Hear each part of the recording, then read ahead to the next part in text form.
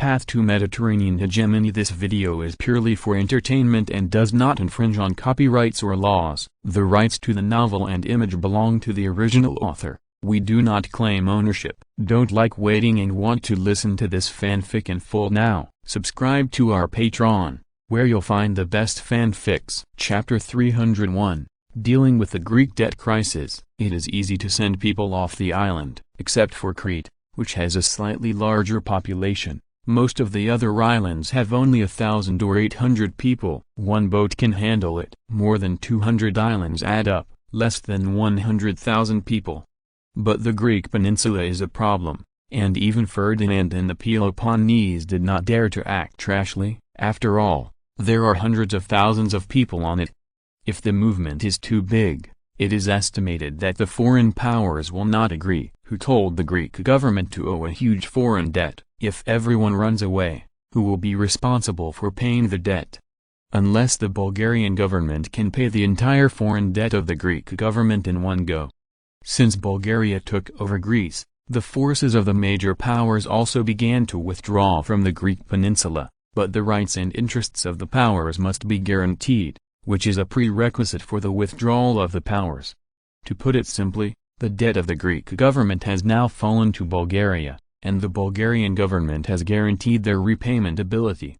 Of course, this guarantee is limited to the annual payment amount of the Greek government, which will not be lower than it is now, and will give priority to satisfying the major powers. It's not that Bulgaria wants to ensure that the Greeks can pay off their loans immediately. After all, the Greeks' loans are basically due, and the Bulgarian government can't take out so much money at one time. Therefore, the Greek government must exist. No matter what method is used, Ferdinand will let the Greek government bear it, and it is impossible to pay their debts for them. £89 million is not a small amount. It is equivalent to Bulgaria's fiscal revenue for 1 year, so it can only be carried by the Greeks.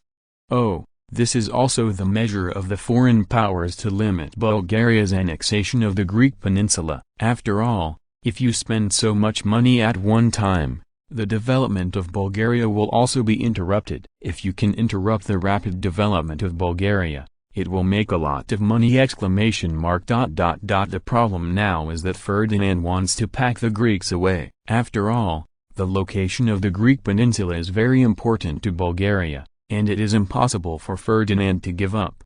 Especially in the future, whoever puts several missile launchers on the upper part of the peninsula, then the whole of Bulgaria will be covered by firepower, and there will be no national defense security at all.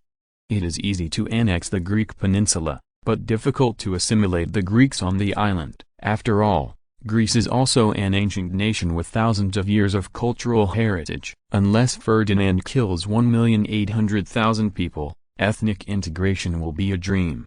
It is very contradictory to have the Greeks get out of the way and the Greek government to repay its debts. Unless Bulgaria helps them relocate the country and find a good land, they still can't afford the debt. This is obviously impossible. This kind of good place in this era has long been divided up by foreign powers. Even if Ferdinand has taken it himself, where can it be given to the Greeks? Your Majesty, what about the Greek government's loan? Constantine asked in embarrassment. In fact, the Bulgarian government has been discussing this issue for a long time, but there has been no result. After thinking about it, Ferdinand sneered and said, "Let the Greek government declare default. We only promised to provide guarantees for the loans of foreign powers, but the bonds issued by the Greek government have nothing to do with us." Oh, this is the most effective way Ferdinand can come up with. Certainly, once this news is announced, the credit of the Greek government will be completely ruined. But what does this have to do with him? Anyway, money owed to an individual and money owed to a consortium are not the same concept at all. At least the consortium has a spokesperson in the government, can influence politics, and has the ability to collect debts. But ordinary people, they don't have the right to speak in this era. Originally, international debt is a risk investment. Although the returns are high, it may be lost at any time. Oh, in this way, it is the capitalists in Greece who have been pitted the most. The debts owed by government departments are not a small number, and it is not only in the Eastern world. but also exists in the Western world. Like what is in arrears, paying part of the money for purchasing materials first, delaying the settlement for a few months, or the officials who go out to eat and drink for free, and write the IOUs after they are done, and the bonds issued by the Greek government, all of them are done, abandoned. As soon as this news came out, it is estimated that many interest groups in Greece will be crazy about it. Hearing Ferdinand's words, Constantine's face was overjoyed. In this way, the debt of the Greeks can be reduced by at least 1/3, which undoubtedly reduces the risk for the Bulgarian government. As for the credibility of the government of the Greeks, and the interest groups whose interests have been compromised, what does it have to do with him? Shouldn't Bulgaria also take into account their feelings? Ferdinand added, "Oh, by the way, the Greek government can still cut expenses. After all, they have so much debt. If they don't work hard, how can they be paid off? As the suzerain country, we are also obliged to help them pay off their debts as soon as possible. Their national defense and security will be borne by us first. This cost can be remembered first, and they will be paid back slowly when they have money." In this way, in addition to the 500 men of the Guard of Georgia, the Greek army should be disbanded.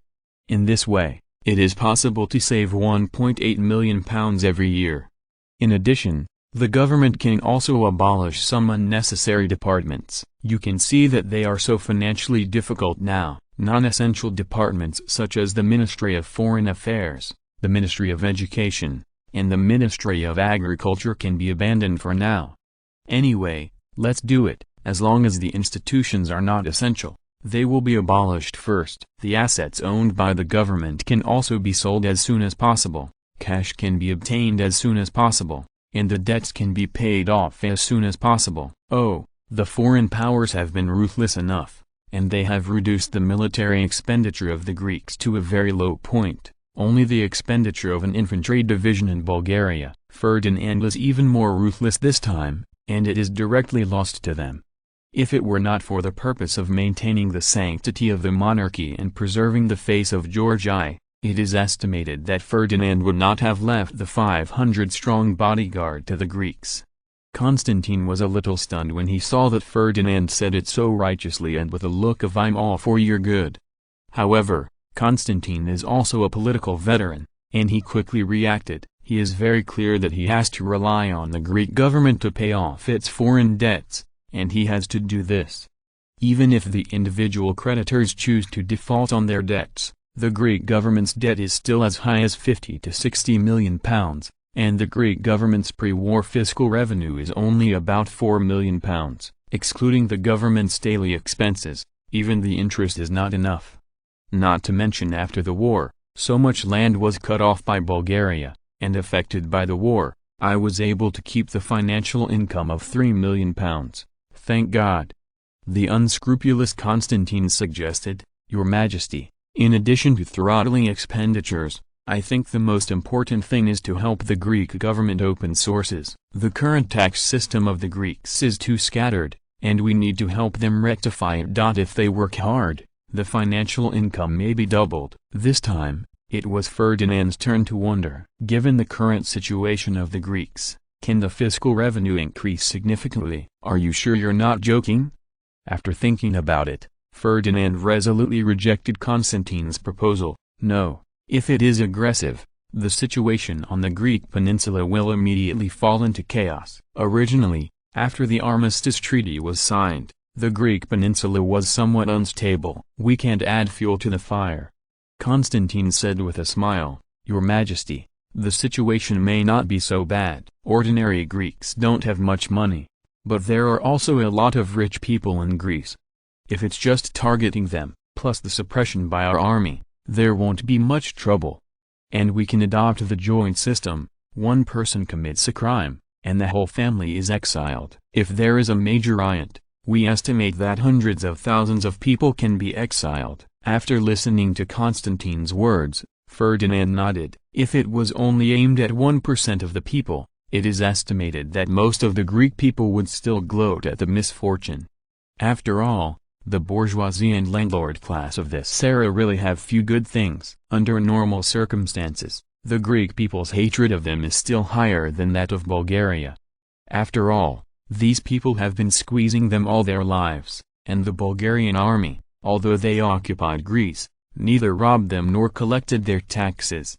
Without pain, in the hearts of ordinary people, the hatred of national justice is really not so unforgettable.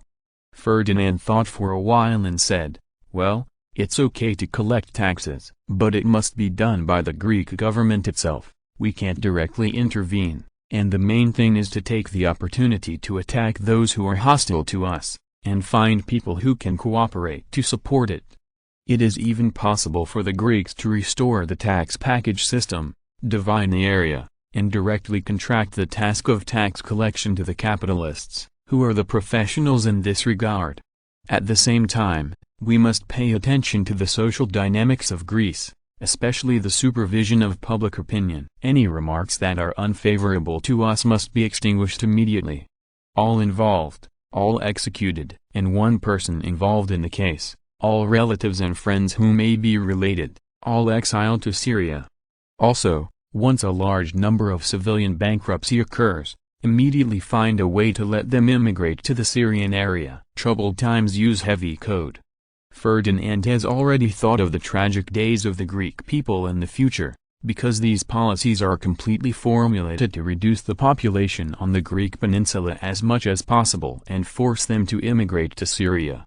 Especially after the implementation of the tax package system, the capitalists can do anything for the benefit. It is estimated that a large number of Greek laborers will be added to the mines in Bulgaria in the future. After thinking about it, Constantine said with a righteous face, "Okay, Your Majesty, I have written all these down. When I come back, the cabinet will help the Greek government formulate a practical governance plan to help them get rid of the debt crisis as soon as possible." Well, Ferdinand would like to say, everyone is their own, there is no need to continue acting. Forgot all about, he is also acting. Genius website address, mobile version reading website. Chapter 302, Colonial Issues. The bad things in Greece are not so easy to solve. According to Ferdinand's plan, Greece will immigrate to Syria by 1 million in the next 5 years! Anyway, as soon as the World War breaks out, the debts of the Allied countries can be paid off. In recent years, let the Greeks try to pay off the loans of Britain, France and Russia first.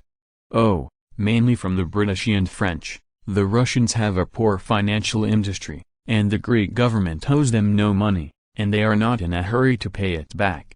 However, the Greeks owe more than £35 million in loans to Britain and France alone, plus more than £4 million owed by the Russians. This is nearly 4,000 more than the debt owed to Bulgaria, £10,000 in foreign debt. Ferdinand couldn't help calling the Greeks idiots. Why did they borrow so many British and French loans? Are you not pro-German government? Why don't you borrow more German money? Does he need to worry so much now if he borrows all the money from the Germans, as long as the interest is paid for a few years, and the World War breaks out? How good is it to directly default on the debt? If George I knew about Ferdinand's thoughts, he would definitely be wronged. Everyone knows that Germany is a rising star, and it didn't take long for it to rise. Although their total economic volume has surpassed that of the British mainland, they are still far behind the old powers in terms of background. To put it simply, most of the Germans' money is invested in industry, and the financial industry is not so advanced. German bankers lack time to accumulate, and their wealth is not as strong as that of Britain and France. After hundreds of years of accumulation, many families in Britain and France are very rich, and they have a lot of idle funds that they can use to lend. After all, the British still have overseas dominions. In addition to domestic investment, the investment in overseas dominions also diverts some funds, while the French are fascinated by the huge profits of international loans. Although they have large colonies, they have not carried out in-depth development, got the reputation of usury empire.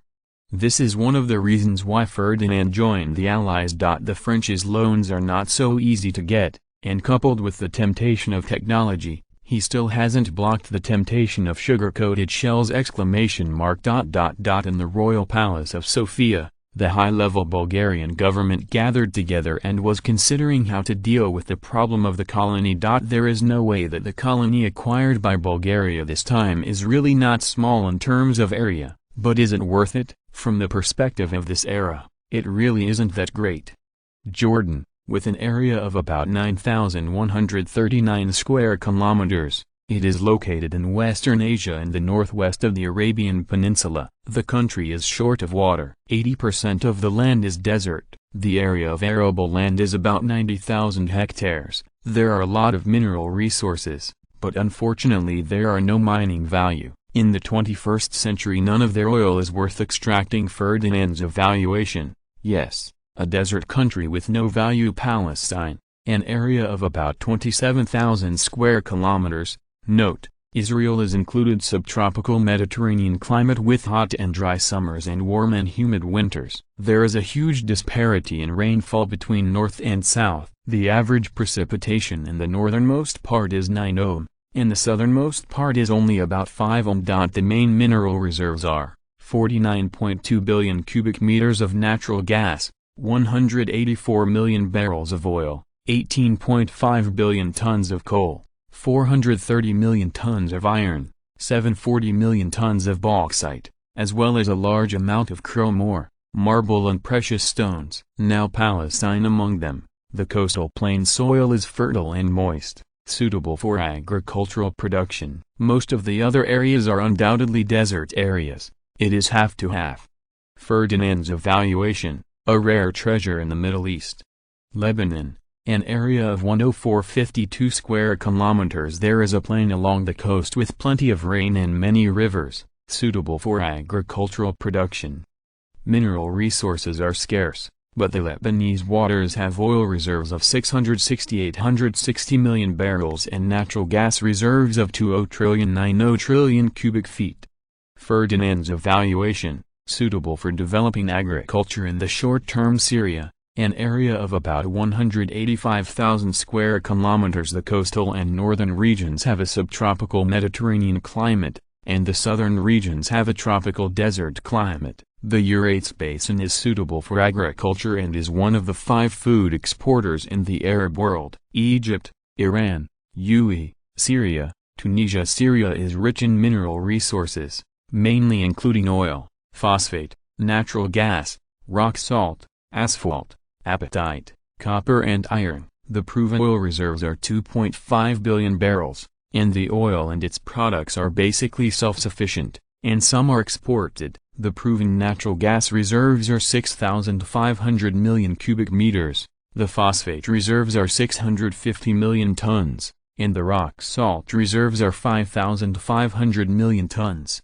Ferdinand's evaluation, rich in resources, priority to develop agriculture. Libya, an area of about 1.70 million square kilometers, after deducting the Tripoli area. Italians are only interested in the coast and have no love for sand, so the desert area is still the boundary of Bulgaria, the famous desert country. More than 95% of the country's land area is desert, only a few oases in the coastal area, and the land suitable for agricultural production is less than 2% of the country's land area. It is rich in oil, natural gas, iron ore and other resources, and the cause of the war is unknown. From the perspective of the early 20th century, Tripoli accounted for 80% of Libya's value.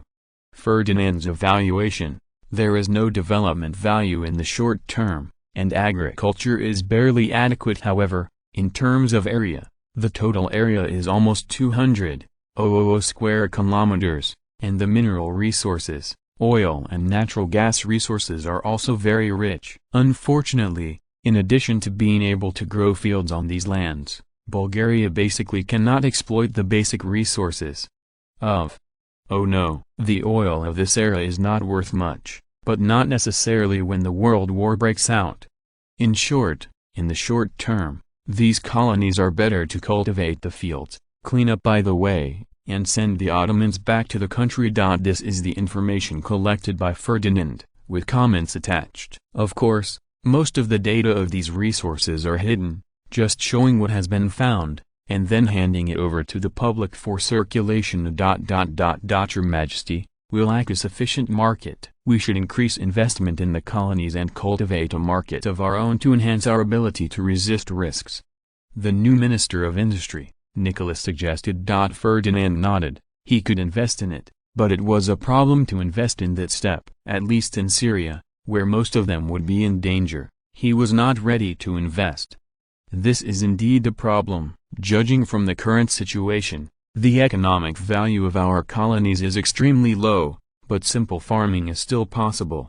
Navy Minister Petrov put forward a different opinion. Your Majesty, the colony's management method is not reliable. With the development of nationalism, the maintenance cost of the colony will only increase in the future, and it is the kingly way to bring them directly into the mainland. Now we just need to move a group of people over there, treat it as local governance, and slowly start it. Within 20 years, we will be able to integrate with Bulgaria. By then, our comprehensive national strength will be greatly enhanced. Ferdinand nodded. Petrov said all the views he inadvertently revealed, and it has slowly begun to affect this era. Oh, the more important thing is that such a strategy is in the interests of the Navy. After all, it is impossible to incorporate these areas into the mainland without a strong navy. After thinking about it, Ferdinand still rejected Petrov's tempting proposal for a very simple reason: the world war is about to explode. If there is no world war and the international situation stabilizes, Ferdinand will definitely do this. Although the investment in the early stage is relatively large, the income in the later stage is also large enough. Others don't know. He doesn't know, except for the Jordan region. Other regions are the treasure land of resources, especially the Palestinian region. The rich mineral resources are even more coveted. Once Bulgaria is incorporated into the mainland, the resources for future exhibitions will also be available. Even in Libya, a desert country, in the mid to late 20th century, scientists still believed that as long as the groundwater was extracted at a cost, an oasis of hundreds of thousands of square kilometers could be transformed.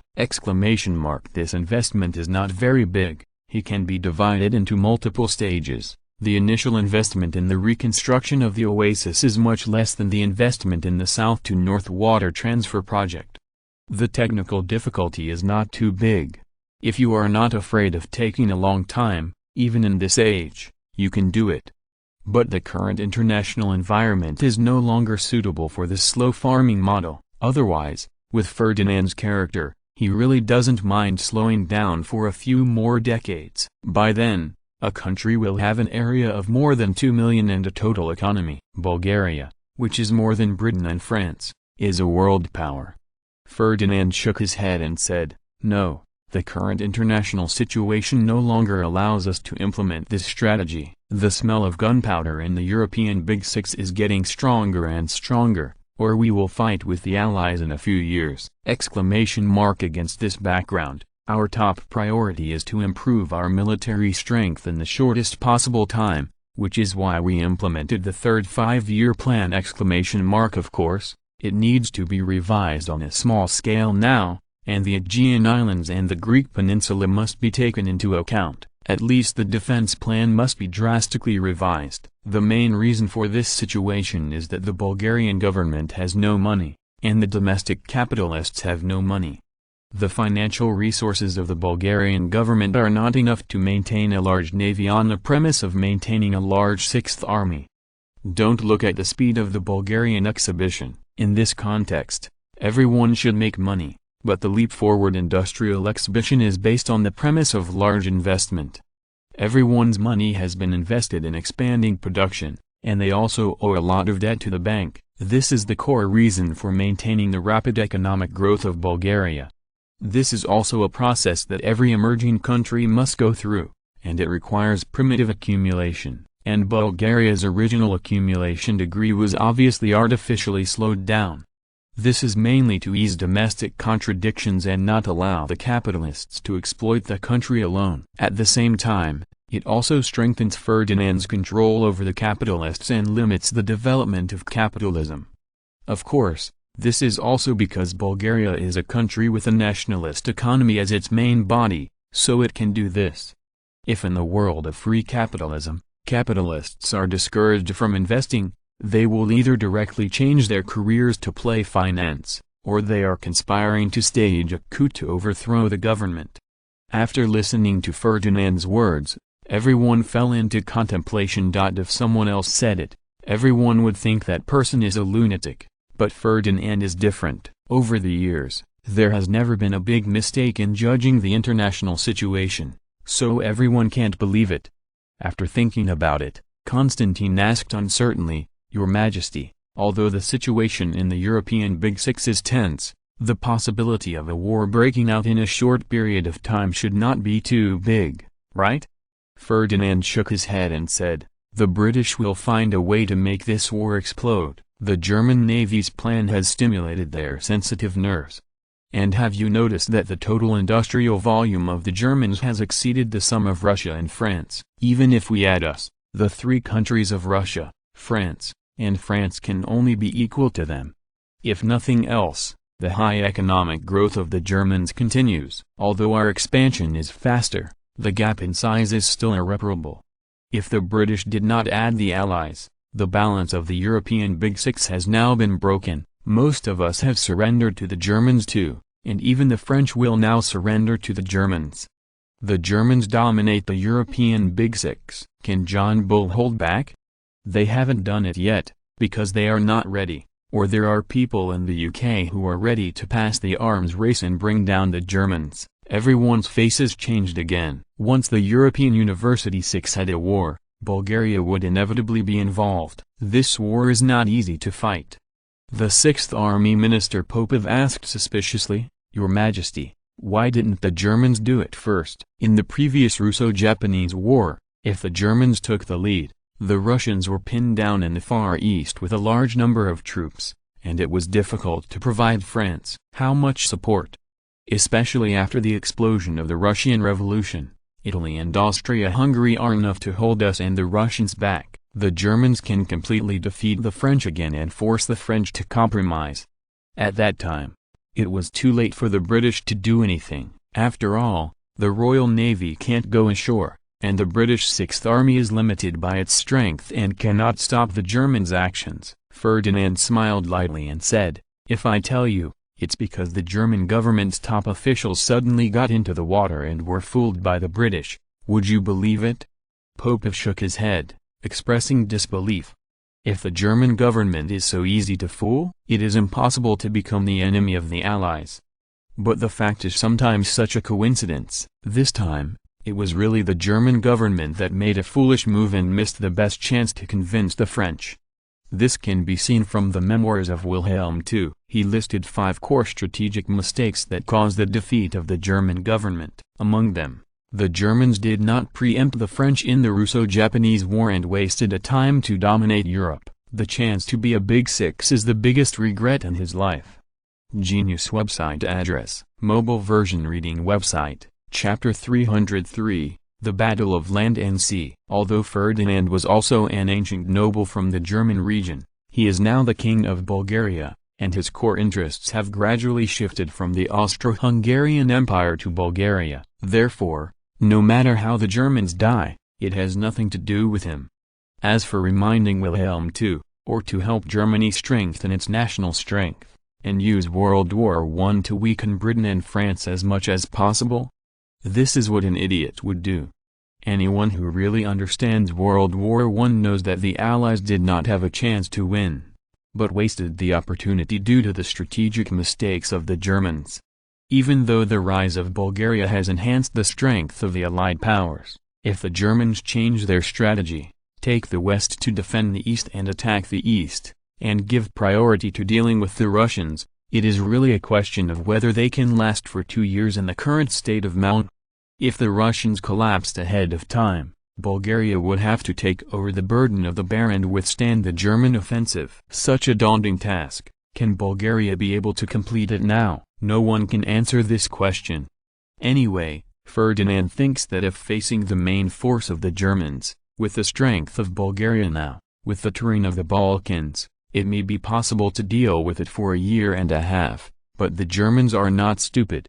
Why do people want to fight with you in the ravine? Without the Russians, Austria-Hungary is enough to contain Bulgaria, and Bulgaria has no strength to take the initiative to attack anyway.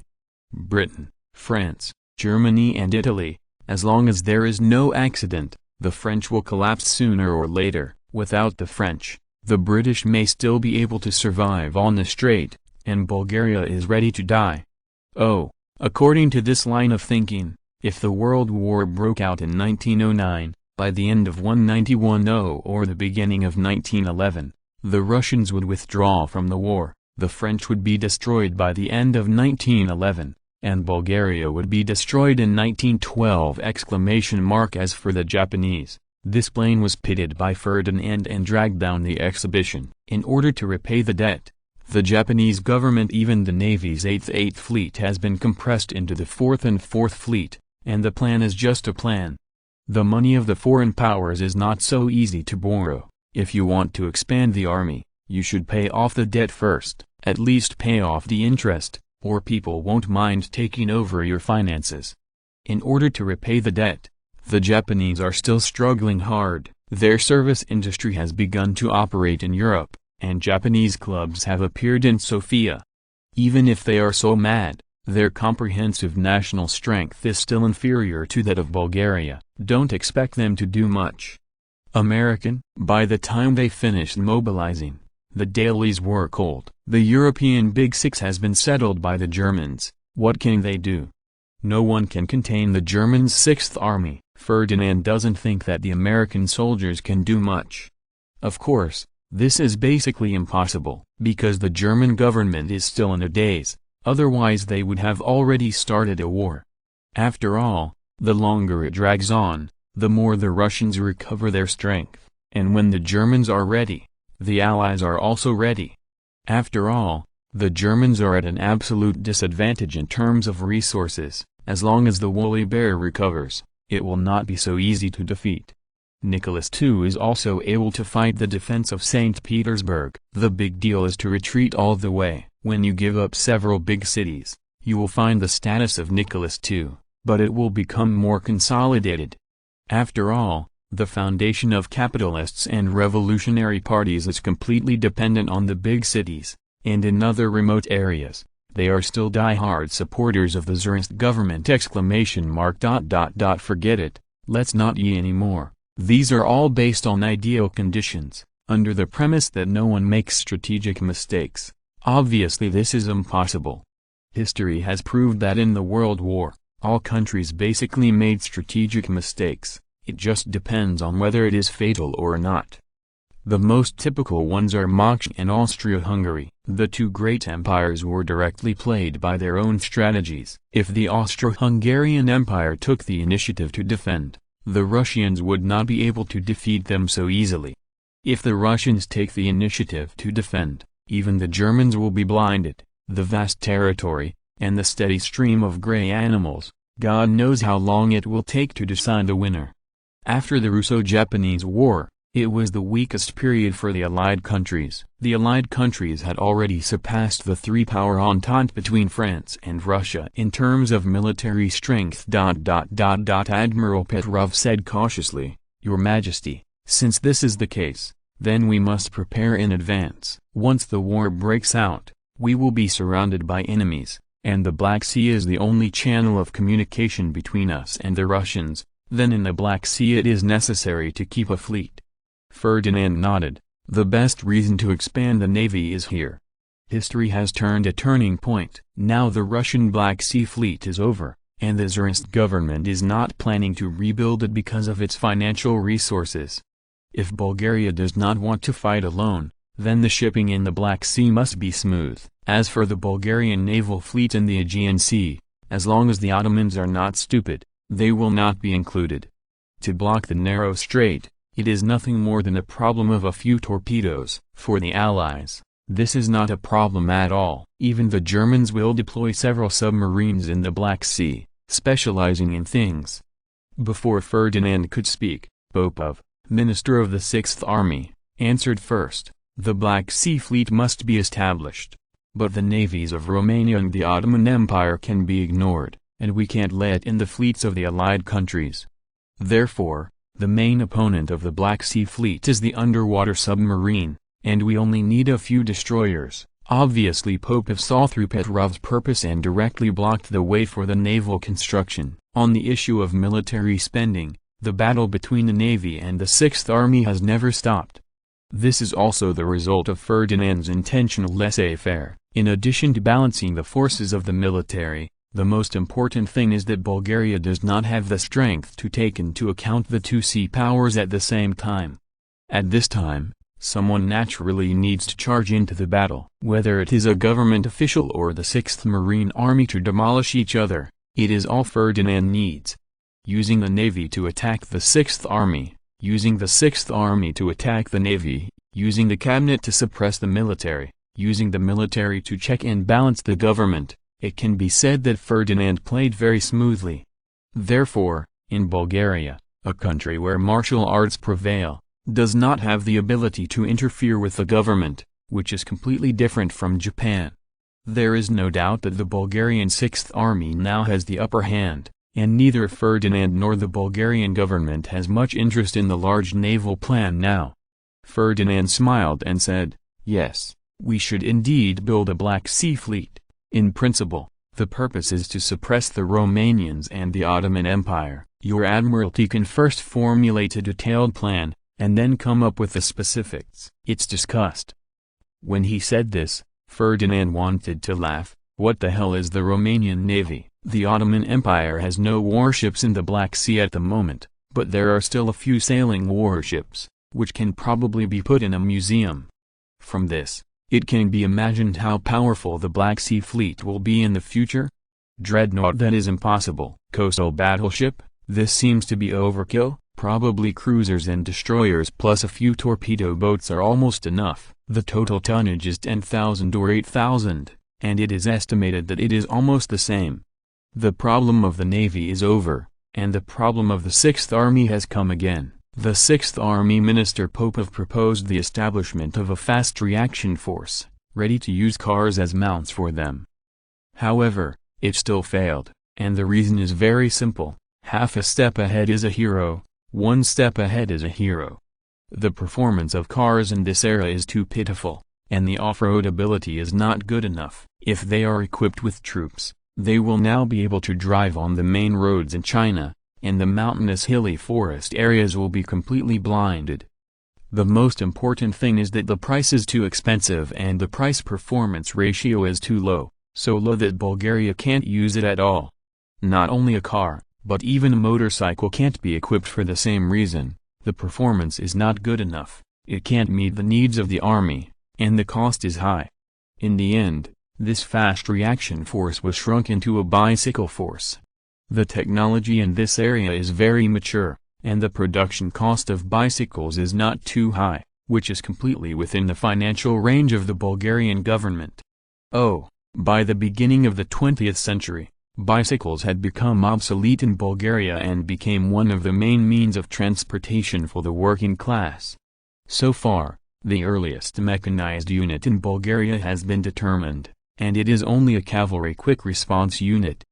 Genius website address, mobile version reading website. If you are listening to this novel on a channel other than Fanfic World, it means they downloaded and uploaded it without effort. We cordially invite you to visit our channel, Mundo Fanfic Novelist. There you'll find the original version of this story and you can explore many other novels of various genres. We are waiting for you to immerse yourself in a world of incredible novels. Chapter 304, Try to Live. Time passed quickly, and it was the end of 1909. To Ferdinand's surprise, Queen Xenia was pregnant again this winter, and this was their 5th child. Although he didn't know whether it was a boy or a girl, Ferdinand was very excited. His concept was always more children and more happiness, especially since Xenia was not too young. Maybe this was their last child. Ferdinand showed extra attention. Note: Xenia was born in 1875 to 1960. Of course, Ferdinand would not admit that he was influenced by the environment. He,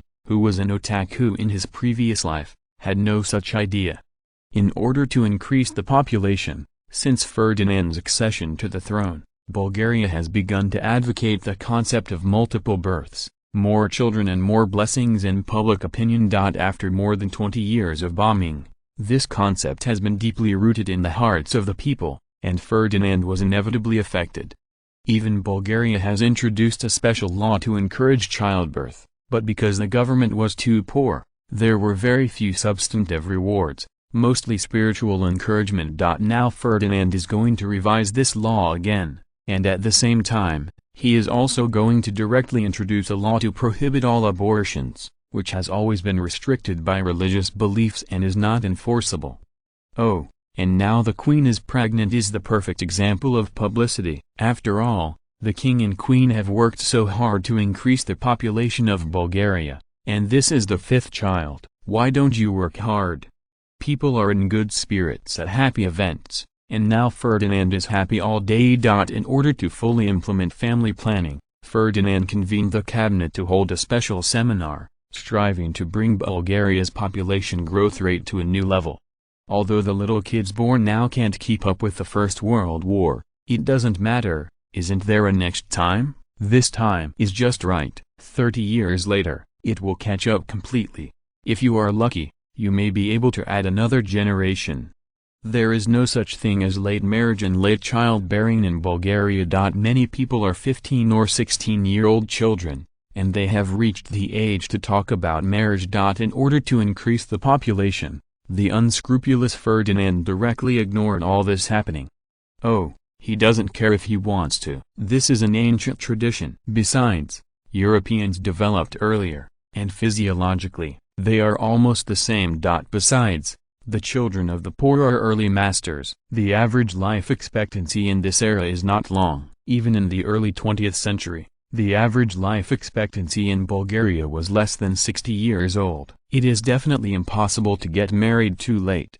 In fact, the birth rate of this era is still very high. The birth rate of the world's population has always been above 4%, but the birth rate of some countries in Western Europe and Northern Europe has begun to decline. The decline in the birth rate does not mean that people will be less willing to have children. The key is that due to the development of capitalism, many female workers have also entered the factory. In order to survive, everyone has to work. There is no time or the capitalists cannot afford to have children. After all, in this era, there is no such thing as the protection of women's rights and interests. As long as you are pregnant, you will either have an abortion or lose your job.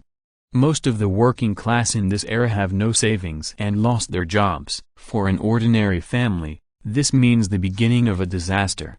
Therefore, many people are forced to make a living and simply do not dare to get pregnant. In addition, some factories are also very harmful to the human body. Many people have lost the ability to reproduce after a long-term engagement in these jobs. These factors are the main reasons for the decline in the population growth rate in Western Europe. This situation has implications for any industrialized country, and Bulgaria is currently in a slightly better environment. After all, it was nationalism that dominated and used morality to restrain the behavior of the capitalists. They dared not go too far. At least during pregnancy, they will not fire people. Of course, there is no salary during the leave period. If you do better, you will be given a little living allowance. Oh, this is mostly from Ferdinand himself, no way, who said that the large enterprises in Bulgaria are basically their own vests. On the bright side, the royal family's enterprises took the lead, and of course everyone responded one after another. As a result, Ferdinand had to spend tens of millions of levs every year. As for private enterprises, others also participated in it. Anyway, this is useless standard, just give some money, it will be fine, and it can also be euphemistically called, this is the corporate social responsibility. In this regard, several newspapers controlled by the government are very keen to report this kind of news. They are also more willing to expose the ugly faces of unscrupulous capitalists than to honor the good deeds of capitalists. Once exposed, they will be blacklisted by the government immediately, and many people will automatically distance themselves from you. The lethality of this blacklist is very powerful. To put it simply, the railway will be permanently closed to you. Many raw materials will not be sold to you, and no one will buy the products you produce. Oh, you can also find a way to transport it by road and find a way to sell it. The prerequisite is not to be discovered. After all, cooperation with you is also condemned by public opinion. Although they are very reluctant, in this big environment, the capitalists still have to disguise themselves as much as possible, and try their best to get a good reputation for themselves. Once any behavior becomes a habit, everyone will gradually adapt to it. Under the education of Ferdinand, after more than 20 years, the social atmosphere of the whole Bulgaria has taken on a new look. Many people even think that they are really a good person, and many capitalists will inadvertently provide a little help to ordinary workers, although it is more likely to make a name for themselves. But this still puzzles the proletarian revolutionaries all over the world. It seems that the Bulgarian capitalists are another species. To spread revolutionary ideas in Bulgaria, there is still a long way to go. But Ferdinand knew that it was nothing more than that. There are occasional cases of kindness, and most of them are done for the sake of fame. In particular, the powerful capitalists do not mind spending a fortune for the sake of fame. This is not fundamentally different from the entrepreneurial show of later generations. But it doesn't matter, no matter how much you show, it's better than doing nothing at all. Ferdinand has always valued results only, and he doesn't care at all about their inner thoughts. Ferdinand knew that to encourage childbirth, it would be impossible to dump all these costs on enterprises. Many small capitalists simply could not afford it. Therefore, the government still needs to pay, but there are still many aspects involved. The Bulgarian government has held several meetings to study it. Prime Minister Constantine said in embarrassment, "Your Majesty, our government has carefully studied the issue of legislation to encourage fertility. However, it is a bit troublesome to issue maternity subsidies. This also involves the issue of coverage and the formulation of specific standards. It is difficult to determine." Ferdinand asked suspiciously, "What is the annual population of new people in Bulgaria now? How much can it increase if it adapts to the subsidy plan? Has the government calculated this?" Constantine thought for a while and said, "At present, the number of newborn babies in Bulgaria has been maintained at about 1 million. Which is already a high proportion among European industrial countries, and it is basically the same as that of the Russians. How much can this figure increase after the subsidy? Since there is no such precedent in the world, and we have no reference, we can only make a rough estimate. Under normal circumstances, it should be increased by 10 to 30%. This may also be related to the amount of the subsidy!" Ferdinand thought for a while and said, "This is indeed a problem. We should not only consider the birth of the population, but also the survival rate of newborn babies and the economic strength of the people, how much can they afford, and the future education. We still have a lot of work to do in this regard. However, I think the government can also set up a kindergarten. Once a family has an accident and is unable to support it, it can apply for the government to support the child. There is no doubt that the role of this kindergarten and orphanage is not much different, but this is more emotionally acceptable to parents. It is estimated that as soon as the kindergarten comes out, the number of people in the orphanage will be greatly reduced. At least there are many families who are poor and unable to support their children, so they are directly thrown at the gate of the orphanage and run away.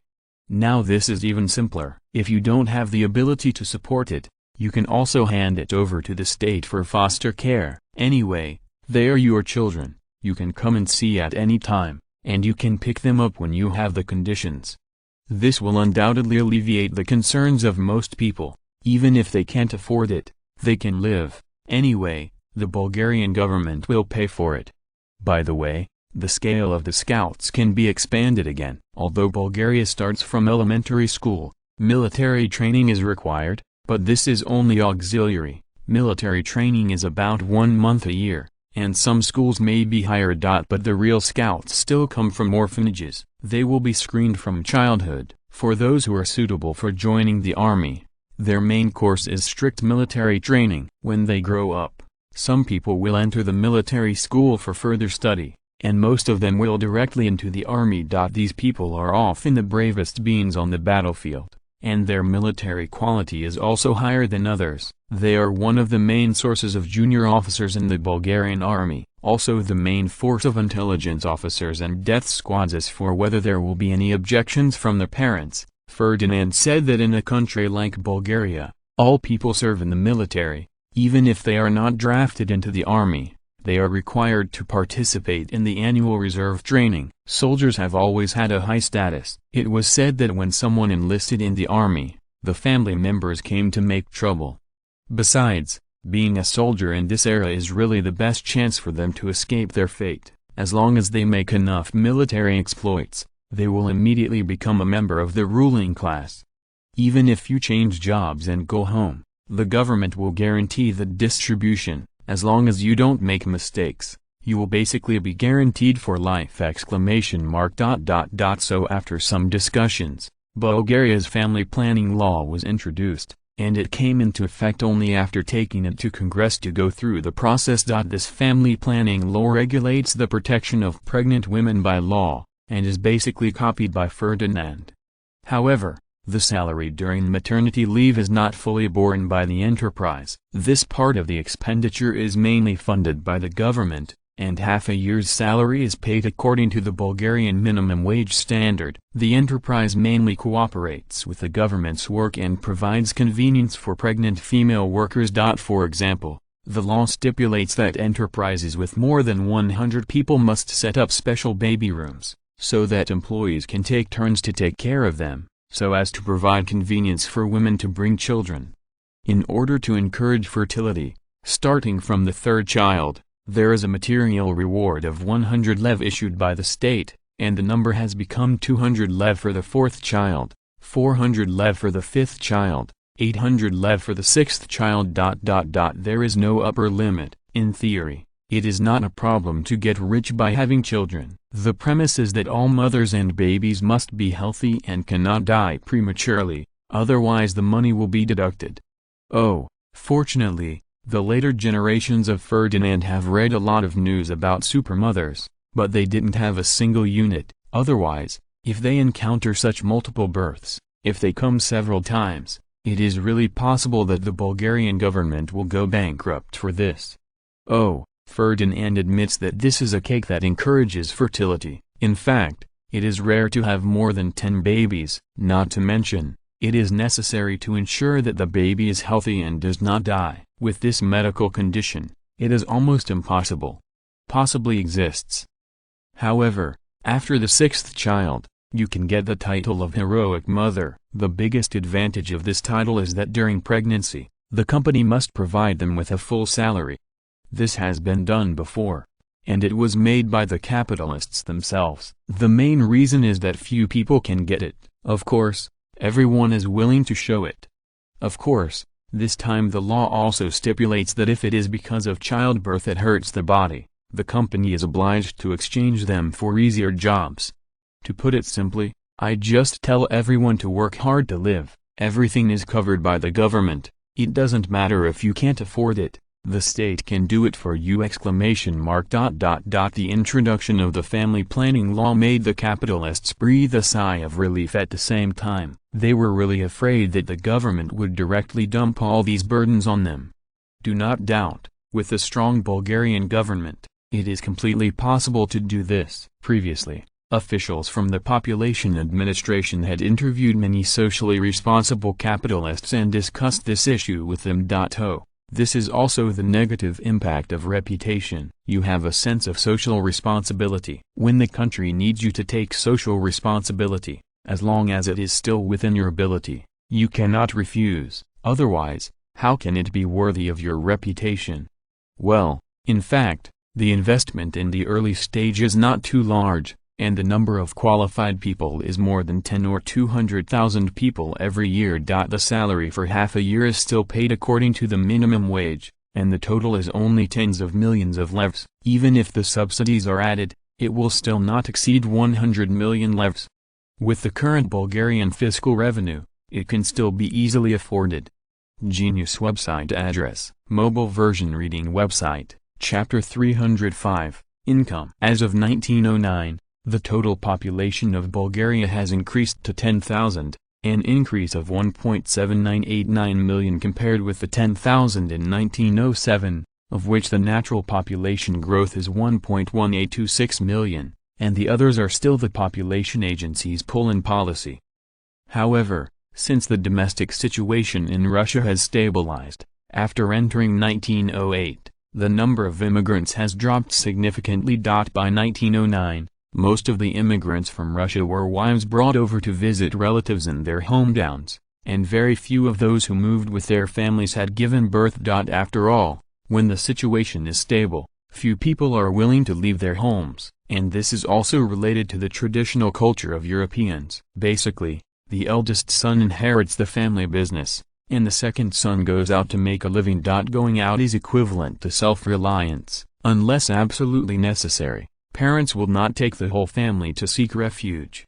However, Ferdinand is also satisfied, and this degree is almost enough. After all, immigrants also need time to integrate, and the increase is too much at one time, which is also a problem for resettlement. Under normal circumstances, after the promulgation of the family planning law, there will be a period of population growth in Bulgaria in the next few years. Ferdinand has no doubts about this. This is also related to the population structure of Bulgaria. Since Ferdinand took the throne, he has been implementing the national policy of encouraging fertility for a long time. Although the previous strength was not as great as it is now, the effect is still obvious.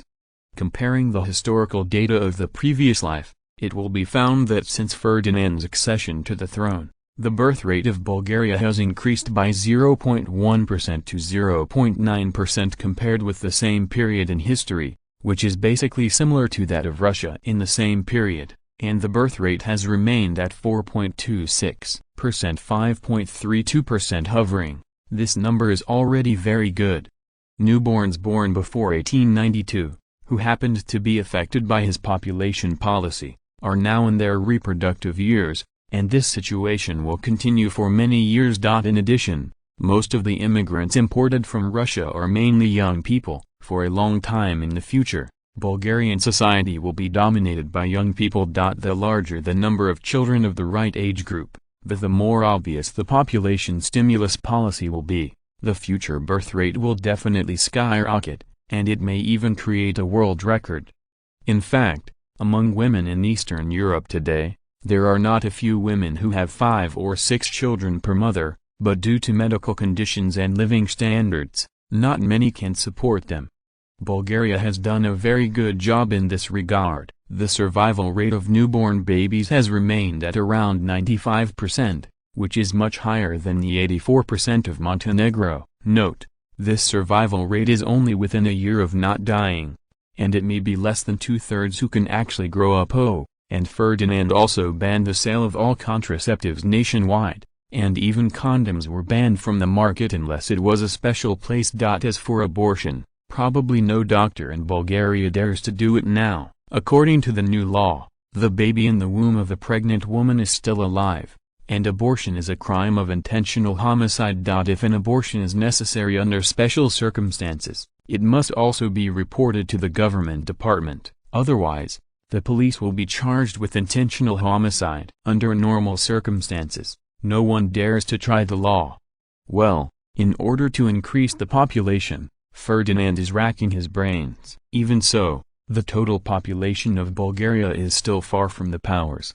The total population of Bulgaria compared to the great powers of the same period equivalent to 2/3 of the total population of Italy equivalent to 56% of the French population equivalent to half of the UK population equivalent to 45% of the total population of the Austro-Hungarian Empire equivalent to 43% of the total population of Japan equivalent to 1/3 of the total population of Germany equivalent to 1/4 of the total U.S. population This is equivalent to 14% of the total population of Russia. After deducting the population loss due to the butterfly effect overall, Bulgaria still has a long way to go in terms of population. In theory, with the current population growth rate of Bulgaria, when the World War breaks out, the total population can reach about 2,700,000. In fact, due to various reasons, the population growth rate may be faster, but it is undoubtedly a dream to break through 30 million. If you add the colony population, this number can be easily made up. Obviously Ferdinand will not do this. Compared with the population, Bulgaria's other data is barely passable. The processing and manufacturing industry has passed Italy. The total number of railway mileage in the country is now equal to Italy, and the output of heavy industry such as steel and coal is far from Italy. To put it simply, in addition to population, Bulgaria has now caught up with the Italians, the weakest power in Europe, in other areas, and the overall national strength is on par with the Italians. Of course there is a Japan at the bottom, but there is no comparison. Due to the distance and the prevailing white supremacy in Europe at the time, the cost of poaching a talent in Europe and Japan may be 2 or 3 times that of Bulgaria. Even so, it is difficult to dig people, and it is urgent. The Japanese actually dug the corner of the Qing dynasty directly, regardless of whether the technology is backward or not. They still insist on advancing on the road of industrialization. Oh, ignore them for now. Japan before the First World War could not be called an industrial country, although he was also a member of the great powers! In terms of income, Bulgaria's total fiscal revenue in 1909 was about 2.36 billion leva, about £9.44 million, which still maintained a high growth rate. In 1909, Bulgaria's gross national income reached 18.25 billion leva, about £730 million, and the per capita annual income was 822 leva, about £32.8. From the data point of view, Bulgaria's fiscal revenue accounts for 12.9% of the total national income, which is second only to Japan among the great powers. This is not to say that the taxation in Bulgaria is so high and the exploitation of the people is so serious. On the contrary, in order to encourage economic development, Bulgaria adopts a low-tax policy for many industries, and there are even direct tax exemptions in the field of heavy industry. In fact, in any country that implements statism, the government's fiscal revenue is relatively high, because there are many industries directly controlled by the government, and the natural fiscal revenue is high. For example, railways in Bulgaria are state-owned, while railways in European and American countries are mostly private. Obviously, the income of the Bulgarian railway operation is turned over to the profit part, and it is aggregated into the government's fiscal revenue, while European and American countries only calculate the tax part. Similarly, the fiscal revenue is high and the expenditure is equally high. For example, the construction of railways requires government financial allocation. Therefore, Bulgaria's current finances are still not rich. If it weren't for so many expenses, with an annual revenue of more than £90 million, Ferdinand would have already joined the naval arms race. Don't look at Bulgaria's fiscal revenue of more than £90 million in 1909. In fact, due to the war, the government's fiscal deficit is still as high as more than £8 million. Getting the war reparations will almost flatten the deficit. Mainly the debts of the Greeks, that can only be debts. Don't expect anyone to dare to provide them with loans. Now the Greek government is striving for repayment. If it is not for international influence, Ferdinand is ready to let the Greek government learn from Japan's loan repayment experience. However, considering the sequelae, Ferdinand decided not to intervene, and it would be better for the Greeks to understand by themselves, otherwise the pot would not be thrown away. The most important thing is that the resilience of the Greeks is not as strong as that of the Japanese. If they are pressed, they will say the opposite. In addition, their population is not large, and no matter how much oil they squeeze, they cannot squeeze much oil. In this regard, Ferdinand actually has a conscience, perhaps because of the influence of his previous life. He rarely does things completely, otherwise the Greek peninsula is definitely a hell on earth now. According to the feces and urine of the European powers in this era, we know that there is nothing they can't do. For details, you can refer to the atrocities committed by the British against the Boers in South Africa, which were born against the background of condemnation by public opinion all over Europe. Ferdinand estimated that if there was no pressure from European public opinion, if there was another genocide, John Bull would have done very well. Genius website address. Mobile version reading website. Chapter 306. Post-war influence. A wave of unresolved waves rises again and again. The just concluded year of 1909 was a turbulent year, and the international situation had undergone earth-shaking changes. At the beginning of the year, the Kavla shelling incident occurred, and then the Near East War broke out between Bulgaria and the Ottoman Empire. Then, with the intervention of the Germans, the anti-Bulgarian alliance was established, and the Second Balkan War broke out. The coup d'état took place in the Ottoman Empire, the Turkish Al-Shabaab entered the stage of history, the anti-guarantee alliance was defeated, and the international situation in the Near East has undergone earth-shaking changes. The relationship between Bulgaria and the Germans deteriorated rapidly. At the same time, the contradiction between the Entente and the Allies further deepened. Influenced by the Second Balkan War, the main war factions of Russia and France began to rise, laying the groundwork for the outbreak of the First World War. Hidden danger. The strategic layout of the British on the European continent was initially completed. After the end of the Second Balkan War, the negotiations between Britain and Germany on limiting the naval arms race also ended. The Anglo-German alliance that the Germans had been looking forward to was completely shattered. The two countries formally confronted each other, and the naval arms race escalated. In the same year, the United Kingdom and the Kingdom of Siam signed the Treaty of Bangkok, and the British achieved the completion of their expansion in the Malay Peninsula. And the former Japanese Prime Minister Ito Hirobumi was assassinated in North Korea. Since then, the Japanese government has embarked on a road of no return. Along the way, the Japanese army launched another coup, but it was temporarily suppressed by the Japanese government. In the ancient country of the East, the constitutional reform failed, the countdown to the Manchu dynasty began, and internal contradictions intensified. In the same year, Zhang Zidong, the last banner of the Westernization movement, died of illness, heralding the end of an era. The international situation affects the whole body. The influence of Ferdinand's butterfly effect on the world is getting bigger and bigger, and history has changed beyond recognition. In the royal palace of Sofia, Ferdinand was teaching the academics of several sons of the emperor, and Mitev, the Minister of Foreign Affairs, rushed in. Your Majesty, something happened. Seeing Mitev's nervous appearance, Ferdinand was stunned for a moment, then reacted quickly and asked in confusion, "What happened?" Mitev tried to calm down and suppressed his emotions as much as possible, saying, "Your Majesty, the Berlin embassy just sent a message that the German foreign minister announced at today's press conference that Romania, the Ottoman Empire, and the Kingdom of Montenegro officially after joining the Allies, the situation in Europe will change drastically."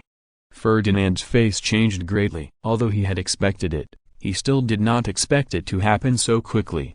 Oh, this is also Ferdinand's butterfly effect. How could the Germans not make a promise to win over the Kingdom of Montenegro and Romania to form an anti-guarantee alliance? If there is no endorsement from the Allies, even if the two countries are dissatisfied with Bulgaria, they will not come forward. Now it is time for the Germans to fulfill their promise. After the end of the Second Balkan War, both the Kingdom of Montenegro and Romania are facing severe military pressure and urgently need a German platform. And the Turkish Youth Party, which has just come to power in the Ottoman Empire, also needs to hand over a satisfactory answer sheet to the people. In this context, wouldn't it be chilling if the Germans did not allow these three little brothers to join the Allies? You must know that the World War has not yet happened, and as a major power, you still have to be embarrassed. Even if you form an alliance, you must look at your strength. Otherwise, if everyone puts down their faces and pulls the younger brother directly, it will not be the Three Kingdom Alliance and the Quadruple Pact now. If the Allied countries start to bring their younger brothers to join, then the Allied countries are bound to follow up, and then the countries of the European continent will be forced to stand in line. As a result, the scale of the World War is likely to be further expanded. This is why Ferdinand is not worried. Now that Bulgaria is surrounded on all sides by the Allies, if the scale of the World War is further expanded, who can guarantee that the Allies will win? In the history of parallel time and space, Switzerland, the Netherlands, Spain, Denmark, Norway, Sweden and other countries have all chosen neutrality, and now Ferdinand is not sure what choice they will make. But one thing is certain, the choices of these countries will have a very significant impact on the international situation, and even affect the trend of the world war. After thinking for a while, Ferdinand said, "The Ministry of Foreign Affairs will communicate with the other three countries as soon as possible to find out what plans they have. We can adapt accordingly." In any case, Bulgaria's geographical location determines that they can only be sidelined, and their influence on the European continent is destined to be incomparable to other European powers. To be honest, Ferdinand did not want too many countries to join the Entente, which would dilute Bulgaria's right to speak in the alliance, and more importantly, would affect the distribution of interests after the war. After all, the loot is limited, and the more people involved, the less everyone gets, which is inevitable. If there is no major change in the direction of the world war, after the end of World War I, Bulgaria has a great possibility to become one of the giants at the Paris Peace Conference, and it will have enough right to speak in the distribution of interests after the war. This is completely different from Italy and the United States, which are excluded in parallel time and space. In the eyes of Britain and France, the Italians belong to the second and fifth sons, not their own. Their status has always been lower than that of their allies. Their right to speak is inherently low. Coupled with their poor performance in the World War, it is really impossible to win everyone. Respect.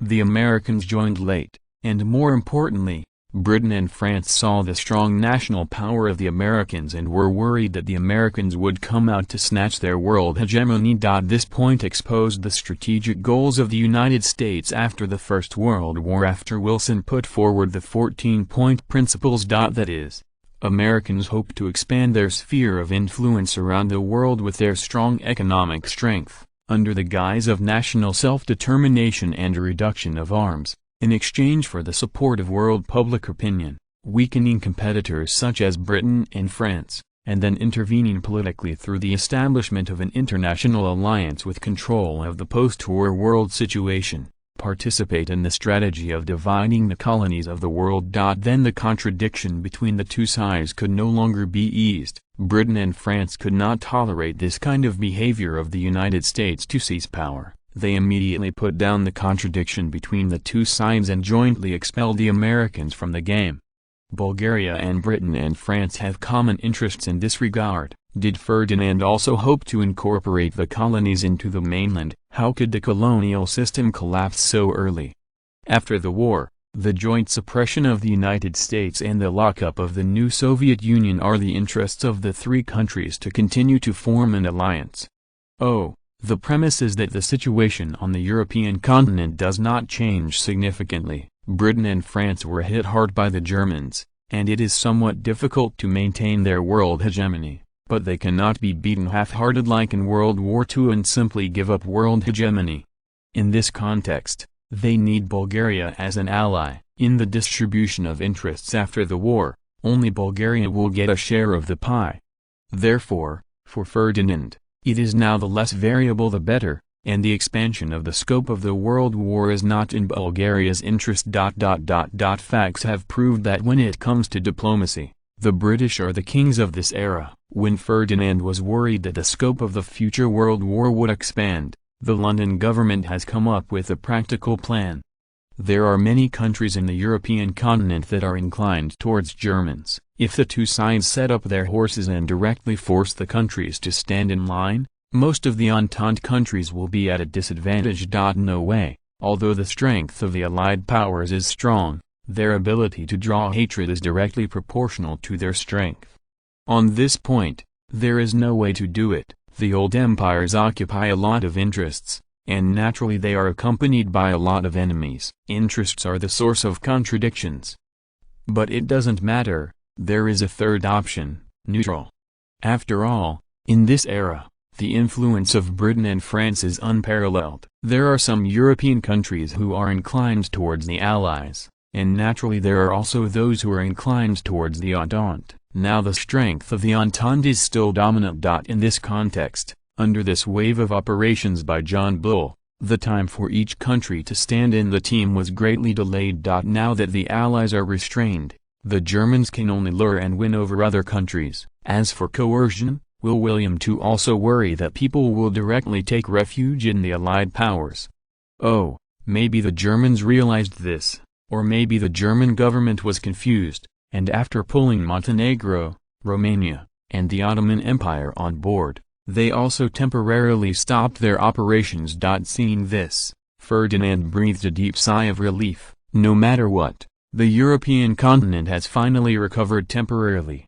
As for how long this calm can be maintained, Ferdinand has absolutely no expectations for it. Anyway, in the next few years, the international situation is destined to change. Genius website address, mobile version reading website, chapter 307, holding high the banner of Time Flies, and in 1910, Ferdinand's focus of work returned to domestic construction again. People take food as their heaven. In Ferdinand's mind, if any country cannot guarantee the supply of food, it is not far from the day of collapse. Since Ferdinand took the throne, he has attached great importance to agricultural production, promoted new agricultural technologies, and built water conservancy projects, which has always been the basic national policy of Bulgaria. More than 20 years have passed, and the water conservancy projects supporting agricultural production in Bulgaria have basically been completed. Now the only development potential is the Greek peninsula. Frankly speaking, the agricultural development conditions of the Greek peninsula are not as good as those of Bulgaria, but that does not mean that there is no potential to be tapped. As one of the birthplaces of ancient human civilization, how could the Greek peninsula not be suitable for agricultural production? Ferdinand still clearly remembers that food processing and export in later generations is still one of the pillar industries of Greece. Oh, the Greek peninsula of this era is actually quite good. George I's level of governance is still powerful, leaving a good foundation. Ferdinand's purpose now is to bring the Greek peninsula into his hands as soon as possible to enhance the war potential of Bulgaria. So decided to start the Peloponnesian Peninsula first. Peloponnese is located in southern Greece, covering an area of 21,439 square kilometers. There is a plain on the west coast, which is suitable for agricultural production and is the main grain-producing area in Greece. And the Peloponnesian Peninsula was clearly ceded to Bulgaria in the Treaty of Constantinople, which has the lowest influence on the outside world. And now the arms race between the two major alliances is unfolding like fire, attracted everyone's attention. In order to fully control the Peloponnese, Ferdinand also made adequate preparations. It is definitely not feasible to directly exile these 200,000 people, but it does not matter, there is still a division of the Bulgarian army stationed on the peninsula, which is enough to suppress any changes. Prime Minister, how are you preparing? When can you start action? Ferdinand said lightly. Constantine said confidently, please rest assured, Your Majesty, everything is ready as planned. Ferdinand nodded. In fact, the plan is very simple. The Bulgarian government directly issued an announcement, that is, those who have not obtained legal residency in Bulgaria are restricted to leave Bulgaria within 3 months. There's nothing wrong with this. You don't have the right to live on my site, I have the right to let you go. At least it makes sense legally. If you don't leave, you will naturally have to take coercive measures. Of course, you can be deported if you enter the country illegally. If he dares to resist, then Ferdinand doesn't mind adding more people to the mines in Bulgaria. Oh, as for whether the inhabitants of the peninsula have a place to go, this is not a question that Ferdinand needs to consider. However, out of humanitarianism, for those who have nowhere to go, the Bulgarian government is willing to provide free travel expenses to help them immigrate to Syria. Simply put, it is to tell the Greeks to run quickly if they are able to run, or they will go to that ghost place in Syria. In addition, there is another way to obtain legal residency. This is simple. As long as you have relatives with Bulgarian citizens, get their guarantee, and learn Bulgarian within half a year. Just stay. This is equivalent to saying, hurry up and find someone to marry. The garrison on the island are basically bachelors. As long as you marry your daughter to them, you don't have to leave. Of course, Under normal circumstances, it is almost impossible to bring hateful parties together, so most Greeks still have to move. If you have relatives and friends on the main island, you can go to seek relatives and rely on friends, but it seems that life there is not very easy. In order to pay off debts, the people on the Greek peninsula are living in dire straits. There were many Greeks who came from there to ask for a living before. Obviously, this is not a good way for most people to go out. Needless to say, those with strong assets are of course emigrating directly abroad. Whether it is to European countries, the Americas, or Africa, it is not difficult for them. Of course, it does not rule out individual idiots who emigrated to the Ottoman Empire. After all, the two sides are close, and the immigration cost is the lowest. For these people, as long as they think about the past, Ferdinand is an absolute farewell, and they directly issue free shipping tickets. Facts have proved that Ferdinand's strategy is still effective. Most of the rich people choose to run away at the first time. Among them, the capitalists run the fastest. There were also some people who could not see the situation clearly, trying to gather a crowd to make trouble, and then they were quickly suppressed by the Bulgarian army, and then a few thousand miners were added to a certain mine. Then, most of the remaining ordinary people accepted the humanitarian assistance from Bulgaria and went to Syria in groups to build a beautiful home together. And of course there were a lot of hiccups, but it didn't really matter. The end result was always good. In order to solve the livelihood problem of the immigrants, the newly established Syrian Agricultural Company in Bulgaria also invited them to reclaim the land for farming, and successfully solved the employment problem of the immigrants. The above fully shows that Bulgaria is a responsible big country and has done a very good job in the resettlement of refugees. At that time, it was widely appreciated by international public opinion, and many sociological researchers gave it high praise. This is the conclusion that people came to after comparing the actions of several major powers in the colony, and it is not ruled out that they received money. By the end of 1910, only a mere 8,000 residents of the Peloponnese had obtained legal residency rights, and most of the other residents had accepted humanitarian assistance from Bulgaria to settle in Syria, and only a few chose to emigrate overseas. As a price, Bulgaria's humanitarian relief expenditure in 1910 was as high as 80 million levs, and the public relations expenses once exceeded 15 million levs. In the years to come, the successful experience of the Peloponnese Peninsula will be transplanted by the Bulgarian government to other regions, and then will be imitated by other countries, which will have a profound impact on the world pattern! Your Majesty, the situation in Portugal is out of control. King Manuel II is powerless to control the situation. The Republican Party is about to lose its hold, and a revolution may break out in the Kingdom of Portugal at any time. Just as Ferdinand was praising his wit, his good mood was interrupted by a piece of news from the intelligence service that his unfortunate nephew seemed to be doomed. Although Ferdinand didn't have much affection for this cheap nephew, he still didn't want the Kingdom of Portugal to change. Ferdinand now has the feeling that iron is not steel. Compared with parallel time and space, there are still people who support him in this plane, but he still does nothing and let the Republican Party become bigger.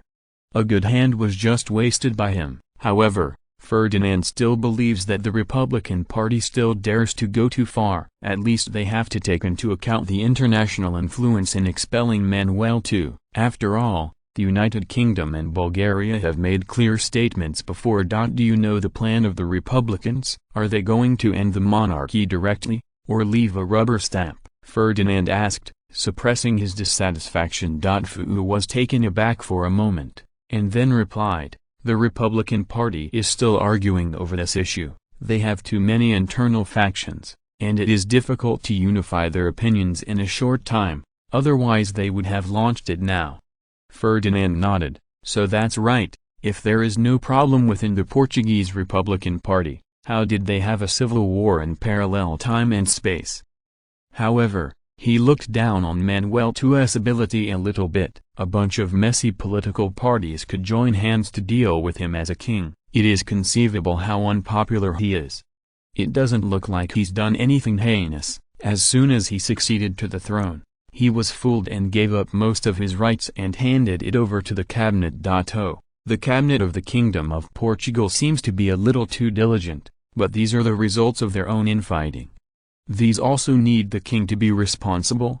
Ferdinand couldn't figure it out, so he just didn't think about it. Anyway, Manuel II's pot was set on his back. Now the Portuguese people are very dissatisfied with the government, with the integrity of politicians. How could they take the initiative to take responsibility? And Manuel II didn't even do a good job of throwing the blame. It can be said that this young king was driven by ducks on the shelves, and he did not inherit the core inheritance of Ferdinand's lineage at all. Ferdinand finally decided to pay close attention to the development of the situation in the Kingdom of Portugal, but did not interfere for the time being. Genius website address, mobile version reading website, Chapter 308, The Role of Movies. After dealing with Portugal's problems, Ferdinand was quickly attracted by the news that a movie with sound was born. There is no way that there are too few entertainment activities in this era. Whether it is aristocratic banquets or stage plays, music, and art, they are not Ferdinand's hobbies. In addition to the influence of the previous life, the bigger reason is that he has no time to cultivate his hobbies, which Ferdinand probably didn't realize himself. The kings of this era are not as leisurely as later generations. In the era of great ideological chaos, Manuel II is an example. Once he gives up his rights, he hopes for the integrity of the politicians and waits for exile. Oh, if you are unlucky and meet a ruthless character, it is not impossible to walk on the guillotine. There is also the pressure of the World War, under the pressure of survival, forcing Ferdinand to work hard to strengthen Bulgaria's national strength in order to control his own destiny. The above is pure nonsense. The birth of the sound film marked the arrival of an era of great development in the film industry, and Ferdinand knew that it was time to develop the Bulgarian film industry. After all, cultural export, or movies come fast. Traditional books, music, art, these can only affect a small number of people, but movies can affect the whole world. Films made their way to Bulgaria as early as 1896, when they were a hit in Sofia. Since then, the film has taken root in Bulgaria, and Ferdinand has also established a special film company. Now dozens of films are born from here every year, and then they are promoted to the world. However, since there are only images and no sound, the plot has to be greatly restricted. Too complicated things cannot be expressed through body language. At the same time, it also restricted Ferdinand from carrying private goods and restricted the cultural export of Bulgaria. It's not that Ferdinand is not ready to climb the technology tree. After all, this thing has a very low technical content. Early sound films added a gramophone to link sound and image together. However, due to the outbreak of the First Balkan War, it was quickly forgotten by Ferdinand, and it is only now that he accidentally thinks about it. The movies of this era have not yet attracted people's attention, but they are only used as an entertainment tool, and Ferdinand is not ready to make too much noise. Little Carl, tell the film company to shoot more films about Bulgarian history. Those that have already been filmed can also be artistically processed, added with sound, and distributed to Eastern Europe again. Ferdinand ordered. Okay, Your Majesty, I'll do it right away. After saying that, little Carl saluted Ferdinand, turned and left. Little Carl is actually not young at all, he is even older than Ferdinand, but in order to distinguish old Carl, Ferdinand still calls it that. That's right, he is the son of the old Carl, who took over after the old Carl retired 3 years ago. Oh, according to Ferdinand, in the generation of little Carl, this has already been the 8th generation housekeeper for their family. Under normal circumstances, it will continue. When little Carl gets older, his son will still come to take over. As for whether the position is a housekeeper or not, it depends on Ferdinand's arrangements at that time. This is also a tradition. The education they received since childhood was to be loyal to the Kohari family and learn how to be a good housekeeper and serve the Kohari family. Whether it is loyalty or ability, Ferdinand is more reassuring than others, and he certainly has no plans to change this tradition. Cultural export. Ferdinand also divided the focus. First of all, the Balkans, followed by Eastern Europe, then the European continent, and finally the Americas and Asia. As for other areas, it is naturally ignored. Africa in this era is a colony, and there is nothing to spread. Oceania has not yet been developed, and there are not many people at all, which is not economical. Antarctica only has penguins, and the great mission of teaching penguins to learn culture, Ferdinand decided to stay. Good for others. Anyway, there are no restrictions on the films of this era. As long as they do not promote revolutionary ideas, they can be circulated all over the world. And on the whole, film output is still a money-losing business. In many places, film companies have had to organize their staff to broadcast films to locals for free. The main reason is that the people are too poor. Even if the movie is played in the open air, the ticket price is very low, and they still look down on it. This situation is especially serious in Eastern Europe. But it doesn't matter. Originally, Ferdinand was all about exporting cultural values. It didn't matter if he made money or not. The above sentence, the following will break the leg. Andreev is a professional film projectionist in Delphi, but instead of working in a movie theater in the city, he has to travel to the countryside to show movies to people. Originally, the film company went to the countryside to promote the film. More than 10 years have passed, and now people have become accustomed to this kind of entertainment, and rich people in the countryside are also used to putting on a movie when they celebrate. Playing a movie now is also a symbol of rich people's status. After all, in this era, showing movies is also a very troublesome thing. All Andreev's belongings add up to a big carriage. The price is naturally not cheap. Basically, the cost of putting on a movie is all the income of ordinary workers in Delphi who do not eat or drink for more than half a year. For ordinary people, this is still a very luxurious thing. Therefore, Andreev's business is not good. When there is no business, he will also show on the square inches the city. Every time hundreds of people watch it, the show can earn hundreds of levs in one night, and he can barely do it. To break even. He used to worry about whether the film company would lay off staff and let him get out if the benefits were not good, but after more than 10 years, none of this happened, and Andreev also gradually felt relieved. After all, compared to before, it is now profitable. In Andreev's view, the big figures in the film company are all visionary and can spend more than 10 years to cultivate the market. It is said that in the movie theaters in the city, there are hundreds of levs in income for each movie, and thousands of levs are recorded every day, which makes Andreev envious. I often dream that when he shows a movie, he can also earn such a high income, and at that time, the commission for each movie can also make him rich. But things are different now, and Andreev, like many Greeks, is worried about the situation in Greece. Since the failure of the Greek-Turkish War more than 10 years ago, the life of the Greek people has been difficult. After the failure of the Second Balkan War, it is really going to be difficult. The government's taxes are getting heavier and heavier, and now Andreev has fewer opportunities to go out and show movies, and he doesn't dare to go to places farther away, because he has to pay tolls several times, and he can't make any money at all. To the money. These are the sequelae of the tax-inclusive system. Affected by this, it can be said that Greece's industry and commerce have been devastated, and a few factories have to close their doors. More and more people were unemployed, prices began to soar, cities became depressed, and film companies were about to close their doors. Andreev was worried that he would lose his job too. He really loves this job, although he has to go out and run around a lot. It's a little bit hard, but the film company treats him really well. He has never deducted a penny of his salary, and he can be paid every month, get paid in full. At that time, it was very rare, and Andreev also cherished this job very much, and he planned to keep doing it. But the current situation makes him very worried. There are fewer and fewer people watching movies. Even if his ticket price is very cheap, it is still unbearable for the unemployed. Loss. Since the end of the Second Balkan War, Andreev has known that the film company is losing money, and the sign is that the cinemas in the city are no longer open every day. Not to mention a person like him who travels from home to home. He and several colleagues have talked about this issue. Everyone's life is similar, and they have not received any business recently. A month ago, they didn't have to show movies at the screening booth in the open-air plaza, because the box office didn't have enough electricity bills.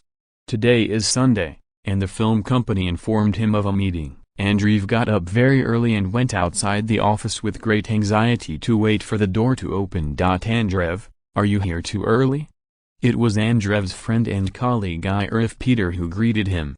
And it was obvious that he too had just arrived. Didn't you come too? The situation is difficult now. I'm afraid we will lose our jobs this time. Could you come earlier? Andreev said with a wry smile. What he said was a bit messy. Unemployment and coming early. It seems that there is no necessary connection. But Irif Peter nodded, and said with an expression uglier than crying, I hope Syria needs a projectionist too, or we'll have to say goodbye to this job. It can be seen that Irif Peter loves this job very much, and even if he knows that he may lose his job, he is not ready to make a scene at the film company. In this era, film companies are considered conscientious companies, and they are still very good. Although the salary is not very high, they all get a commission when they go out to play movies, and their usual income is still quite good, much higher than that of ordinary workers. Therefore, they are still somewhat wealthy, and in the face of soaring prices, they can still support it for the time being. If prices keep going so high and we lose our jobs again, I really don't know where to go except in Syria, Andreev said with a wry smile. Their net worth is limited. In addition to being able to run to Syria, they can only emigrate to the Ottoman Empire or the Kingdom of Montenegro, or to work in Bulgaria or Italy. There are no restrictions in these places, but the Ottoman Empire and the Montenegrin Kingdom were first excluded by them. It is estimated that the local people's life is not much better than them, and it is difficult to find a job. Italy is also not a good place to go. Unemployment is still high. Where can they get these migrants? Bulgaria is the easiest place to find a job. As long as you are willing to go mining, it is really easy to find a job. Most Greeks are reluctant to take that hardship. Of course, the more important thing is that the war between the two countries has just happened, and most people still have lumps in their hearts. The conversation is limited to this. The film company has regulations prohibiting participation in politics. The reason is, art has no borders. If filmmakers participate in politics, it will become not simple, and the essence of art will be hidden. Although they don't know why there is this rule, they still consciously abide by it. Anyway, they are all petty people and cannot participate in national affairs. According to Ferdinand's consistent style, of course, it is impossible to bear the accusation of the Greek government's extortionate, and it is obviously to blame. The most suitable bearers are undoubtedly international capitalists. Now, in order to repay international loans, the Greek government has to increase taxes. This is the official explanation. Even the Greek government has disclosed every financial income and expenditure, just to divert hatred. There is no way to borrow the main money, and it has to be repaid. The deeper reason is that the blame was passed on to the previous governments. It was all the debts they borrowed indiscriminately, and now we have to pay them back. There is really no way for the government to increase taxes. Now the domestic public opinion in Greece has been controlled, and the newspapers that dared to talk nonsense have been shut down, and the people involved do not know whether they went to see God or Satan. Anyway, the opinions of the domestic public opinion in Greece are very consistent. It is because of the debt repayment that the current embarrassing situation is caused. With Ferdinand's selfless efforts, if the Greeks learned their lesson, they would probably get rid of the bad habit of borrowing money indiscriminately. I don't know if this is good or bad. At 8 o'clock in the morning, the doors of the film company opened, and shortly after that, Salkov, the manager of Delphi City, walked in and saw his face full of glory. Everyone breathed a sigh of relief, and it seemed that the result would not be too bad. Everyone politely greeted Salkov, and hundreds of pairs of eyes were looking forward to him, hoping that he would bring good news. Salkov didn't say anything. He said straight to the point, "Tell everyone the good news. Our jobs are temporarily saved." The board of directors believes that a qualified company must have a sense of social responsibility. After careful research, It is decided that in view of the current economic situation in Greece, everyone should work together to overcome difficulties, so Wedel Films decided not to lay off staff. As soon as Salkov finished speaking, there was thunderous applause from below. Obviously, this is undoubtedly good news for everyone. As for the sense of responsibility of social enterprises, everyone is not unfamiliar. Everyone knows that it comes from neighboring Bulgaria. Although the relationship between the two countries is not good, it does not prevent them from agreeing with this view.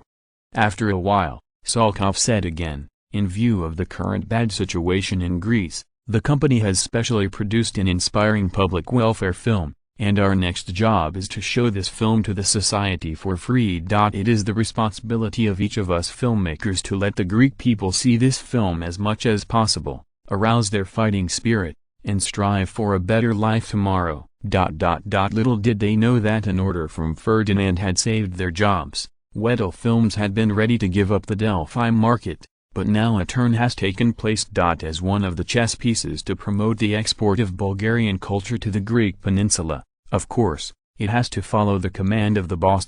As for the theme of this charity film, of course, it is to tell the Greeks that Syria is not so bad, and there are still large tracts of farmland waiting for them to plant. The purpose is very simple, it is to appease people's hearts. Let the Greeks take the initiative to go to Syria, so that the current situation on the Greek peninsula will not get out of control. As for whether anyone will see it, Ferdinand is sure that as long as a smart person can see the theme of this movie, how can a smart person say it? After all, for the unemployed, staying in the Greek peninsula is a dead end. Without a source of life, how can they survive? If you object to their leaving, you must find a way to feed them, otherwise civil unrest will break out sooner or later, for your own benefit. You can't say it even if you know it. Genius website address, mobile version reading website, Chapter 309, The End of an Era. In May 1910, Ferdinand had just completed his inspection of the Rose Garden. At this time, Bulgaria has formed an industrial chain with an annual output value of up to 1.6 billion leva, 64 million pounds, around roses. With 470,000 workers in supporting industries, it contributes nearly 100 million leva of tax revenue to Bulgaria's finances every year. The rose industry has become one of the pillar industries of Bulgaria's economy. Direct products mainly include dried flower buds, dried petals, dried flowers, pickled products, sugar roses, rose sauce, rose dew, rose beverages, rose wine, rose extract, rose essential oil, etc. Rose products are widely used in the catering industry, cosmetics industry, pharmaceutical industry, etc. Such as jelly, toilet water, lotion, vanishing cream, balsam, body lotion, toner, facial mask, facial cleanser, shampoo, conditioner, soap, hair cream, hair gel, mousse, hair color is the main ingredient or additive of anti-aging agent, cold ironing liquid, talcum powder, prickly heat powder, drama oil paint, etc. Including high-end cigarettes, rose essential oil is also used as an additive. After all, in this era, there are no synthetic flavors and fragrances, and no other large-scale origins compete with Bulgaria, and the demand for rose essential oil in the market is also increasing day by day. Seeing this, Ferdinand felt a sense of pride. Now the scale of the rose industry chain in Bulgaria has surpassed that of later generations. Even many rose beverages and rose wines that were not popular in later generations are now spread. Now rose soda is an indispensable drink in Bulgarian life, and it is also the largest selling drink on the European continent. After all, in this era, there is no strong competitor yet. Unlike later generations, the rose drink was suppressed by interest groups as soon as it came out. The market was immediately flooded with a large number of counterfeit goods, which hurt the reputation and could not spread. In fact, there are many rose wines in later generations, but due to the cost, most of them are only used as additives, such as Yanjin beer.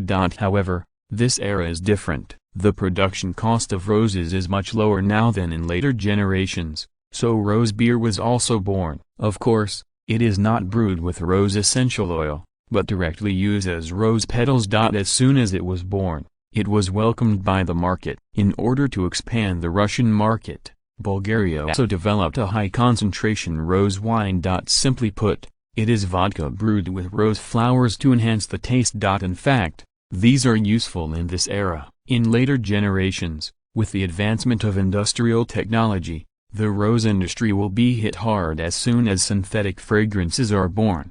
But this has nothing to do with Ferdinand, at least in the next few decades. This will not happen. Even if it happens in the future, everyone will be accustomed to using rose products. The big deal is to promote the advantages of the original ecological products.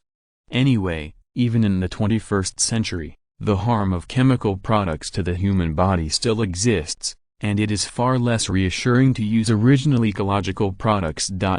What makes Ferdinand even more delighted is that his fifth baby is about to be born. Since she had given birth to 4 children before, Xenia's experience was already very rich. Even if the child was about to be born, he could still joke with Ferdinand without the original tension. Of course, the doctor was still on call 24 hours a day, and Ferdinand had enough personal doctors to work in shifts anyway. Dear, do you know, poor Alexei is sick again, and Nikolai is unlucky enough that his only son has a terrible bleeding disease. Queen Xenia grumbled incessantly. Ferdinand nodded. He had heard these words countless times, and he could only sigh that women during pregnancy are always prone to sentimentality. Don't worry, dear. Aren't our children very healthy? You see, that little Ferdinand is able to resist guns. He must be a sturdy soldier when he grows up. And even little Caesar is now skinny like a monkey, jumping up and down everywhere. What's there to worry about? Ferdinand said half-jokingly.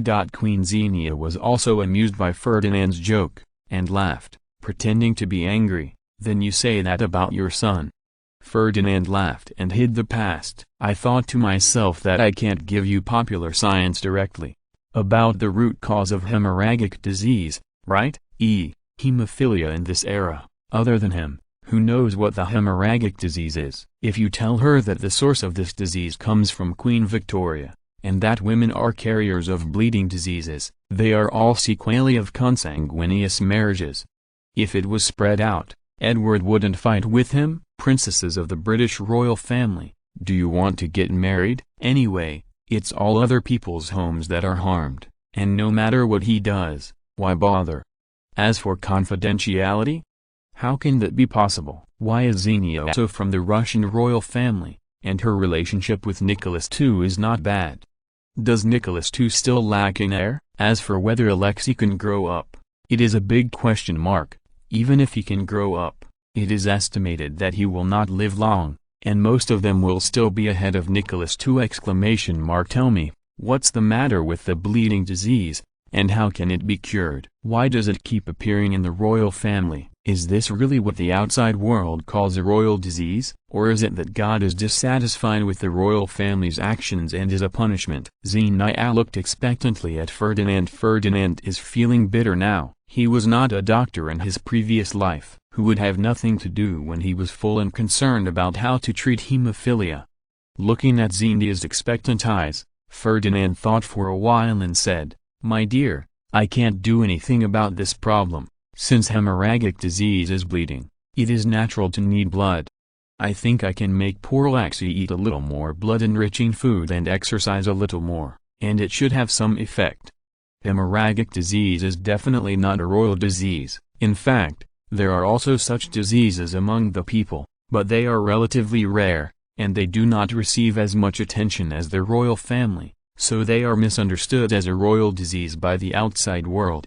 As for God's punishment, that's even more impossible. To know that children are innocent, what did they do wrong? Need God to punish? You must know that God will never wrong people, and only punish sinners if you want to punish them. Oh, then you remember to send a telegram to Nikolai and say that little Alexei is really pitiful. May God bless him, Xenia said seriously. Regardless of whether what Ferdinand said was true or false, Xenia directly chose to believe it. Ferdinand felt that the sentence "one pregnancy is stupid for 3 years" is very reasonable. You can see it from Xenia. The IQ seems to have been lowered a lot by giving birth to children one after another.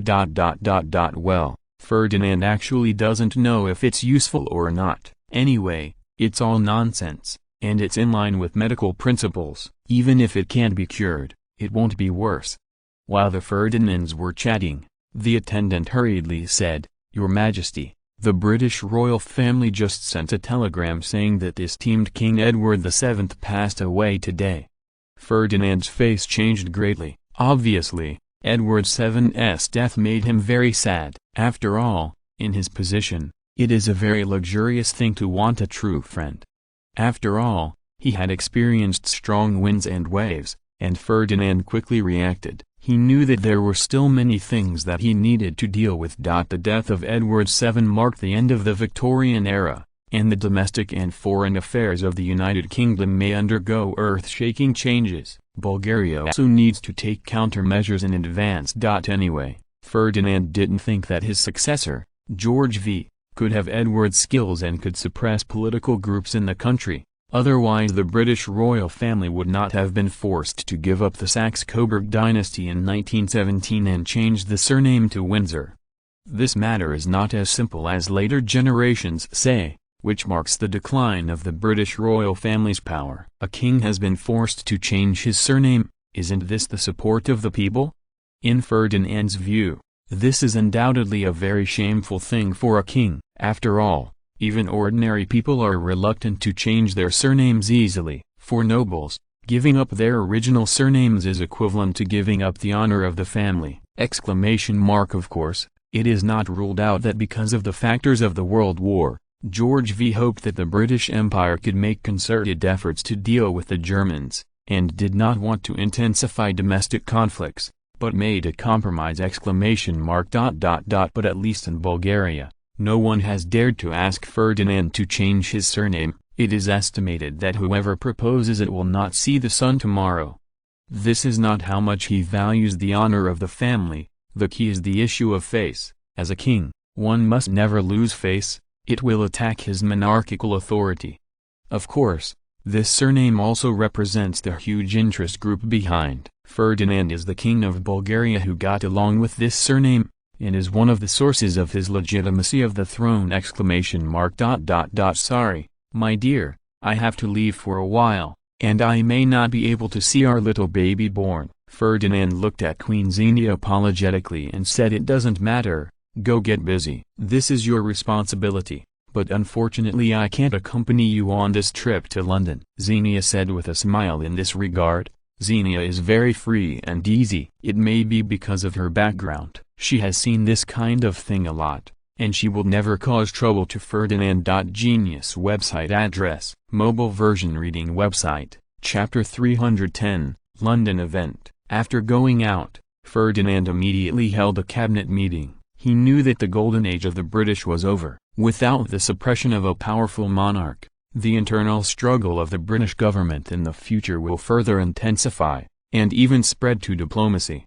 This is also inevitable. If it hadn't been for a series of internal reforms in England during the Edwardian period, which eased social conflicts, the situation would have been even worse. It is estimated that no one would have thought that when the British Empire was at its peak, the interior was a mess.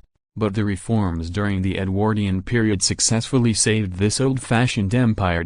However, the domestic class contradictions have eased, but the political contradictions have become more serious. There is no way to do this. If there is a dispute between parties, there will inevitably be a political struggle. That would be troublesome.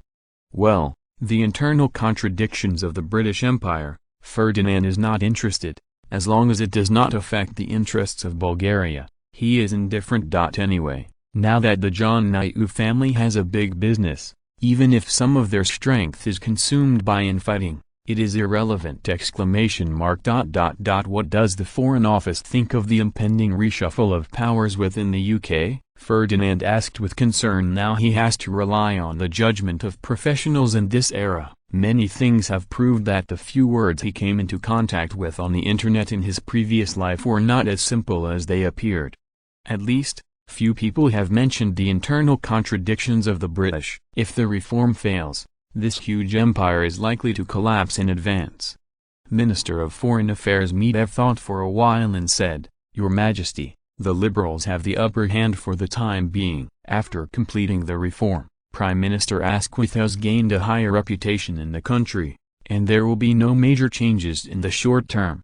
The only variable now is the upcoming King George, whose position is very crucial, which determines the political trend of the British Empire in the next few years. Ferdinand nodded, which was consistent with his judgment. As the ruling party, the Liberals can still stabilize the situation in the short term, but internal struggles are still indispensable. Now it depends on the choice of George V. If he supports the Liberal Party, then this political struggle will be postponed. If he supports the Conservative Party, the two sides will start to tear down immediately. Prime Minister Constantine added, "Your Majesty, there should be no major turbulence in the situation in the UK, but political chaos in the short term is also inevitable. The biggest question now is whether the Germans will take the opportunity to do things, which is very important to us. It's important.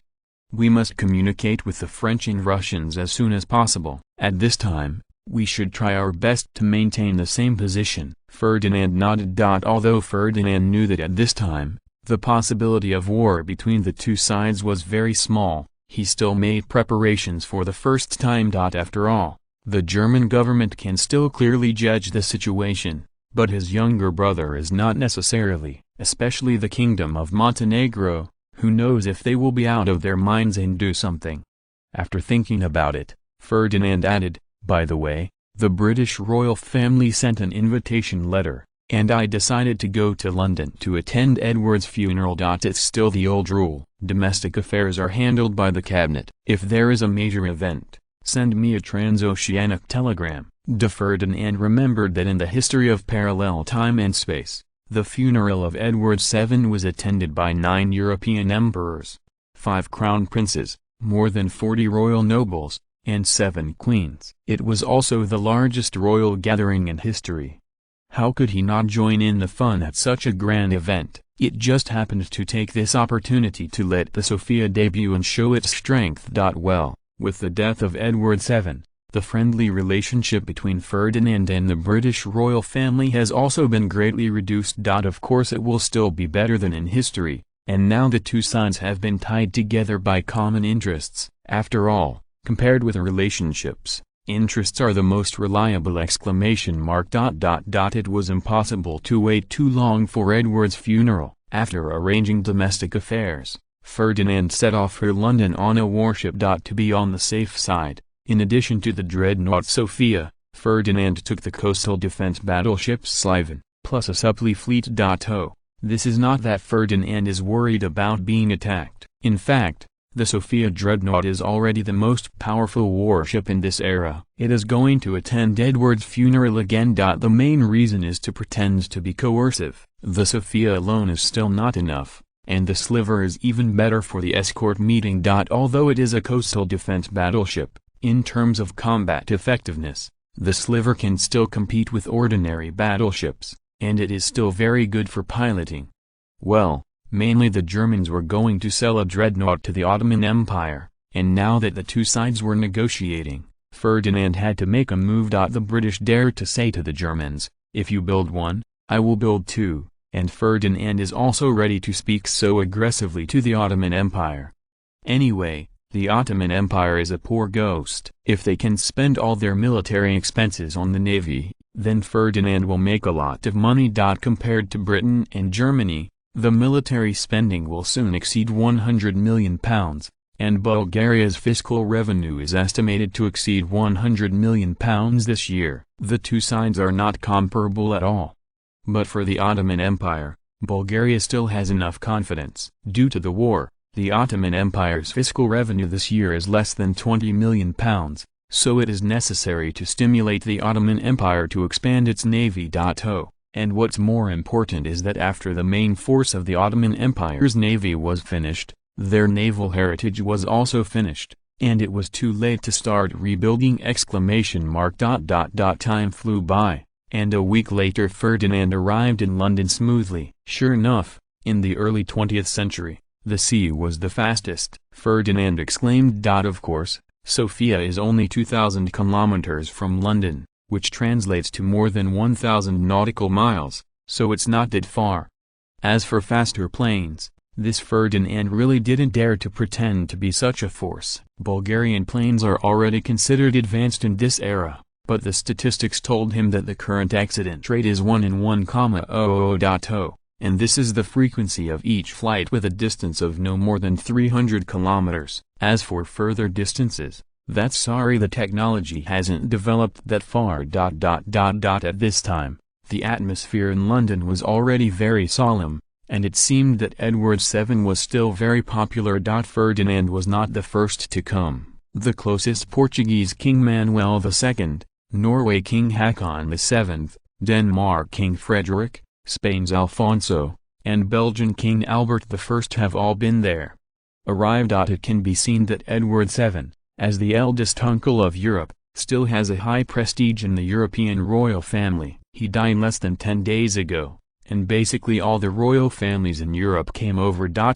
Ferdinand also brought the King and Queen of Greece together. Before that, the two had a secret conversation that lasted for an afternoon. After they came out, the two were chatting and laughing, and there was no hostility at all. Obviously, the two had reached a secret deal, otherwise Ferdinand would not have taken Georgia and his wife on the road together. After all, attending this funeral with them will also enhance their influence in the European royal family, which undoubtedly sends a signal to the outside world that Ferdinand will not pay attention to the Greek throne. This is also a very normal situation in Europe. After all, the interests of the country are often not equal to the interests of the king. Even if the birthdays of the two countries are enemies, their royal families may still be friends in private. This is the mess. Not bad relatives decided. Now the situation on the Greek peninsula is very bad. Without Ferdinand's support, after the Second Balkan War, Georgia's throne would not be able to keep. After all, in the war, the Kingdom of Greece lost nearly half of its territory, which was more than the loss in the First Balkan War. He almost lost the throne the first time, not to mention now. If it weren't for the intervention of Bulgaria in the later period, the puppet regime was supported, and the public opinion was controlled, and the crime of waging war was thrown to the previous cabinet, and now Georgia would have been overthrown long ago. Georgia also shamelessly announced that he was under house arrest by the previous cabinet and didn't know about the war at all. The proof is that before the outbreak of the war, he had not been out of the palace for a long time, nor had he participated in political activities, and he had not even attended the Congress for more than a year before. Every move of a politician cannot be taken lightly. It was clearly that Georgia deliberately let his cabinet provoke a war, and now it has become evidence that he is a victim. Even deeper, did King George I already judge that Greece would fail in this war? But he can conclude that Ferdinand still needs the cooperation of his king, and he must be bought at a great price. At the same time, he can also use the Bulgarian knife to attack domestic political parties and consolidate the royal power. If the Greek government was lucky enough to win the war, it would be even better, and Georgia could also jump out to grab the credit as soon as possible. After all, he is the king. No matter how you look at it, it is invincible. Of course, this is just Ferdinand's guess. If this is the case, Georgia is terrible! Ferdinand didn't wait long in London, and all the royal families or representatives from Europe had already gathered in London. As in history, Nicholas II was absent from the event due to the Crown Prince's illness, and William II attended the funeral in person. Although he was very dissatisfied with the uncle's diplomatic repression of Germany, he was not satisfied. It doesn't hinder his respect for this uncle. Genius website address, mobile version reading website. If you're listening to this novel on a channel other than Fanfic World, it means they downloaded and uploaded it without effort. We cordially invite you to visit our channel, Mundo Fanfic Novelist. There you'll find the original version of this story and you can explore many other novels of various genres. We're waiting for you to immerse yourself in a world of incredible novels. Chapter 311, The King Does Not Fall. Edward VII's farewell ceremony set another world record in scale and grade. 9 kings rode along with the hearse, and hundreds of thousands of British people saw him off. After the farewell ceremony, the gathering between the royal families is naturally indispensable. On weekdays, Everyone lives in different parts of the world. This time, we have a rare opportunity to get together. Naturally, there is a lot to talk about. Ferdinand even proposed to sign a treaty to guarantee the rights and interests of the various royal families, that is, the countries guarantee each other to guarantee the perpetual monarchy. This proposal has been recognized by everyone, but when it comes to specific actions, there are differences. Now the monarchy is still in full swing, and everyone doesn't know the misery of the royal families after the World War, so they are not so active in taking responsibility. After all, they are not Ferdinand, and they can keep their word. If something happens, the domestic political forces are definitely not willing to help others in vain. When it comes time to really contribute, the king can't command the army. It will be embarrassing. Of course, if they knew that most of the people who were sitting after World War I would be expelled from the throne and go into exile, it would be different. Seeing everyone's reaction, Ferdinand turned his attention to William II and George V. Obviously, the most important thing about this treaty is not the attitude of a few small countries, but the attitude of Britain, Germany, Russia, Austria and Italy to protect the 6 European powers. However, among these 6 countries, the only kings present are Ferdinand, William II, and George V. As long as they are willing to withstand domestic pressure, this agreement can basically be reached. In fact, Ferdinand has some regrets. This proposal was put forward too late. If it was put forward in the time of Queen Victoria or Edward VII, it would be more likely to succeed. However, at that time, Ferdinand's words had no weight, and there was no such opportunity to gather all the royal families together. In fact, in consolidating the position of kingship, everyone's position has been consistent, and this proposal by Ferdinand has indeed guaranteed everyone's interests. But now it's the beginning of the 20th century, and the people sitting here no longer have the supreme right. It is easy to sign this treaty, but if it is to be passed in the country, they have to pay a huge price. Seeing that they did not speak for a long time, Ferdinand knew that George V had been shaken, but he did not expect that William II did not come out to support it. It seems that Wilhelm II has not given up on expanding the territory. After all, after signing this treaty, he will guarantee the throne of each royal family, which is not conducive to Germany's expansion in Europe. And it was impossible for Ferdinand to tell him that this treaty had nothing to do with territorial expansion. As long as the country was established in another place, the whole country moved, and it also facilitated the governance of future territories. If all countries learn this trick in advance, Ferdinand doubts how many countries will be left in the European Big Six. Well, Ferdinand is not without support. At least King George I of Greece agreed with this treaty very much and wanted to make a separate treaty with Ferdinand. But Ferdinand is not stupid. How could he unilaterally bail out Greece? The main purpose of his proposal of this treaty is to allow the royal families of Germany, Austria and Russia to keep their thrones after World War I, not to create opportunities for the rise of Germany and the Soviet Union, and to avoid the outbreak of World War II! It is a pity that it failed in the end, but Ferdinand's efforts were not in vain. At least his prestige in the European royal family has been greatly improved. Although everyone did not sign a treaty for various reasons, it did not prevent them from admiring Ferdinand's attitude of maintaining the kingship.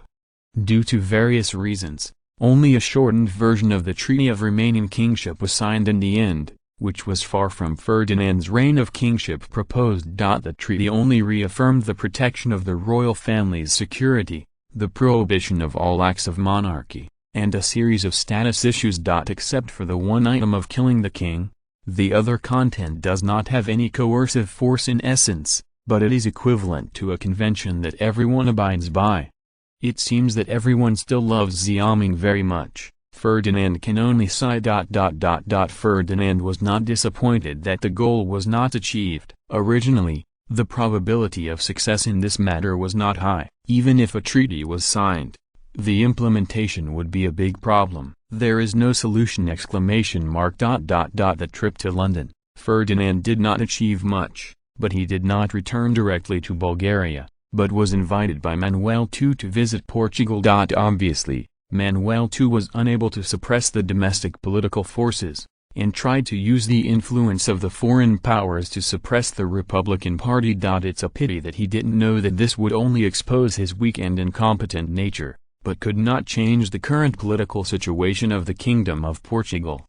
After all, Britain and Bulgaria have expressed their support for him before, and even when his father and brother died, the two countries were ready to intervene by force. At that time, if Manuel II was a little more ruthless, the Republican Party could be wiped out with the crime of monarchy. Now there are not so many bad things.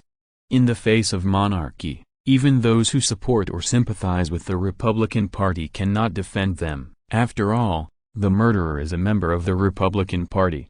In this context, even the army supporting the Republican Party did not dare to act rashly. Manuel II could completely mobilize the army supporting the royal family to carry out a major domestic purge. Unexpectedly, Manuel II put it down gently, and the Republican Party just threw 2 small feet, and quelled a monarchy case that shocked the world. Now the best time has passed. Even with the support of the foreign powers, Manuel II has not been able to grasp all the military power, nor can he act rashly, otherwise it is likely to lead to a civil war. Well, Ferdinand admitted that he was not a good person himself, and at first he supported Manuel II's succession, which was really sincere. But is it now? Seeing a series of inept performances by Manuel II, his purpose has soured. Even if the Kingdom of Portugal has fallen, the family that is left behind is very tempting. At least in terms of overseas colonies, the current Bulgaria is not as good as Portugal. Want to snatch? Stop dreaming. As early as more than 10 years ago, in the Anglo-Boer War, the British had an agreement between the two countries in order to obtain the support of Portugal. The British Empire provided a guarantee for the security of the Portuguese colonies, in exchange for the Portuguese in the Boer War, British Army support. However, the scope of application of this guarantee is also very limited. If it is sold or transferred by the Portuguese, then it has nothing to do with the British. Therefore, the value of Manuel II came out. In any case, he was also recognized as the King of Portugal. Ferdinand only needed to sign an agreement with him to legally acquire the colonies of the Portuguese kingdom. Of course, this purpose has not been revealed by Ferdinand. After all, the king has done a good job. How could he betray the interests of the Portuguese kingdom for no reason? But it does not prevent them from signing a secret contract. As for the content of the secret contract, it can still be determined according to the situation and can be changed at any time. Anyway, only the two of them know the specific content, as long as their calibers are the same. It is true. Well, when Ferdinand signed the secret agreement, he had already forged dozens of secret agreements, all of which were made on the same day. As for the Portuguese government's acceptance or not, is this important? Bulgaria is also a great power. Although it is one of the weakest powers, a great power is a great power. Oftentimes, you just need an excuse to do a lot of things. Therefore, Ferdinand very readily stood up for Manuel II, and the two sides also conducted in-depth exchanges. Manuel II also asked Ferdinand how to govern the country, and the two sides discussed very happily. After Ferdinand left Portugal, news spread that he and Manuel II had signed a secret agreement. As for the content of the secret agreement, of course, it must be kept secret, otherwise how could it be called a secret agreement? This is exactly what Manuel II wants. If no one knows the content of this secret contract, then everyone can only be suspicious and make up their own minds. Against this backdrop, Republicans should think twice about taking any action they want to take. They all know about the Treaty of Remaining Kingship that they just signed, and they also know Ferdinand's position. Who knows how much he will include in the secret treaty signed with Manuel II? If they just overthrew Manuel II, they attracted the intervention army and restored it again, wouldn't they be miserable? Genius website address, mobile version reading website, chapter 312, The Problem of the Gourd Baby. Ferdinand's trip to Portugal ended in a hurry, and it took less than a week before and after, and it ended in a hurry. Coupled with the more than half a month in London and the time on the road, more than a month has passed since this visit. When I left Sofia, it was still the beginning of May, and now it has entered the middle of June. At this time, Ferdinand's heart has already flown back. Well, in layman's terms, his wife gave birth, and this time Ferdinand also won the grand prize, 2 at a time. After receiving this good news, Ferdinand's heart could no longer be calm. Everyone knows that the chance of having twins is very low. Under normal circumstances, it is about 1%. Ferdinand did not expect that he would also be able to win this prize. Of course, this win refers to now. If it was in Ferdinand's previous life, his expression is definitely completely different now, because 2 boys have come at once. But now this is not a problem, the more the better. Even if it is quintuplets and sextuplets, Ferdinand is always willing to come. Anyway, the king's son has nothing to worry about. No one will ask him for a car, a house, or a ticket. If there is a rich list now, the wealth of the Bulgarian royal family is now at the forefront. At most, it will be a little more difficult to find a daughter-in-law of the right family when you marry in the future, but in Ferdinand's view, it doesn't matter. Anyway, since there are many sons, marriage is definitely an advantage. A prince will at least make a lot of money in the dowry when he gets a relative. Ferdinand has experienced this personally. If it is all princesses, it will be miserable. If the family background is not enough, the marriage will be troublesome. It is necessary to be swollen and fat. For details, please refer to Nicholas I, the king of Montenegro next door. European father-in-law is not so easy to be. For this reason, Ferdinand also watched the joke for a long time. Why does your married daughter want to be swollen and fat? Isn't this asking for trouble? Originally, the kingdom of Montenegro was poor. No matter how much you searched, you would not get much benefit. What was the purpose of being poor? But then Ferdinand didn't see it that way. After the Second Balkan War, during the Constantinople Peace Conference, a large number of people came to intercede with him, making Ferdinand embarrassed, as if became a big villain and did something heinous. In fact, Nicholas I still lost a lot. In Ferdinand's opinion, if the money is invested in the industry of the Kingdom of Montenegro, not to mention other things, it can at least be self-sufficient in weapons. Then in the First Balkan War, at least the Kingdom of Montenegro could annex more than half of Albania, and there is no need to take risks, and it is so embarrassing now. Oh, now Ferdinand still hopes to have another daughter. These are all 6 sons, and if there is another one, they will make up the Vajragord combination. Thinking of that scene makes Ferdinand shudder. The main reason is that the memories from the previous life are too deep, and I always feel that some of them are unacceptable!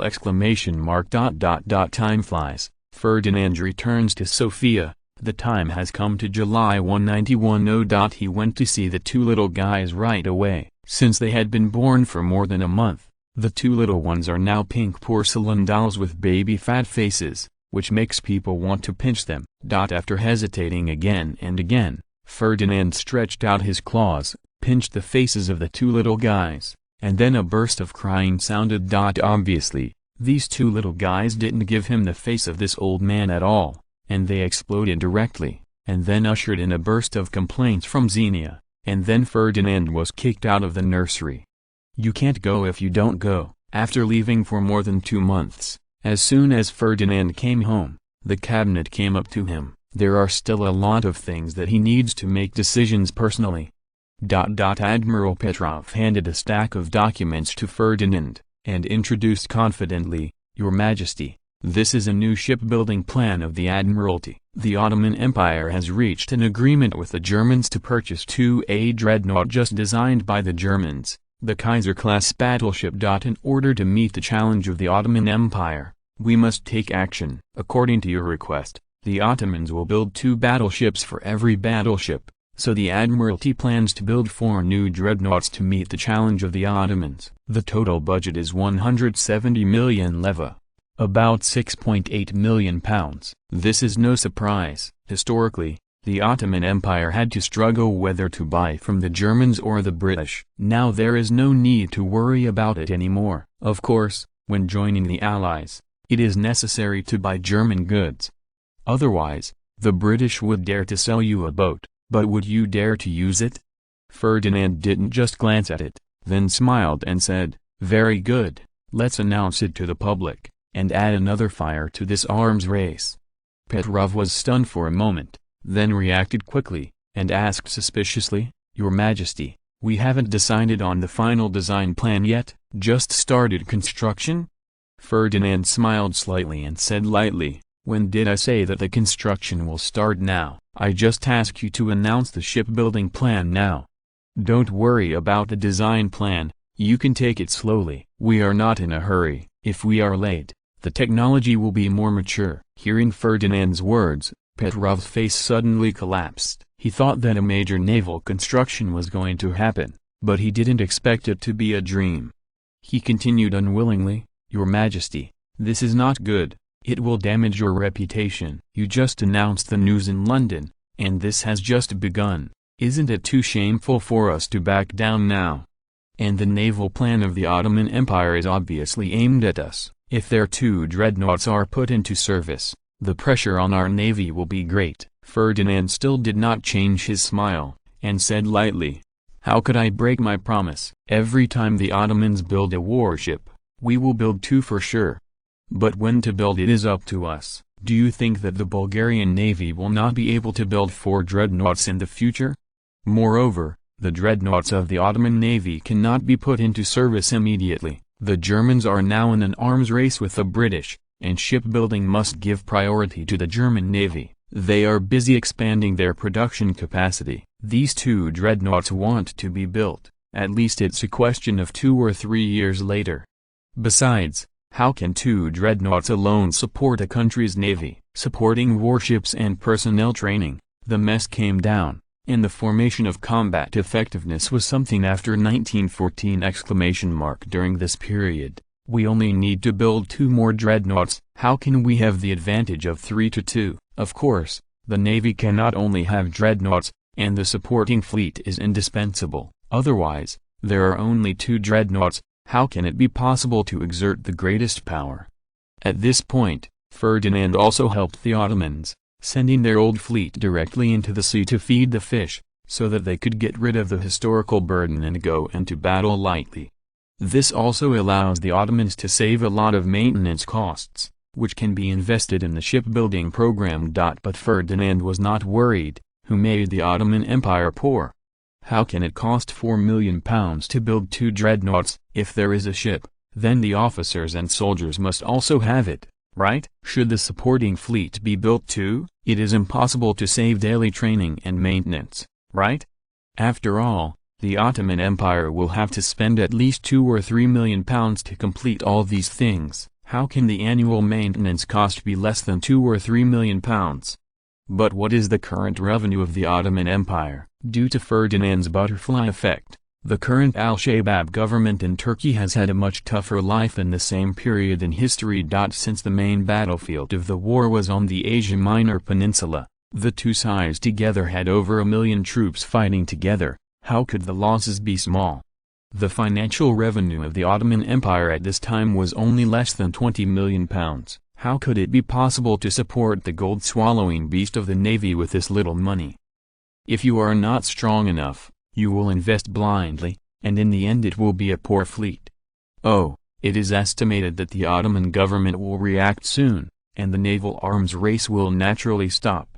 In Ferdinand's view, the current ruling Turkish Youth Party has not yet broken away from the category of second-year juniors. Under the influence of the outside world, it has joined the naval arms race, and a days when they mature, they will understand that the navy is not something they can do, affordable. However, Ferdinand had to react to the actions of the Ottomans, so the outside world couldn't think Bulgaria was afraid, right? Arms races are often forced. The enemy expands his armies and prepares for war, but you don't follow up. What if there is a fight? This is also the reason why the British want to die against the Germans, not because they really have a life-and-death conflict, but mainly because the expansion of the Germans makes them feel threatened. Well, the Germans built 1 dreadnought, and the British built 2 domineeringly, which in turn stimulated the Germans, and then caused the current situation, and both sides began to make dumplings. In addition to the battleships, the 2 sides are still starting to attack the battle cruisers. Of course, This Ferdinand did not follow up. The glorious task of the naval decisive battle is still more suitable for the British. If not, let the French be the substitute.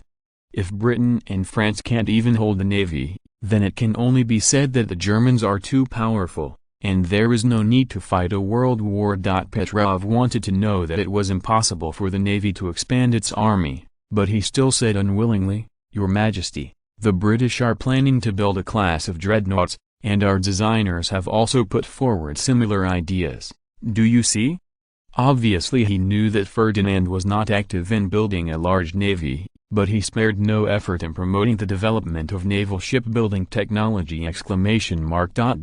Genius website address, mobile version reading website, Chapter 313, Report. In the end, Ferdinand still did not agree with the shipbuilding plan of the Admiralty, but he did not completely reject it. At least he approved the construction of an upgraded coastal defense battleship and 2 cruisers and destroyers, U0026-1T:/P/U03E. This is also determined by the geographical location of Bulgaria. After occupying Crete, Bulgaria has built an island chain defense circle, U0026-1T:/P/U03E. Theoretically, if the fleet of any country wants to attack the mainland of Bulgaria from the Aegean Sea, it can only snatch it from one island to another, U0026-1T:/P/U03E. Just like the Bulgarian attack on the Ottomans before, if the Ottomans hadn't voluntarily given up,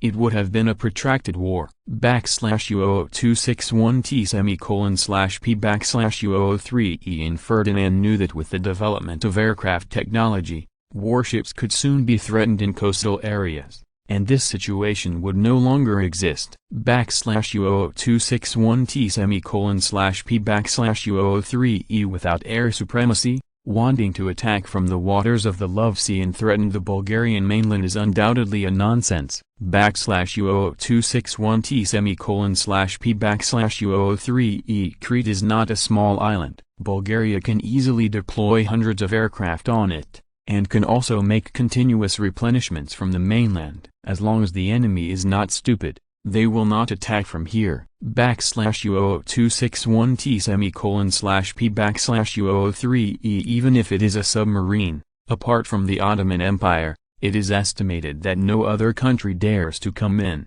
If you are not familiar with the islands and reefs that are made up, you may end up on your own halfway. Who will go in and die? U0026-1T:/P/U03E. Therefore, the future maritime crises in Bulgaria will mainly come from the Adriatic Sea, the Otranto Strait, and the Mediterranean region, which is the main reason for the construction of coastal defense battleships. U0026-1T:/P/U03E. Not to mention the role of building destroyers and cruisers. In addition to escorting battleships, it is to deal with German submarines. U0026-1T:/P/U03E. The main decisive battle of the Bulgarian Navy is not qualified, but it is still possible to bully the submarine. This is also related to the lifeline that Bulgaria can obtain materials from the outside world after the outbreak of the World War. Ferdinand wouldn't be at ease if it was all handed over to the British. U0026-1T:/P/U03E. Anyway,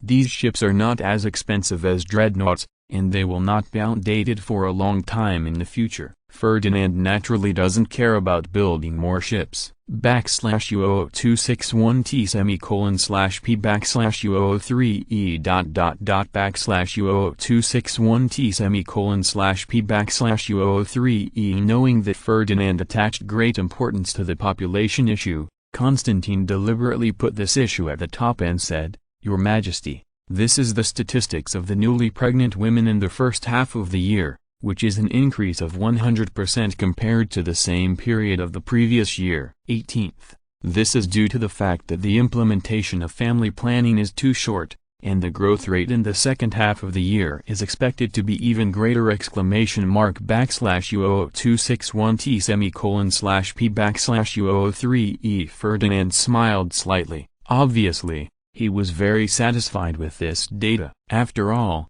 It was just implemented at the beginning of the year. In just a few months, the number of pregnant women has increased significantly. It can be seen that the Bulgarian government is in the public eye. The position in my heart is still very good. /U261T/P/U03E After more than 2 decades of work by Ferdinand, the credibility of the Bulgarian government has been established. Judging from the public's reaction, this is undoubtedly an affirmation of the government's work. Otherwise, people's first reaction is not to try to create people, but to first find out whether this is true or false. /U261T/P/U03E Seeing Ferdinand's satisfied expression, Constantine continued, "Up to now, we have established nurseries in every city. In addition to adopting children whose parents cannot support them, we can also help some special families. Taking care of the children in a short period of time, charging a certain fee, and now the trial operation has begun!" /U261T/P/U03E Ferdinand was stunned for a moment. In this way, it is estimated that the kindergarten will become a kindergarten in the future. Although the kindergarten has already taken shape in Bulgarian education in this era, it has not yet been promoted. /U261T/P/U03E How is the operation of Thor Park, and how many applications have been received? Ferdinand asked with concern. /U261T/P/U03E Constantine thought about it and said, "At present, everything is running normally. In the more than 1 month of trial operation, only 281 applications have been received nationwide. After review, all of them meet the requirements!" /U261T/P/U03E At present, there are more than 10,000 cases of applying for help with childcare. We only charge the operating cost. We only charge 5 levs per month for childcare. If it is a long-term stay, we will charge more, 2.5 lev. These fees also include the living expenses of the children. /U261T/P/U03E Fortunately, in this era, people's hearts are simple and they have not been corrupted by money. Otherwise, it is estimated that most of the children in Bulgaria will find a way to sneak into the kindergarten. /U261T/P/U03E If you want to leave it in the future, it can be free anyway, so why give money? If you throw the child inside, can the nursery still starve him? /U261T/P/U03E There may even be many children who don't even know who their parents are. They come to see them once when they are in a good mood. If they are in a bad mood, they simply leave it alone. When the children grow up, they will come over and use morality to oppress their children to take care of the elderly. /U261T/P/U03E But this is Bulgaria, and Ferdinand can be sure that this situation will never happen before he is alive. /U261T/P/U03E Of course, the price set by the Bulgarian government is also very conscientious. According to this charging standard, after deducting the children's eating, drinking and sleeping, it is estimated that the remaining money is probably enough to maintain the venue. /U261T/P/U03E This is really just the operating cost. In theory, if a nursery receives 50 children's profits, it will be enough for 1 employee's salary. Generally speaking, trying to cover the expenses is a fool's dream. /U261T/P/U03E After all,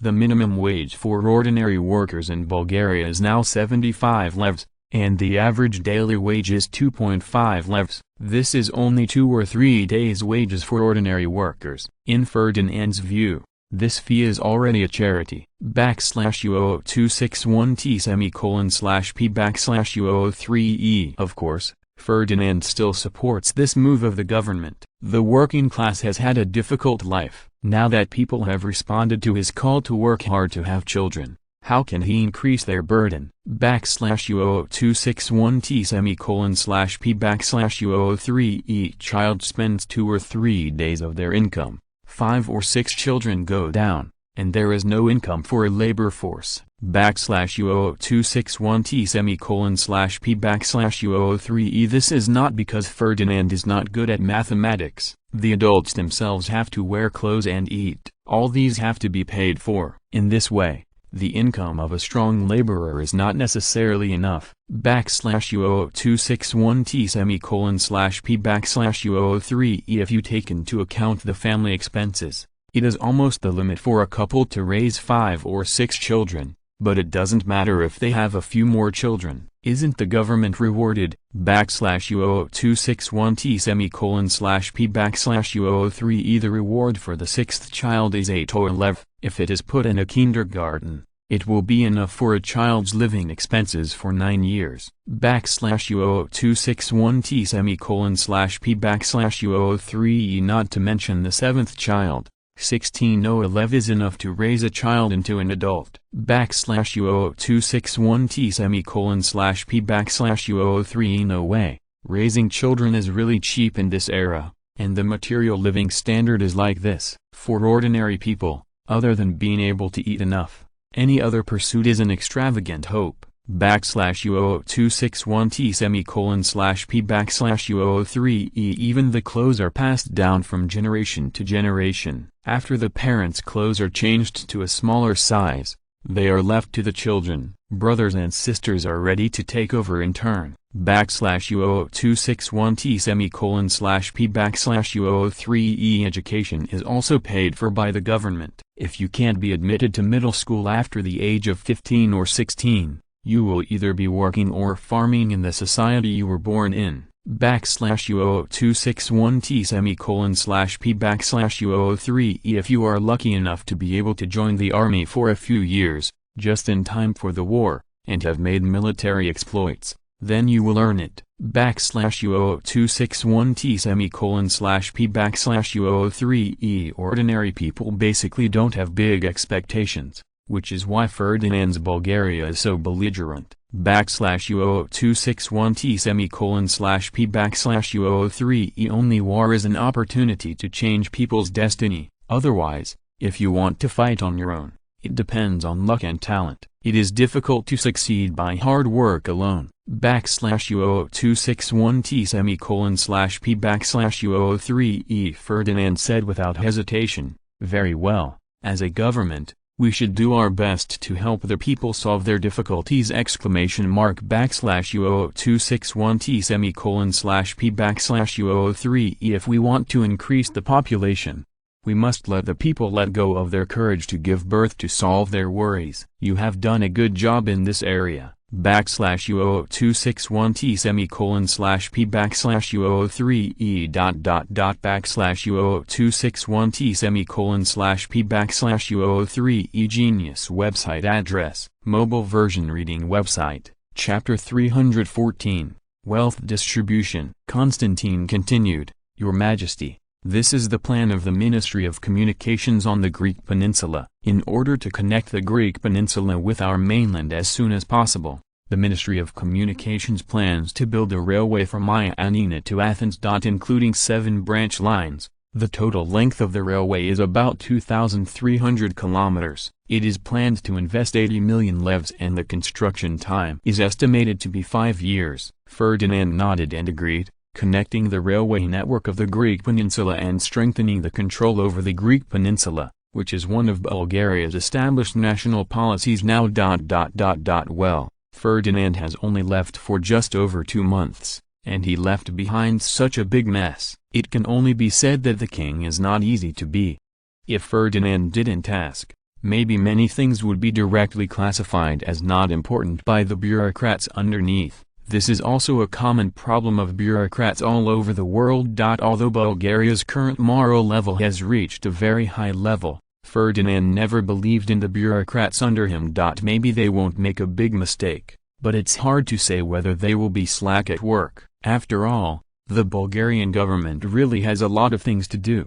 So many that they don't have time to engage in political struggles. They are human too. If given the chance to be lazy, how could they possibly give up? As for giving them a vacation, Ferdinand said, this is impossible. In this era, There is no popular saying about taking annual leave. The whole Bulgaria is on a one-off system, and his king is no exception. And now is not the busiest time, when the world war breaks out, that is really busy. Anyone who has experienced the First Balkan War knows this. In order to win the Ottoman Empire, Bulgaria put all its strength into the country, and many government officials have not entered the house once in a few months. Well, except for special circumstances, under normal circumstances, no matter how busy government officials are, they are more relaxed than the workers at the bottom, right? With a higher income. In principle, there is no overtime except 10 hours of work every day. Oh, and now the Bulgarian government is reforming and preparing to implement an 8-hour workday, but Ferdinand has never agreed. This is a problem that affects the whole body. If the government changes the working hours, should other industries also be restructured? Do not suffer from widowhood but suffer from inequity. It is common all over the world. Now no one in Bulgaria has any questions about the 10-hour work system and the one-off system. The most important thing is that everyone, including Ferdinand, implements this set of standards. Of course, this is what Ferdinand thought to himself. His working hours are freely arranged. If there is no important thing, there is nothing to him at all. The cabinet government doesn't eat rice. It's enough to ask Ferdinand to make a decision with a lot of questions. If he couldn't handle even trivial matters, Ferdinand would have been replaced long ago. The most important thing is that the productivity of this era is limited. If the working hours are forced to be reduced, then the capitalists must also reduce the wages of workers. In order to keep the income, everyone still has to work overtime obediently, so tossing. Doesn't it mean that the work is in vain? Don't mention work efficiency, it's all nonsense. Ferdinand's previous life is in the 21st century, aren't there still so many people working overtime? Are capitalists all fools, don't know that working too long will reduce production efficiency and increase the defective rate? Why are so many people still working overtime? The reason is very simple, except for individual precision industries. For most factories, it is completely acceptable for the products to be slightly flawed. Not to mention in this day and age, the capitalists dare to let their workers work 15 or 6 hours a day, which is also considered a comprehensive consideration of various factors, and they do it for the sake of maximizing profits. What if the working hours were forcibly reduced without reducing wages? Worse yet, get ready to face the economic crisis.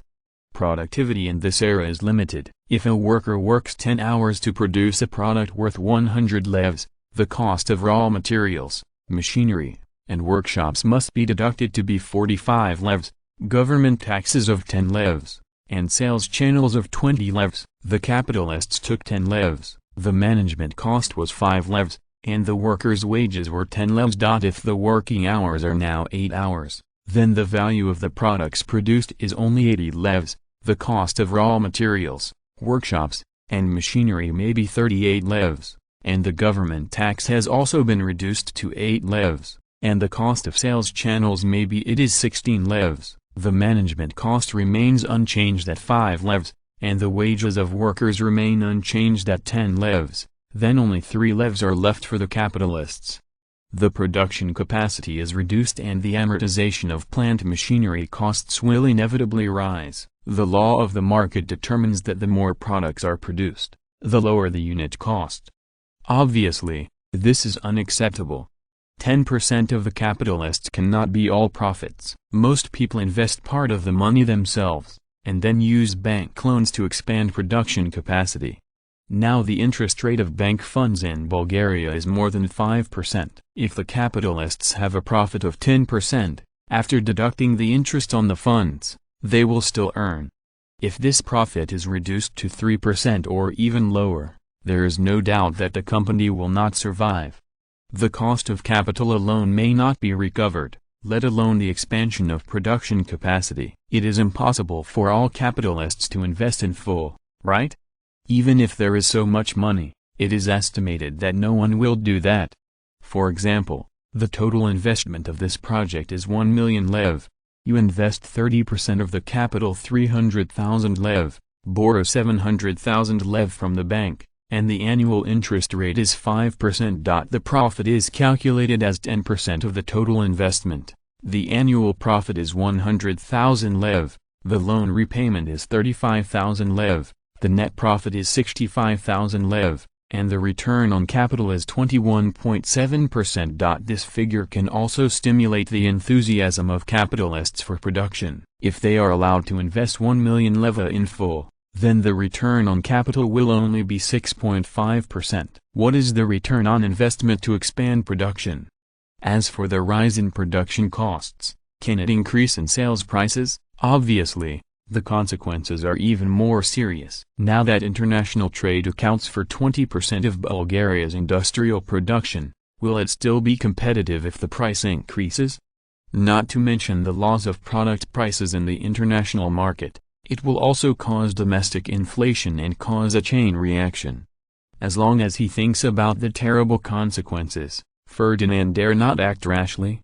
Either the productive forces have developed to a certain level, or Bulgaria has enough colonial markets to plunder, otherwise it's better not to mess around. At the beginning of the 20th century, the wealth created by the whole society was limited. No matter how it was distributed, it was impossible to achieve high welfare. Ferdinand would not violate the laws of the market! Genius website address, mobile version reading website, chapter 315, Morocco crisis. Ferdinand listened to the report on the main events of the Bulgarian birth in the past 2 months, and also made some comments. After the matter was settled, soon he was attracted by an entertainment news. Yes, in Ferdinand's opinion, this is entertainment news, not political news. The parliament building of the Manchu Empire was completed, still adhering to the consistent style of the old empire, luxurious, high-end, which shocked everyone. Compared with the Bulgarian parliament building, it is a bit shameful. But this is not the point. Anyway, Ferdinand is used to it. Even the Bulgarian mainland has been expanded several times, and he has no intention of rebuilding the parliament building. Use it soon. Anyway, it doesn't take a few days a year. It's just a little bit crowded when there is a conference. As long as everyone's tables, chairs and benches can be put down, that's enough. The Bulgarian government doesn't care about the parliament building anymore. There are so many places where money is used. It can save a fortune. As for MPs, anyway, I don't live there every day. The total time spent in it in a year is less than 2 days. Who cares about this? As for whether it will lose face, to be honest, Ferdinand never cared about it. Even if he wanted to do a face project, he would still prefer to get an extra dreadnought ship. At least everyone would say that Bulgaria's industry is strong, and would not sigh that Bulgaria is rich. The above is all nonsense. The point is that the Manchu government sent representatives to Bulgaria to come to inspect the constitutional government and prepare for a constitutional monarchy. Isn't this entertainment news? Is there anything worth learning about Bulgaria's constitutional proposals? Ferdinand was very skeptical. He didn't even realize how superior Bulgaria's constitutional system was. On the surface, Bulgaria has also fully implemented a constitutional monarchy, but in fact everyone is used to being Ferdinand's answerer. This is impossible to learn. But the Manchu government did not know. They only saw that Bulgaria passed a constitutional monarchy, from a small Balkan country, to a new power, which shows the superiority of their system. The most important thing is that after the full implementation of the constitutional monarchy, Ferdinand's rights are still not restricted, which is in line with their requirements. Therefore, after the inspection of Britain, the United States, Japan, Germany and other countries, it is planned to establish a constitutional monarchy based on Japan and Germany, and now Bulgaria is added. Well, that's why Ferdinand takes him as entertainment news, which is totally impossible. Unless Zayfeng has the courage to learn from Ferdinand. He gave up the fixed royal annuity at the beginning of his succession and directly changed it to 1% of the financial income, in order to show his determination to the outside world and gain prestige for the royal family. Obviously this is not possible. If you really want to extract only 1 point of royal expenses, it is estimated that the Manchu royal family will fall out. With such a small amount of money, you can't be hungry. But if you want to continue to maintain a luxurious life, don't even think about it. Ferdinand was once known as the poorest king in the world at that time, and many people in the outside world were speculating about when he would go bankrupt. However, with the rise of Bulgaria, these remarks gradually disappeared. Maybe some people will call him the greatest businessman in the world in the future. It is not a dream to become rich in the world with the royal annuity. From less than £20,000 at the beginning of his succession to more than £1 million now, an increase of dozens of times. But no one in the world has accused Ferdinand in this regard, which is what he deserves. This is similar to a professional manager. It is normal to run a small company that is on the verge of bankruptcy into a listed company, and it is normal for people to receive dividends. And the mantra king government is undoubtedly impossible to do, not in the system. The key lies in the people. When people are rotten, no matter how good the system is, it will collapse. As for the current mantra government, is there such a powerful figure? Now the British are optimistic about Yuan Shikai, but Ferdinand knows that history has proved that he can't. Entertainment news is entertainment news, and Ferdinand laughs is fine. If you want to visit, just visit. Just hope these bureaucrats don't come to a bizarre conclusion. Previously, after the Sudanese government sent people to inspect Bulgaria's constitutional system, they came to a strange conclusion. They believed that the people of Bulgaria were easy to rule, and there was no room for a revolutionary party to survive. Well, since it is a good rule, who was the Bulgarian War of Independence fought with? In this regard, the bureaucrats of the two old empires are really evenly matched. After all, the mantra king government studied the United States and France in the study of constitutionalism, and sent overseas students to Japan. I really don't know what they were thinking in their minds. A constitutional monarchy must learn from a constitutional monarchy and from a republic. Isn't this encouraging everyone to rise up for revolution? If you want to learn advanced scientific and technological knowledge, you don't go to a country with advanced industry to study, but you go to Japan. Don't you know that Japan is still sending international students to study in Europe? What is this to learn? At that time, Japan was not much more advanced than the Manchu King dynasty. Its industrial technology was second and third rate, and it fell behind before it was learned. It is no wonder that everyone went to learn revolution. Two cow ends here, but now. Tell the embassy, come if they want. Just follow the normal reception of diplomatic envoys. Ferdinand said lightly. Now Bulgaria is also a foreign power. According to normal diplomatic etiquette, Ferdinand will save face, otherwise it will be over. Anyway, the mantra king government of this year is used to being bullied. However, the relationship between the two countries is not bad now. Bulgaria has also mediated the eight-power allied forces' war of aggression against China. Although it only helped to pass the news, it did not play any role, but this did not prevent it from gaining the favor of the king bureaucrats. There is no way. All the major powers in the world are expanding in the Far East, and the king government is in a turmoil. If it wasn't for Ferdinand's obstruction, Bulgaria is now mostly expanding its forces in the king dynasty, and because of its lack of strength in the Far East, in addition to pulling enough hatred, the actual gains are limited. In addition to this entertainment news, Ferdinand paid more attention to the Moroccan issue. Judging by the international situation, the second Moroccan crisis is coming soon. In 1909, Germany and France signed the Franco-German Agreement. The French recognized the independence of Morocco and allowed Germany to obtain the same economic interests. The same Germans also made a statement: Germany only pursues economic interests and recognizes the political status of France and Morocco. Status.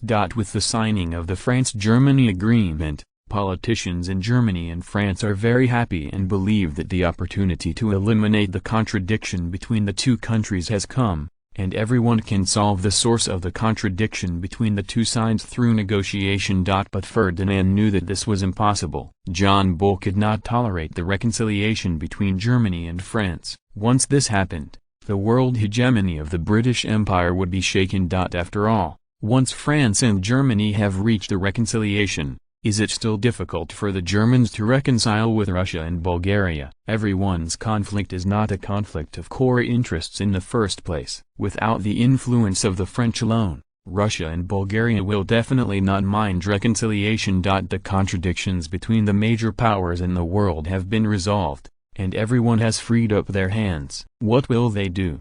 The British Empire occupies so many interests in the world. Ferdinand believes that once this happens, it will be time for everyone to join forces to divide the cattle and cattle. Even Americans who are hiding in the Americas and making a lot of money don't want to be alone. Once the countries in the European countries unite, it is inevitable to return to the Americas. John Bull will definitely move, otherwise the European shit-stirrer will be in vain! Thanks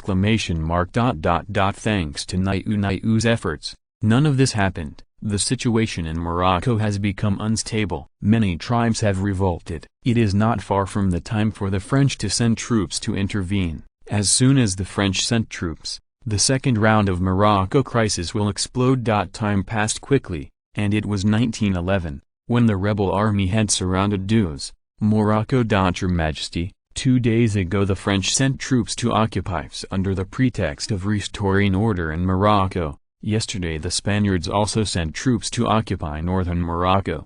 Upon receiving this news, Ferdinand breathed a sigh of relief. Although the international situation has deviated from the historical trajectory, the main contradiction in the world has not fundamentally changed. As for why it took a few days to get the news, Ferdinand is not surprised at all, and the French are not stupid. They can still do it simply by blocking the news. Genius website address, mobile version reading website, chapter 316, Win a Black Hand. The Moroccan crisis is coming, and the French have already moved. Can the Germans endure it? Ferdinand knew that if he could endure this, it would not be William II, but the Teenage Mutant Ninja Turtles. To know that Germany also has great interests in Morocco, can the German monopoly and colonial groups tolerate their own interests being damaged? Apparently the Germans are not far behind. But can the French give in now? There is no doubt that if the French government dares to make concessions on the Moroccan issue now, the French people will not mind changing the cabinet. Of course, the crisis in Morocco has not yet erupted so quickly. Under normal circumstances, Germany and France will have to deal with each other for several months. Finally, they find that they can't reach an agreement, and then the conflict will break out. Then pull in the Entente and the Allies together, and the two alliances will play together. Well, the Moroccan crisis has appeared, and Ferdinand's hanging heart can be taken back. At least he doesn't have to worry that Germany and France really compromise. As an emerging country, there is no one who doesn't want to break the current world pattern, and Bulgaria is no exception, but the Germans are too strong. Otherwise Ferdinand really doesn't mind joining forces with them to divide the world. However, there is no if in this world, and the strength of the Germans makes Ferdinand feel threatened. Once the Germans beat the French again, then the European continent is their world. So what about Bulgaria? In contrast, it is much better to cooperate with Britain and France, which are now declining. Even if they kill the Allies, their vitality will be greatly damaged, and they will no longer be able to suppress Bulgaria's expansion. And in order to suppress the rising Americans, Britain and France had to win over Bulgaria. After all, after the First World War, even if Britain and France joined forces, they could only barely suppress the Americans militarily, and this advantage continued to weaken over time. Britain and France want to maintain a huge colonial empire, and the Americans want to break this system and establish a new hegemony. Historically, the two sides have not fought, or the Soviet Union and Germany have risen too fast. Otherwise, it is likely that the Americans will challenge world hegemony! Your Majesty, according to your instructions, the rubber stocks in our hands have been sold. From the current point of view, this crisis will not break out in a short time? Little Karl said doubtfully. Affected by Ferdinand's butterfly effect, Bulgaria has become the largest automobile producer in Eastern Europe. The cheap cars and pickups he produced are very popular in the European continent. The development of the automobile industry has naturally stimulated the rubber market. As the market has expanded and the demand for rubber has also increased, the crisis that should have erupted in 1910 has been delayed until now. On the international market, rubber jumped from 2 shillings a pound in 1902 to 14 shillings a pound in 1910. At the end of 1910, rubber stocks in London also rose. A company issued shares, initially at £10 per share, which rose to £260 per share shortly after the issue. Now that he knew this, how could Ferdinand let it go? So there is another bookmaker in the international market. After all, Ferdinand can now manipulate the Bulgarian market. For such a powerful speculator to enter the market, how could the London bankers refuse? Otherwise, Ferdinand will do something wrong and let the market crash ahead of time. They will be stuck.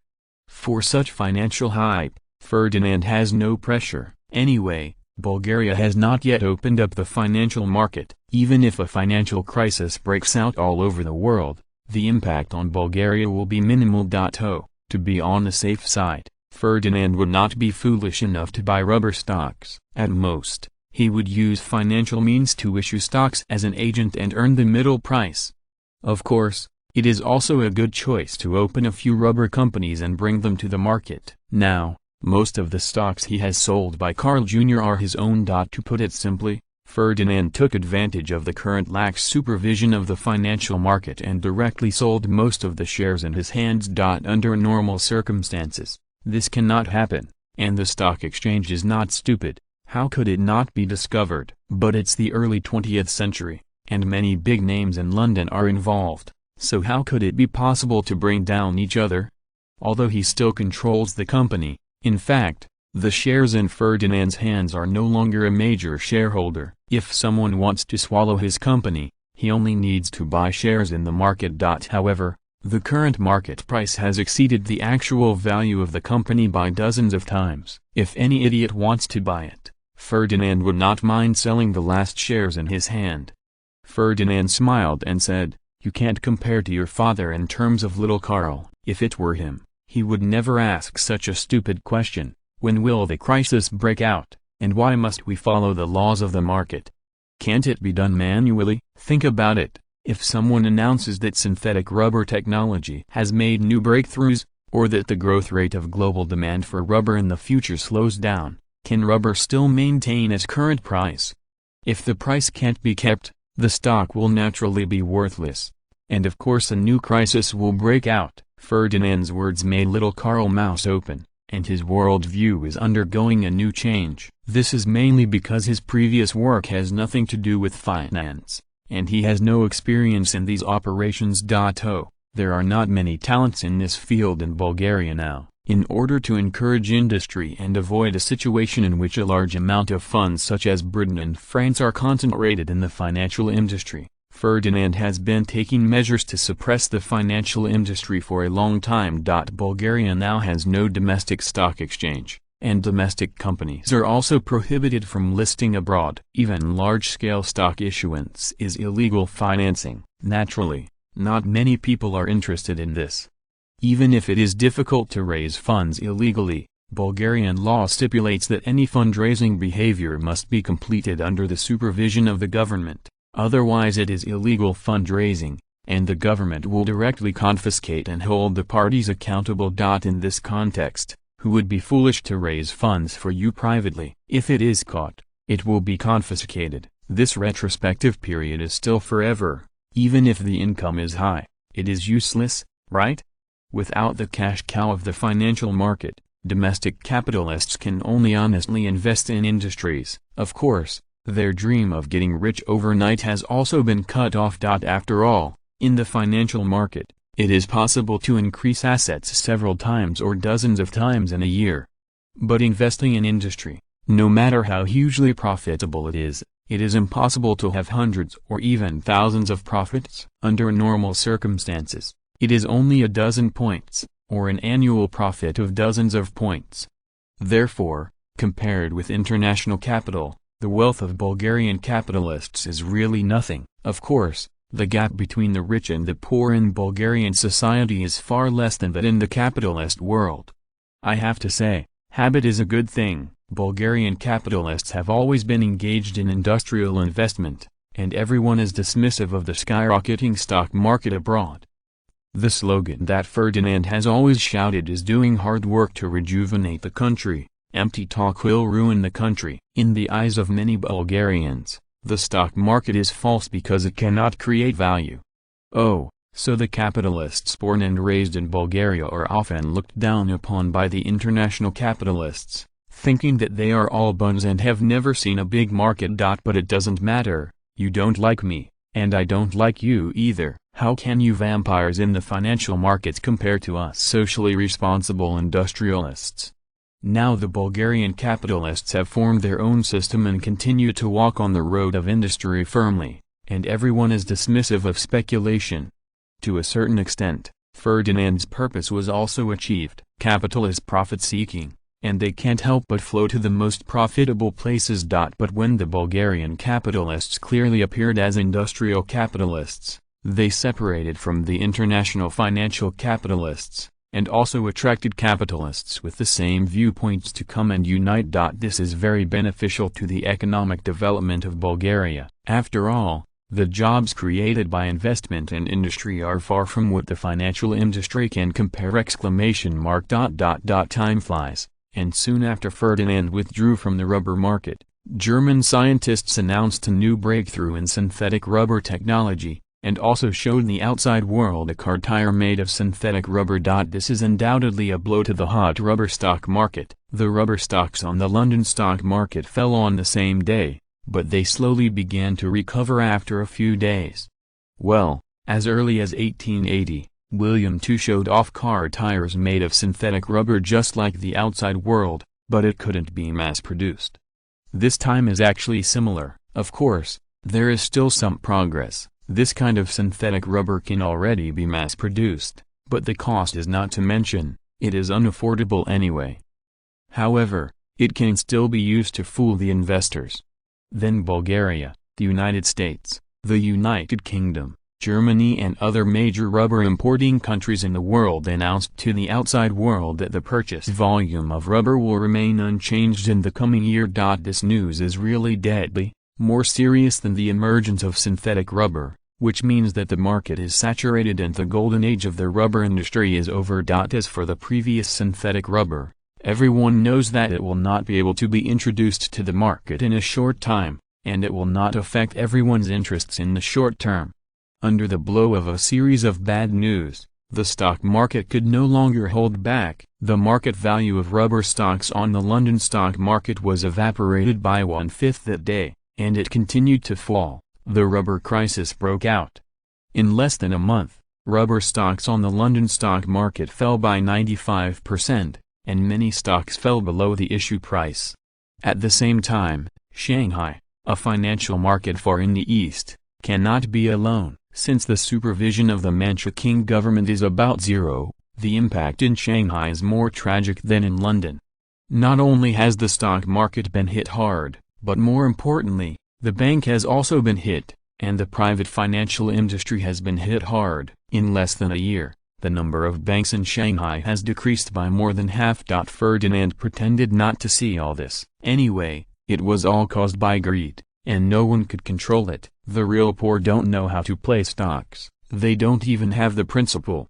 Oh, Ferdinand still has a conscience. After the collapse of the rubber stock, his company also announced a high-profile repurchase of the stock market. Of course, this price is naturally the price of cabbage. It's good if someone buys it now. Don't you see that most of the stocks have become a pile of waste paper?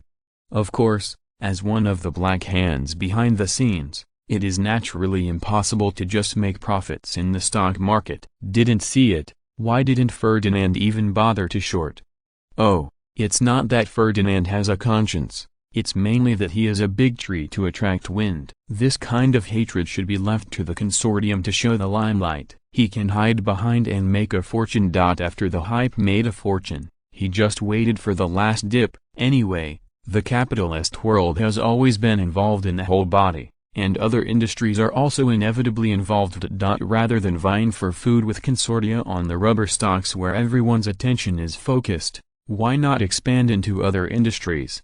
Oh, these are also negotiated by everyone in advance, each carves up a piece of meat, and can't fish out of bounds. If there is competition, can this still be called bargain hunting? Well, taking this opportunity, before the crisis broke out, Ferdinand also took the opportunity to sell a lot of properties in Europe, especially in the location of major wars in history, and it was a priority to withdraw. This is also a big trouble for a big business, and you must be careful if you want to withdraw capital, otherwise, if it is discovered, the capitalists of this age are not easy to talk about. Fortunately, it was only 1911, the contradiction between the two sides was not too deep, and there were no signs of a world war. If Ferdinand wanted to withdraw his capital before the outbreak of the World War, how many favors would he have to take? As for the fief, to be honest, Ferdinand really wanted to tear it apart and sell it. Oh, no one can afford it without tearing it down. Unfortunately, this is not possible. Selling one's ancestral property is not a glorious thing, either in the East or the West, and will damage Ferdinand's flawless reputation. You can make more money if you don't have money, but if you don't have fame, you really don't have it. Ferdinand could only watch with pain. His ancestral property worth tens of millions of pounds gradually drifted away from him. No, just leave temporarily. After the end of the World War, the small country that has just become independent probably will not have the courage to attack his ancestral business, right? Genius website address, mobile version reading website, chapter 317, Preparing for War. Under Ferdinand's butterfly effect, the rubber crisis that exploded in 1911 did not turn into a global economic crisis. It is very funny to investigate the reasons, mainly the economic crisis that started in the United States in 1907, and it lasted until 1909 before it was completely over. Under the natural law of survival of the fittest, the booming economy in 1907 has eliminated a large amount of production capacity, and now the capitalist world economy is in a recovery period. Except for a few industries, most industries do not have the problem of overproduction, and there are not many industries involved in the rubber stock market. Naturally, there will be no economic crisis. Therefore, in this capital feast, Ferdinand did not gain too much, far less than the Jewish capitalists who wantonly short-sold. This gain is not big. It is Ferdinand's own opinion. In fact, the gain this time is still very rich. Little Carl takes stock of our gains. Ferdinand said lightly. Yes, Your Majesty, replied little Carl. Since 1902, we have made arrangements in the rubber market in advance, and invested a total of 1,500,000 leva, about £600,000, before and after, established 38 large and small rubber companies, and owned rubber plantations in Southeast Asia. 186, with a rubber plantation area of 10,000 hectares. After operation, it was listed in London, Shanghai, New York, Paris and other places. At its peak, the company's total market value approached £30 million. Before the stock market crash, we sold and cashed out £8 million. Previously, our company's stock income was about £3.8 million, and the total profit excluding costs was £10.36 million. We later spent nearly £500,000 repurchasing our shares and are now delisting from the stock exchange for 6 consecutive years. In terms of return on investment, 16 times the profit in 8 years. Even if it is converted into each year, the annual return on investment is more than 40%, which seems to be a high number. In fact, Ferdinand knew that if he hadn't operated his own bank, he probably wouldn't even be able to get 1/3 of this profit. No way. How can it be possible to raise stocks without the cooperation of financial institutions? Compared with the huge profits of the financial industry, the return on investment in the industry is really too low. Needless to say, Ferdinand knew that the selling of stocks could not be just selling his own company. Even the stocks mortgaged by others for bank loans were sold in one go. After the stock market crashed, the bank bought it back from the market at the cabbage price, and then took the collateral to continue to recover the insufficient part from the creditors. Otherwise, how could it be possible to make so much profit just by selling its own stock? Well, Ferdinand is still embarrassed. He didn't take advantage of the fire after the stock market crash, otherwise the profit could at least increase by half. As for the companies acquired later, little Karl did not mention it, and Ferdinand did not ask. He knew that there were not many industries affected this time, and the harvest would naturally not be great. Except for some unlucky capitalists who like to play financial games very much. Most capitalists are still a little brainy. The average stock market crash once a few years has taught them that it is better not to gamble on wealth when playing stocks. Therefore, most of the people who were really affected were the middle class and ordinary people, who were fooled by the good news of the stock market and became the ultimate victims! Dear, you haven't picked the names of the fifth and sixth, Queen Xenia said coquettishly. Ferdinand smiled embarrassedly. Naming a name is also a troublesome job, especially since there are already 4 in front, and the names that were eliminated before must not be used now, otherwise it would be a disregard for the twins. At least Xenia will not allow Ferdinand to perfunctory. However, because of the issue of names, their 4 brothers have already eliminated hundreds of names, and there are not many names in the Western world. When it was their turn, Ferdinand had a headache. For the first time, he felt it turns out that having too many children is also a problem. Now Ferdinand is still admiring himself for being sensible enough to not create a bunch of illegitimate children, otherwise the headache index will be +1086! Dear, what good proposal do you have? Ferdinand decisively dumped the blame. Xenia rolled her eyes. The meaning is obvious. You are the head of the family, this is your problem. In this regard, they do have something in common. They can pick out a lot of faults in names that others think of, but they can't think of a suitable name for themselves! Ferdinand's troubles did not last long. The sudden visit of the foreign minister temporarily rescued him from this trouble, but new troubles came again.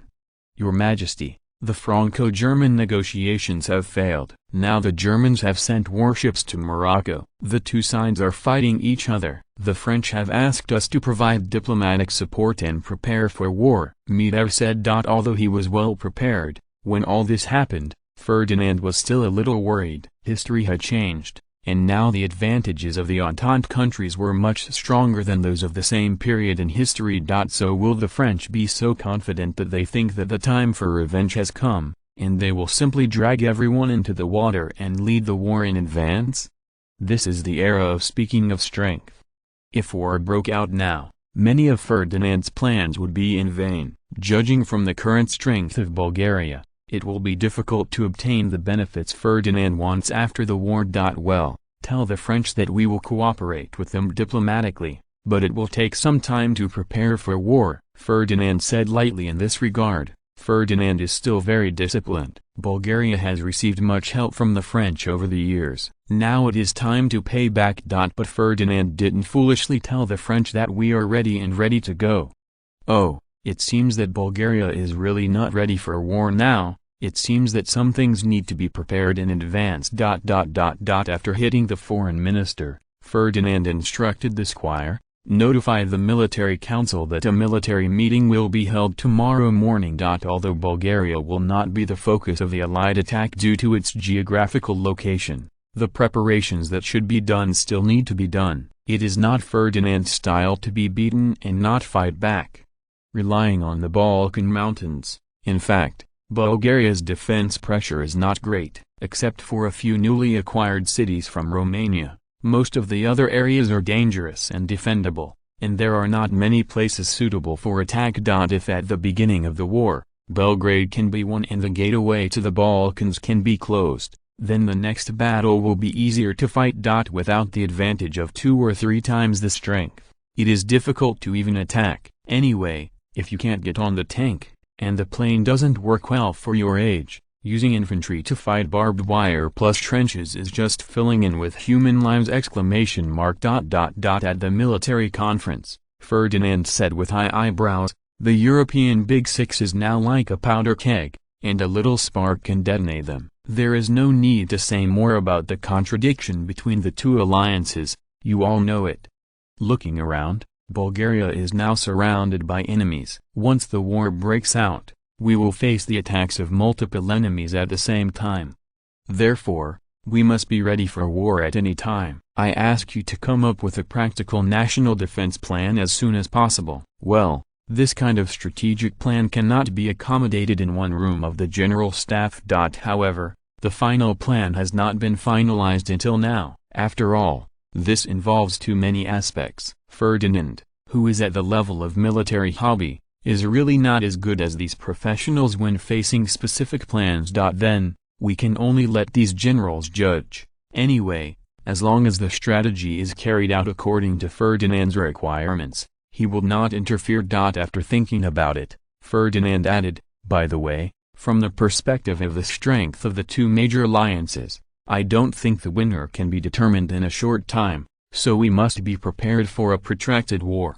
When you formulate a war plan, you must also prepare for a protracted war, and try your best to take into account all the crises that we will face once the war breaks out. For example, the Allies blocked our coastline with submarines. What should the Admiralty do?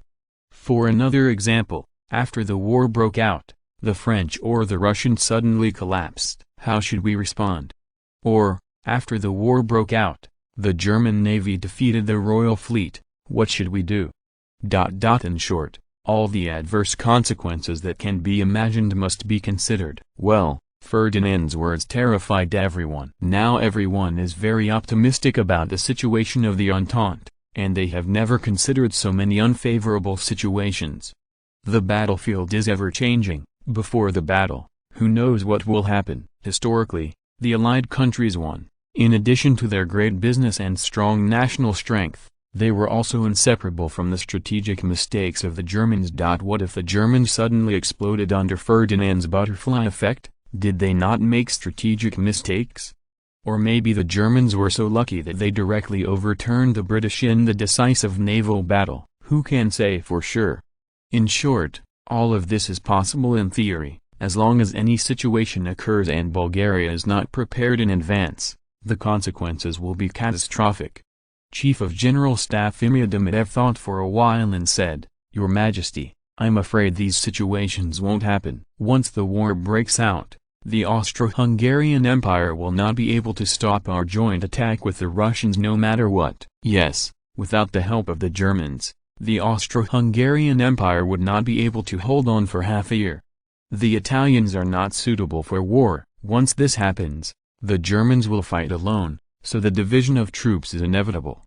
In this way, the entire battlefield has become a consumption of both sides, and the war potential of the Allies is not comparable to ours. As for the German Navy being able to defeat the Royal Fleet, this situation is even more unlikely. The strength gap between the two sides is too great, and with the help of the British and the French, even the Russian fleet in the Baltic Sea can contain some Germans. And the fleets of the Allies, Italy and Austria, could not get out of the Mediterranean at all. Ferdinand nodded. Under normal circumstances, the inference of the Chief of the General Staff is correct, but who can say for sure on the battlefield? I saw Ferdinand said lightly, nothing is impossible on the battlefield, and the Germans will not be led by us. Is it really difficult to give up the Austro-Hungarian Empire? As long as the Germans are sure to kill the French before the end of the Austro-Hungarian Empire, all this is not a problem. At that time, it will be us who will be passive. Even if we add the Russians, we will still be at a disadvantage.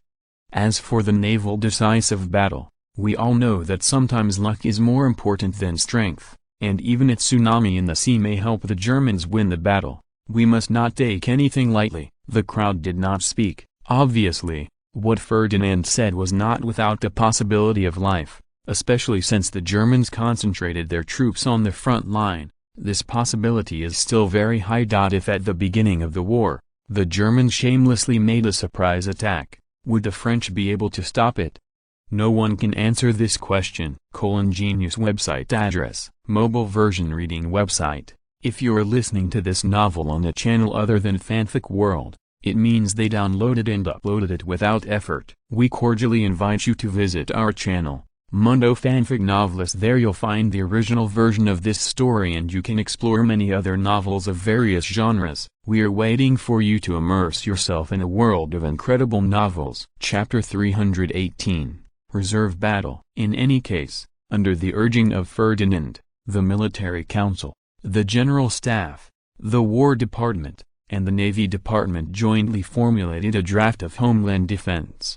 Yes, this is a purely defensive plan, intended to create a strong turtle shell, which can be said to be conservative to the extreme. Mainly relying on the favorable terrain of the Balkans for defense. From the front line to Sofia, there are 6 areas with the least defense lines. Even in the face of the attack of tens of millions of troops, these lines of defense are enough to drag on for a year and a half. This is not a bragging of the staff, limited by the terrain of the Balkan mountains. There are too many troops to be used at all. In a sense, there is not much difference between the attack of 10 million troops and the attack of 2 or 3 million troops. Anyway, there are very few troops that can be directly involved in the war. Historically, the reason why Serbia and Montenegro dared to declare war on the Austro-Hungarian Empire was because they occupied favorable terrain and could slowly consume with the Austro-Hungarian Empire. When the Allied powers won, they would win. Of course, they overestimated the Allied powers and underestimated the Allied powers. They did not expect that this continental war would be a protracted war. Although they successfully held off the Austro-Hungarian Empire for a year or two, and finally became a victorious country, the price paid was very painful. Ferdinand will naturally not make the same mistake, as long as Bulgaria is prepared in advance. According to the current situation, the country can mobilize 3 million troops after the outbreak of the war. The attack is uncertain, but the defense is still more than enough. Well, the reason why Ferdinand deployed so many lines of defense was mainly due to this factor. Constrained by the terrain, it was impossible to put 1.8 million troops on one line of defense. In addition, Ferdinand was influenced by his previous life, and he was worried that the Allies would give him a blitzkrieg. Of course, it is impossible for Germany to attack France in the Balkans. There is still a mountain behind the mountain, and it is always possible to gain reaction time. However, as long as the Allied troops come in, Bulgaria will inevitably suffer heavy losses. The local war and the damage caused outside the country are two completely different concepts. Therefore, Bulgaria's first line of defense is the strongest, and the following ones are equivalent to backup lines of defense, which will only be activated after the first line of defense is breached. This first line of defense does not mean a trench or a line of fortresses. This line of defense is also 1 or 2 kilometers wide along the narrowest part, and many may have to pass through several hills. It is impossible to break through the line of defense with a single charge. Of course, following the example of the French in World War II to build a Maginot line of defense, Ferdinand is not so crazy. Except for the construction of fortresses in particularly important positions, most of the other areas are mainly trenches. Ferdinand also knew that after the war broke out, most of the plans would be useless. According to the previous plan, the first step was to capture Belgrade at the beginning of the war. As long as this step is completed, Bulgaria will have the upper hand in strategy. If you advance, you can look at the Hungarian plain, and if you retreat, you will stick to the same place. In addition to military deployment, Ferdinand did not forget to reserve strategic materials. After all, in modern wars, materials are fought. Whoever is more prepared will be able to persevere in this war longer. Prime Minister, how much grain do we have in the country now? Ferdinand asked at the cabinet meeting. I have food in my hands, do not panic. So the first thing Ferdinand asked was food. As long as food was guaranteed, Bulgaria would not collapse in the war. Constantine thought about it and said, the country's wheat reserves are now about 3 million tons, rye reserves are 4.8 million tons, soybean reserves are about 500,000 tons, corn reserves are about 800,000 tons, rice reserves are about 300,000 tons. There is no doubt that Bulgaria is also an interview-based country. The staple food is bread and scones, and the grain reserves are naturally rye and wheat.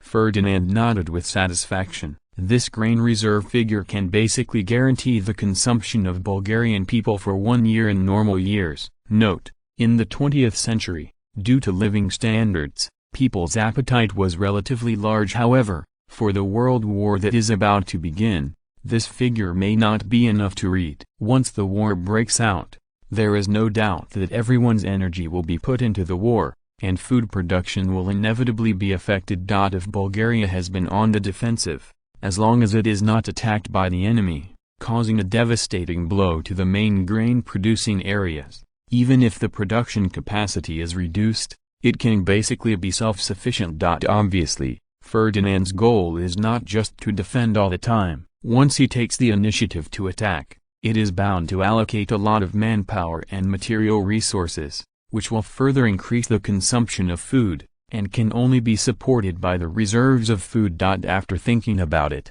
Ferdinand said, "Well, from now on, we will increase the grain reserve of 350,000 tons every year in case of war." It's not that Ferdinand doesn't want to add more, but the main reason is that the fiscal revenue of the Bulgarian government cannot support it. Otherwise, if there are unlimited reserves, the Germans in World War I will not surrender so quickly.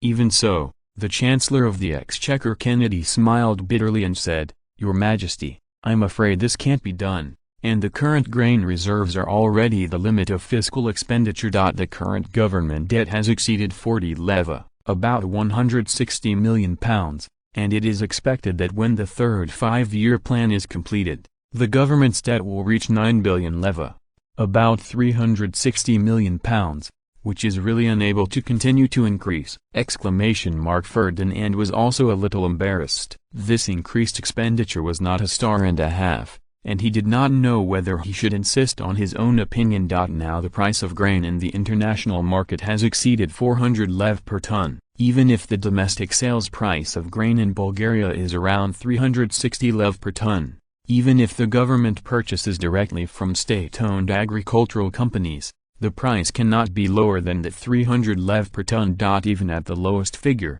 3.5 million tons of grain reserves each year require 1.05 billion leva, about £42 million, which is almost 40% of Bulgaria's current fiscal revenue. And once the government buys it aggressively, it will definitely raise the price of domestic food and cause a series of troubles. If you want to spend it smoothly, it is obvious that you can only purchase it in the international market. You must know that the reserves of Bulgarian food are not all bought by the government, and a large part of them are the spoils of the military.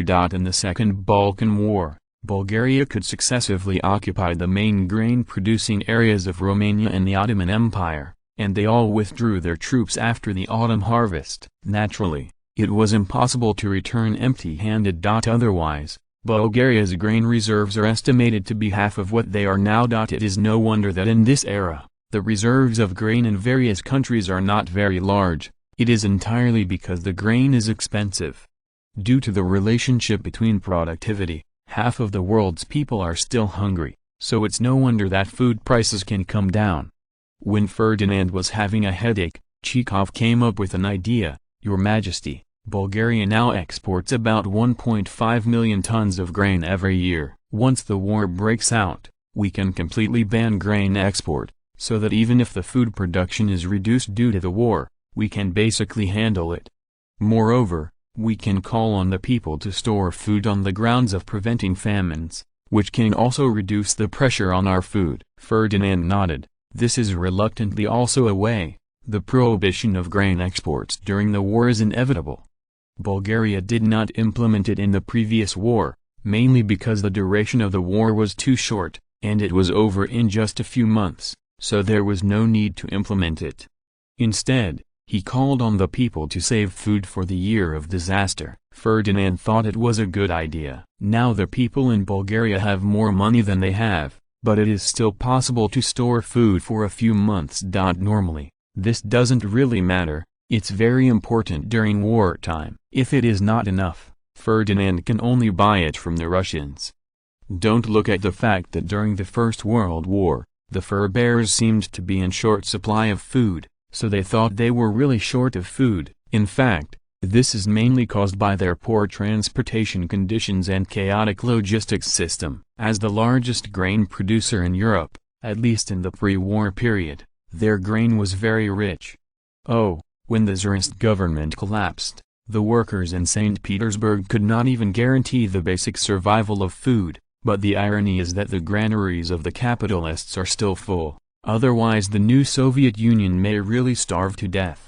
The big deal is that when the time comes to trade with Russia, let the Russians pay for it with grain. Anyway, the nobles and capitalists have a way, as long as they have enough interests, a mere amount of grain will not be difficult for them. Well, as long as the problem can be solved, Ferdinand doesn't care if he does what he wants. Since Chekhov's method is useful, of course it must be adopted. Ferdinand thought for a while and said, well, let's first increase the grain reserve by 500,000 tons every year, and call on the public to keep grain storage secret for the time being, and then implement it later. At the same time, we must also expand the production capacity of the military industry. In addition to meeting our own needs, we must also take into account the needs of the Russians in case of emergencies. In principle, at least we must protect our weapons and equipment in the state of extreme mobilization, and there must be a certain surplus on this basis. Regarding the issue of expanding military production capacity, no one has any opinions. It may be affected by the Russo-Japanese War. We really don't pay attention to the military production capacity of the Russians. Besides, now Bulgaria can produce these equipment in the arsenal itself, and the cost has dropped. If you want to expand the arsenal, you can do it at any time.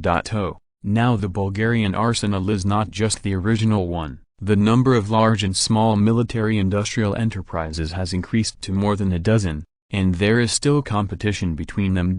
However, how much production capacity needs to be increased is not the same as increasing grain reserves. Ferdinand himself can estimate the grain based on the population, and the expansion of military production capacity needs to be actually investigated before making the final decision. After all, the weapons and equipment involved in the military industry are also varied, and how much each weapon is produced is appropriate. No one has more say in this than the military. This requires the government and the army. Both sides cooperate. Ferdinand will not blindly command.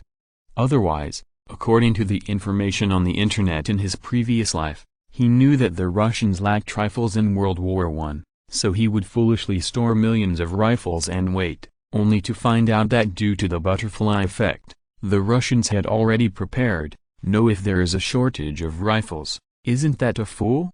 This is not impossible. Even the Black Sea Fleet in history disappeared under Ferdinand's butterfly effect.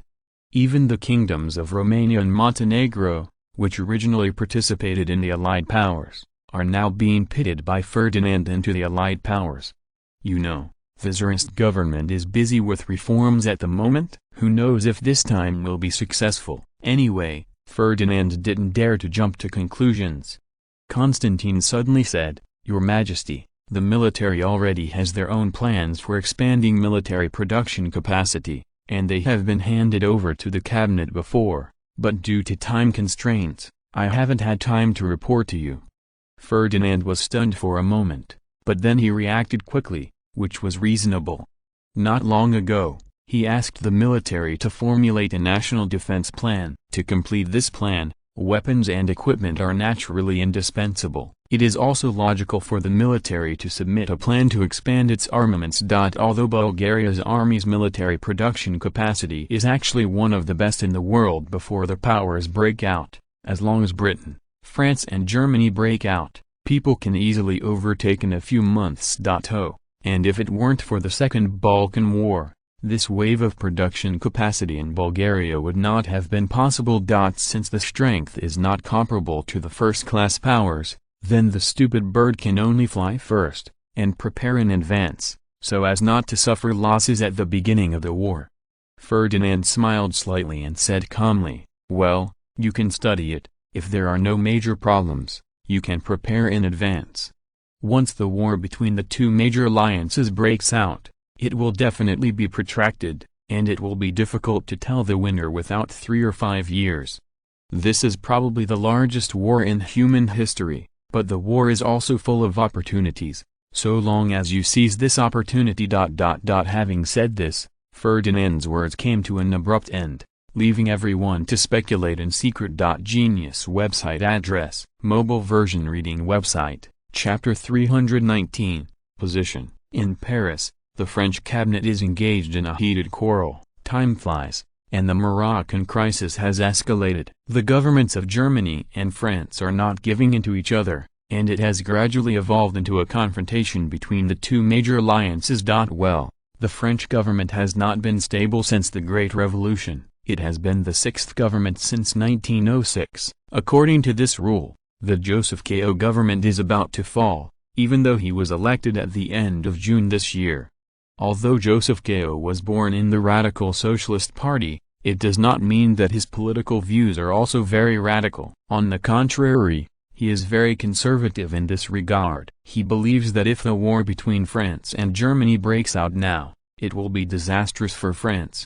In order to resolve the Moroccan crisis, Joseph Ko advocated secret negotiations with the Germans and made concessions in other areas in exchange for the Germans' understanding. Obviously, when there is almost no consensus in the French government, there is support and there is opposition, and quarrels have always been the theme of this country. Well, while the French government was still quarreling, the Germans had already acted, and Wilhelm II decided to force the French into submission by the threat of force. On October 26, 1911, the German government issued a war warning to the French, and the two major alliances took action. On October 27, the French government also announced a tit-for-tat expansion of its troops by 500,000 to deal with the German military threat. Affected by this, Ferdinand also announced an expansion of the army by 300,000. This figure is the same as that announced by the Austro-Hungarian Empire,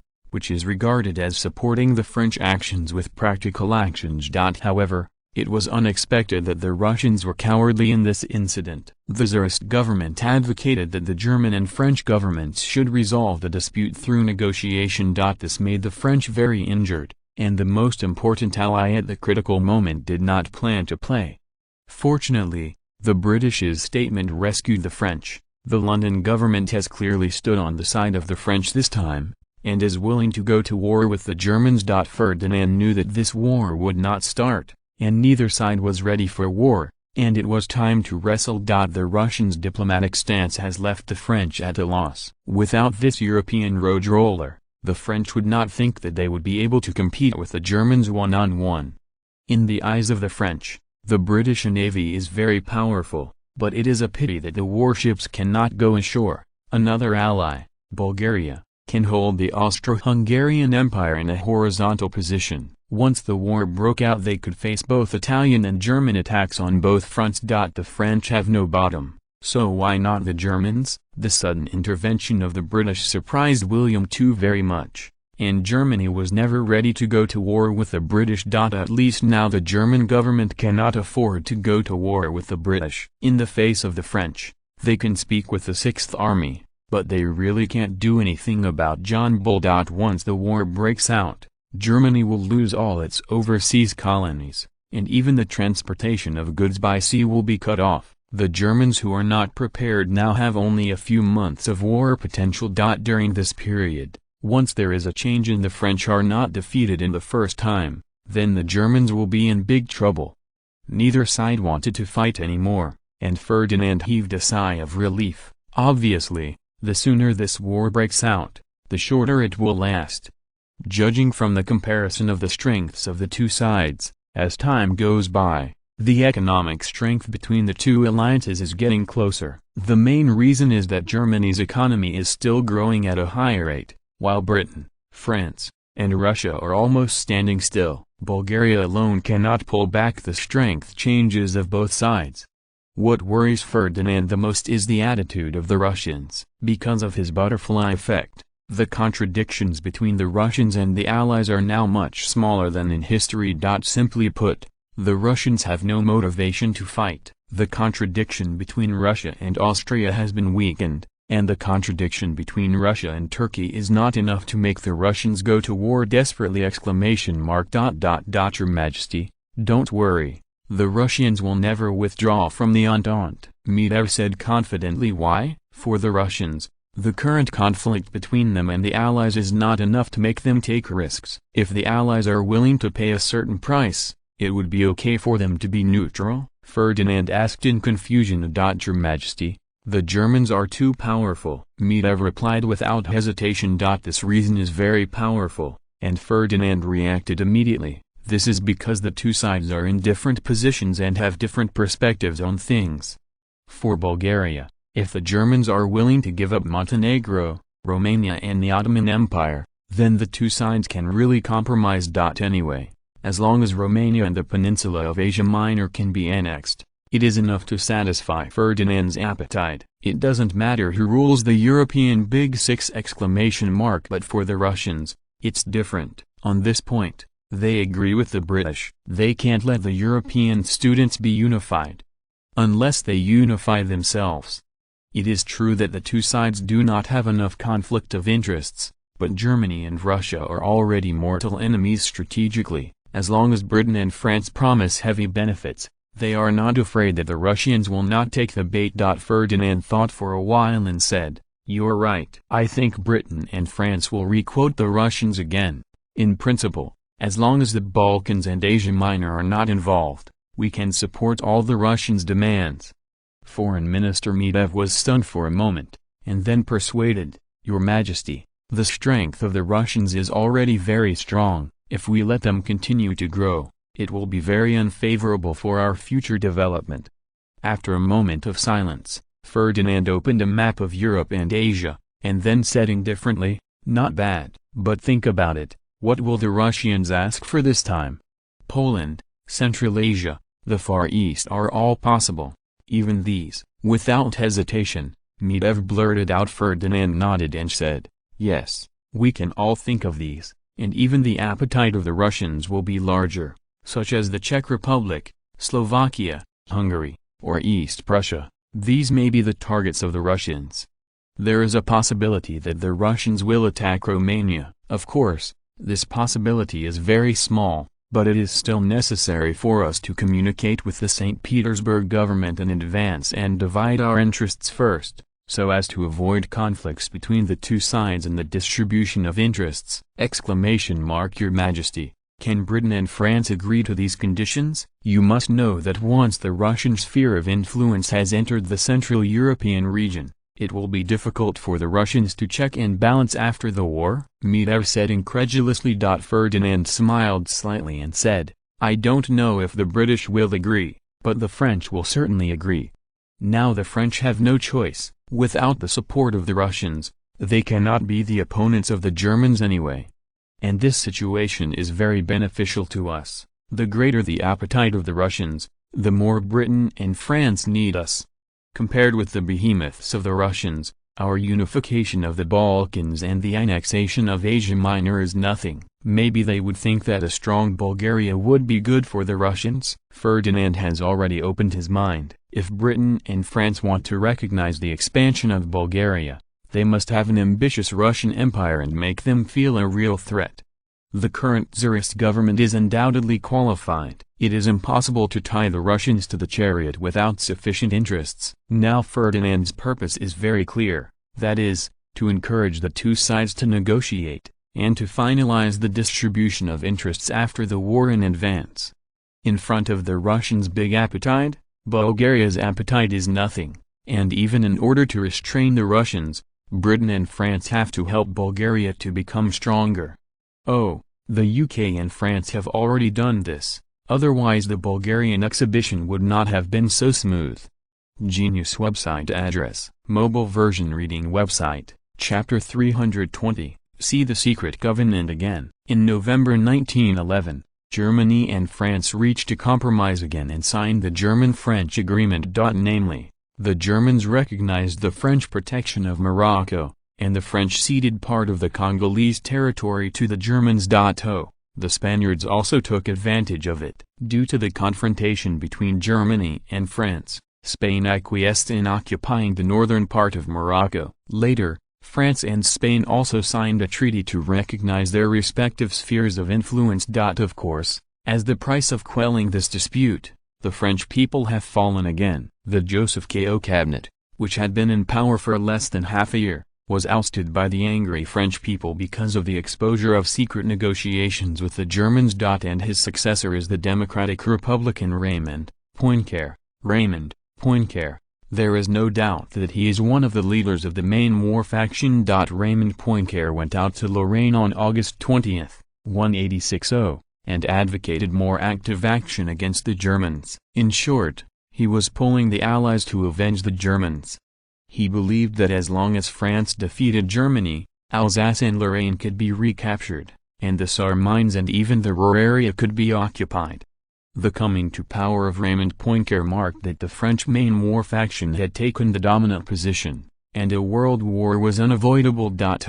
At this time, the French have occupied 635.9% of Africa's territory, and the area of colonies in Africa has already surpassed that of Britain and Germany, ranking first. Now France is the second largest colonial empire in the world, with a total colony area of about 1,060 million square kilometers, which is 20 times the area of France itself, and only second to the British Empire. At the same time, with the rise of Raymond Poincaré, nationalism in France further rose, and the neo-royalism, with Moors as the leader, incited revenge against Germany, and Joseph Ko, who will implement peaceful diplomacy. Everyone is rendered as a French traitor. Under such circumstances, Bulgaria put forward a proposal to reopen the Allied Conference, coordinate internal conflicts, and strive for a consistent diplomatic stance among all countries. Naturally, it was supported by the French. The pact meeting has not yet started, but the Borussia negotiation has already begun. In order to solve the hidden contradictions between the two countries and to create favorable conditions for Bulgaria to expand in the future, Ferdinand proposed to the Tsarist government that the two countries hold high-level meetings and conduct in-depth exchanges in the strategic field. In May 1912, Ferdinand, with Queen Xenia, embarked on a journey to visit St. Petersburg again. Since Alexei, the only son of Nicholas II, suffered from hemophilia, he has no interest in traveling anymore. Seeking doctors and medicines has become part of Nicholas II's daily life. For Ferdinand, who was visiting at this time, Nicholas II was already envious and jealous. His only son was still a sick one, while Ferdinand's 6 sons were all alive and kicking. Of course, these are just things to think about in my heart. If it is said that Nicholas II does not need to mix in the noble circle, the relationship between the two royal families will be over. No, according to the current succession to the Russian throne of the Tsar, a few little ones seem to be still in the top 10. However, the aristocratic circle in Europe has always been chaotic, and this miscellaneous issue of inheritance rights is even more chaotic, and the ranking of inheritance rights is constantly changing. In addition to the little Alexei's status as the crown prince, the inheritance rights of several daughters, including Nicholas II, may change at any time. Simply put, if Nicholas II has another son, they will continue to step back. Oh no, now they haven't been canonized yet. In theory, princesses have no right of inheritance. Only after being canonized as Grand Duchess can they have the right of succession. As soon as they met, the two sides naturally talked happily. After attending the welcome banquet, Ferdinand was also invited to hunt in the royal garden. Well, hunting is fake, secret talk is real. After all, there are a lot of eyes staring at them now. Once the news is leaked, it is likely to cause unnecessary trouble. What is the purpose of your visit, Ferdinand? Asked Nicholas II. Obviously, he does not believe that it is just a strategic exchange that requires Prince Ferdinand to run and lie down. Do you really think that the king is very idle? Ferdinand smiled slightly and said, the smell of gunpowder in the European Big Six is so strong that the two major leagues may fight at any time. Bulgaria can't escape, so it is natural to prepare in advance. The purpose of my visit this time is so obvious, you can't guess. Nicholas II laughed and said, but don't you think that the war has not yet begun? Is it too early to talk about dividing up the spoils? Early talk is better than late talk. As much as you get benefits, you have to make as many contributions as you can, so you don't have to argue in the end, hurt everyone's harmony, and affect the unity of the alliance. Ferdinand said lightly, well, Nicholas II also knew that Ferdinand was talking nonsense. He was worried that after the war, Bulgaria's interests would not be guaranteed, and he wanted to use the treaty to clarify it in advance. However, this is also in the interests of the Russian Empire. If both Russia and Bulgaria demand that the world be divided up in advance, the interests of each country and the obligations of each country should be delimited, which is also very beneficial to the Russian Empire. Nicholas II is very independent in the strength of the Russian Empire. If the Allies break out into a war, the Russian Sixth Army will definitely be the main force, and the biggest cake will definitely have a share of the Russians. In fact, he is also very worried that after the war, the three countries will join forces to crowd out the Russian Empire. There is also precedent for this kind of thing, and it is not once or twice that European countries have jointly excluded Russia. Nicholas II thought for a while and said, yes, dividing responsibilities and obligations in advance and dividing up interests according to their respective contributions is indeed conducive to the unity of the alliance.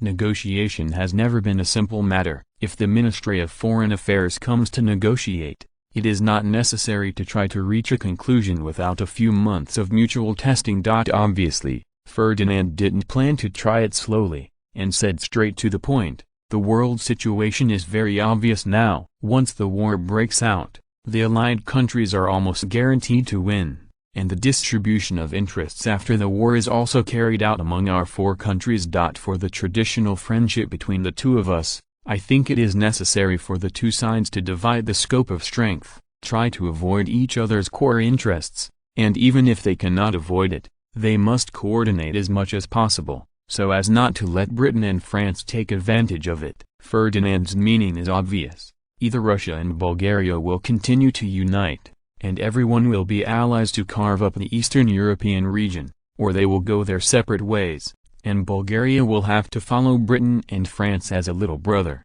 Obviously, the second situation is not in the interests of both countries. Judging from the current situation, as long as Russia and Bulgaria continue to join forces, the partition of Eastern Europe will become a foregone conclusion. If it were tit for tat, maybe everyone would be in a vacuum. What do you want? Asked Nicholas II. Even if it is cooperation, it is still the Russians who take the initiative, which is determined by the strength of both sides. Ferdinand said calmly, I need your support for Bulgaria to unify the Balkans, colonize the Asia Minor Peninsula, and carve up some of the Allied colonies. In return, Bulgaria will also support all your interests in this war. Well, Ferdinand's conditions are not unexpected. Anyone with a discerning eye can see Bulgaria's strategy. Since the end of the Second Balkan War, Ferdinand's strategy has been exposed. I saw Nicholas II shook his head and said, no, the Black Sea Strait is too important to the Russian Empire, we can't give up. Ferdinand smiled slightly and said, this is important only now. After your country turns the Baltic Sea into an inland lake, the strategic value of the Black Sea Strait will be reduced, and then it will only be a golden waterway. We can continue to maintain the status quo, all ships in your country can sail freely, Bulgaria will not charge customs duties, and your country's interests can still be protected. What? Turn the Baltic Sea into an inner lake? Nicholas II exclaimed with a change of expression. This strategy, the Russians have not thought about it, and even implemented it, but the enemy in the Baltic Sea is too powerful. However, changes are about to take place now. Once the Germans are defeated, will the remaining Denmark and Sweden still have the strength to prevent the Russians from rushing out of the Baltic Sea? Strategically, the Baltic Sea seems to be more valuable than the Black Sea, and beyond the Baltic Sea is the Atlantic Ocean. In contrast, after leaving the Black Sea Strait and entering the Mediterranean Sea, it is still a cage, but the scope is larger. If the Russians want to implement a maritime strategy, they can either seize control of the Suez Canal between Egypt and the British. Forget this, it is even more unrealistic. This is the rhythm of one-on-one confrontation with the major European powers. Therefore, as early as the end of the 19th century, the Russians abandoned the strategy of breaking out from the Mediterranean and attempted to obtain a strategic breakthrough in the Far East. Ferdinand asked back, is there a problem? If the Germans are defeated, Don't tell me that Denmark and Sweden still have the courage to block your country? No, Nicholas II said confidently. Now he has calmed down. Previously, the Russian strategies were based on the premise of the existence of Germany. Once the Germans were defeated, the French would definitely weaken or even divide the Germans. As long as the two countries expressed their support, the British could do nothing. At that time, the only imaginary enemies of the Russians in the Baltic Sea will be Denmark and Sweden. Even if Britain and France will support them, they will not have the courage to jump out. They are not Japan in the Far East, and there are natural dangers in Siberia that hinder the Russians' power input. If they jump out, they can't stand it in the face of a steady stream of gray animals. Too far from God, too close to the bear. This is doomed to the position of the two countries, and the relationship between Russia and Denmark is still very friendly, and there is almost no possibility of confrontation between the two countries. Ferdinand has always believed that there is nothing that cannot be traded between countries. If there is, it must be that the interests are not large enough. When the common interests of both parties are large enough, the alliance is logical. So the Second Russian Confidential Pact was signed. The appetite of the Russians was much larger than Ferdinand imagined. In addition to being interested in Eastern Europe, they were also interested in the Ottomans in Central Asia. Even in order to realize their world strategy, Nicholas II once again proposed the establishment of a military alliance to counter the Anglo-French alliance that may appear after the war. This is the establishment of the Slavic Empire proposed by Ferdinand in order to fool the Russians before. It seems that Nicholas II is still obsessed with this. It's just that the two sides are now jointly establishing an empire, just like the Holy Roman Empire in the Middle Ages. It is a country in name, but in fact the major princes have enough autonomy. Well, it's all empty promises anyway, and of course Ferdinand agreed. The two sides even agreed on the time of establishment, and a joint empire would be established within a year after the end of the European War. There is no doubt that Nicholas II will serve as the emperor of the new empire, Augustus, and Ferdinand has also earned the title of Caesar. Well, with a name for his son, I won't be too lazy to complain. Anyway, these two names are full of Roman meaning, and it seems that the Russians have not given up on rebuilding the Roman Empire. Genius website address, mobile version reading website. Chapter 321, The Arms Race That Was Dragged into the Water. Your Majesty, the Germans have announced their new shipbuilding plan, adding 3 more dreadnoughts from 1912 to 1917, adding to their existing 2, and the previous 3 already under construction, and the planned 4. By 1917 the number of dreadnoughts in the German Navy will reach 12. Foreign Minister Medvedev said cautiously /U0261T/P/U03E just after returning from St. Petersburg. Ferdinand received this good news. That's right, it's definitely good news for Bulgaria. /U0261T/P/U03E The more the Germans invested in the navy, the less pressure on Bulgaria on the Western Front in the future. As for the German navy, it was John Bull's trouble, so Ferdinand wouldn't bother. /U0261T/P/U03E Well, Romania to the north was automatically ignored by Ferdinand. In fact, even if the Germans are willing to help, Romania's strategic position is very unfavorable, sandwiched between Bulgaria and Russia. /U0261T/P/U03E If you want to attack from Romania, it is estimated that the enemy commander has water in the mind. Obviously, as soon as the war broke out, Romania would be attacked by the two fronts of Bulgaria and Russia, and it would be difficult to defend without an army of 1.8 million. /U0261T/P/U03E What did the British do? Are they going to build 6? Ferdinand asked directly without thinking. /U0261T/P/U03E For every warship the Germans build, the British build 2. This sentence was a domineering declaration made by Haldane, the former British Minister of the Sixth Army, when he visited Germany. /U0261T/P/U03EO, and earlier, Ferdinand was still in London, shouting this to the Ottoman Empire. It's just that the Ottomans are the real poor. After ordering 2 dreadnoughts from Germany, they expressed their silence. /U0261T:/P/U03E But the Germans are now clearly demonstrating against the British. Don't you want to build double the number of warships? Well, come on. Whoever counsels who is the grandson. /U0261T:/P/U03E Foreign Minister Medvedev replied directly, Your Majesty, yes. In March 1912, Churchill, the British Secretary of the Navy, submitted the naval bill to Parliament, and now it has been passed. According to the bill, the Germans did not build a warship, the British built 2. The London government has announced an increase of 6 dreadnoughts in the next 5 years. /U0261T:/P/U03E And just now, the British and the French have reached an agreement. The British will transfer the Mediterranean fleet to the North Sea to suppress the Germans. The French will transfer the Atlantic Navy to the Mediterranean region to take over defense. The two countries have reached an agreement. /U0261T:/P/U03E Ferdinand smiled slightly.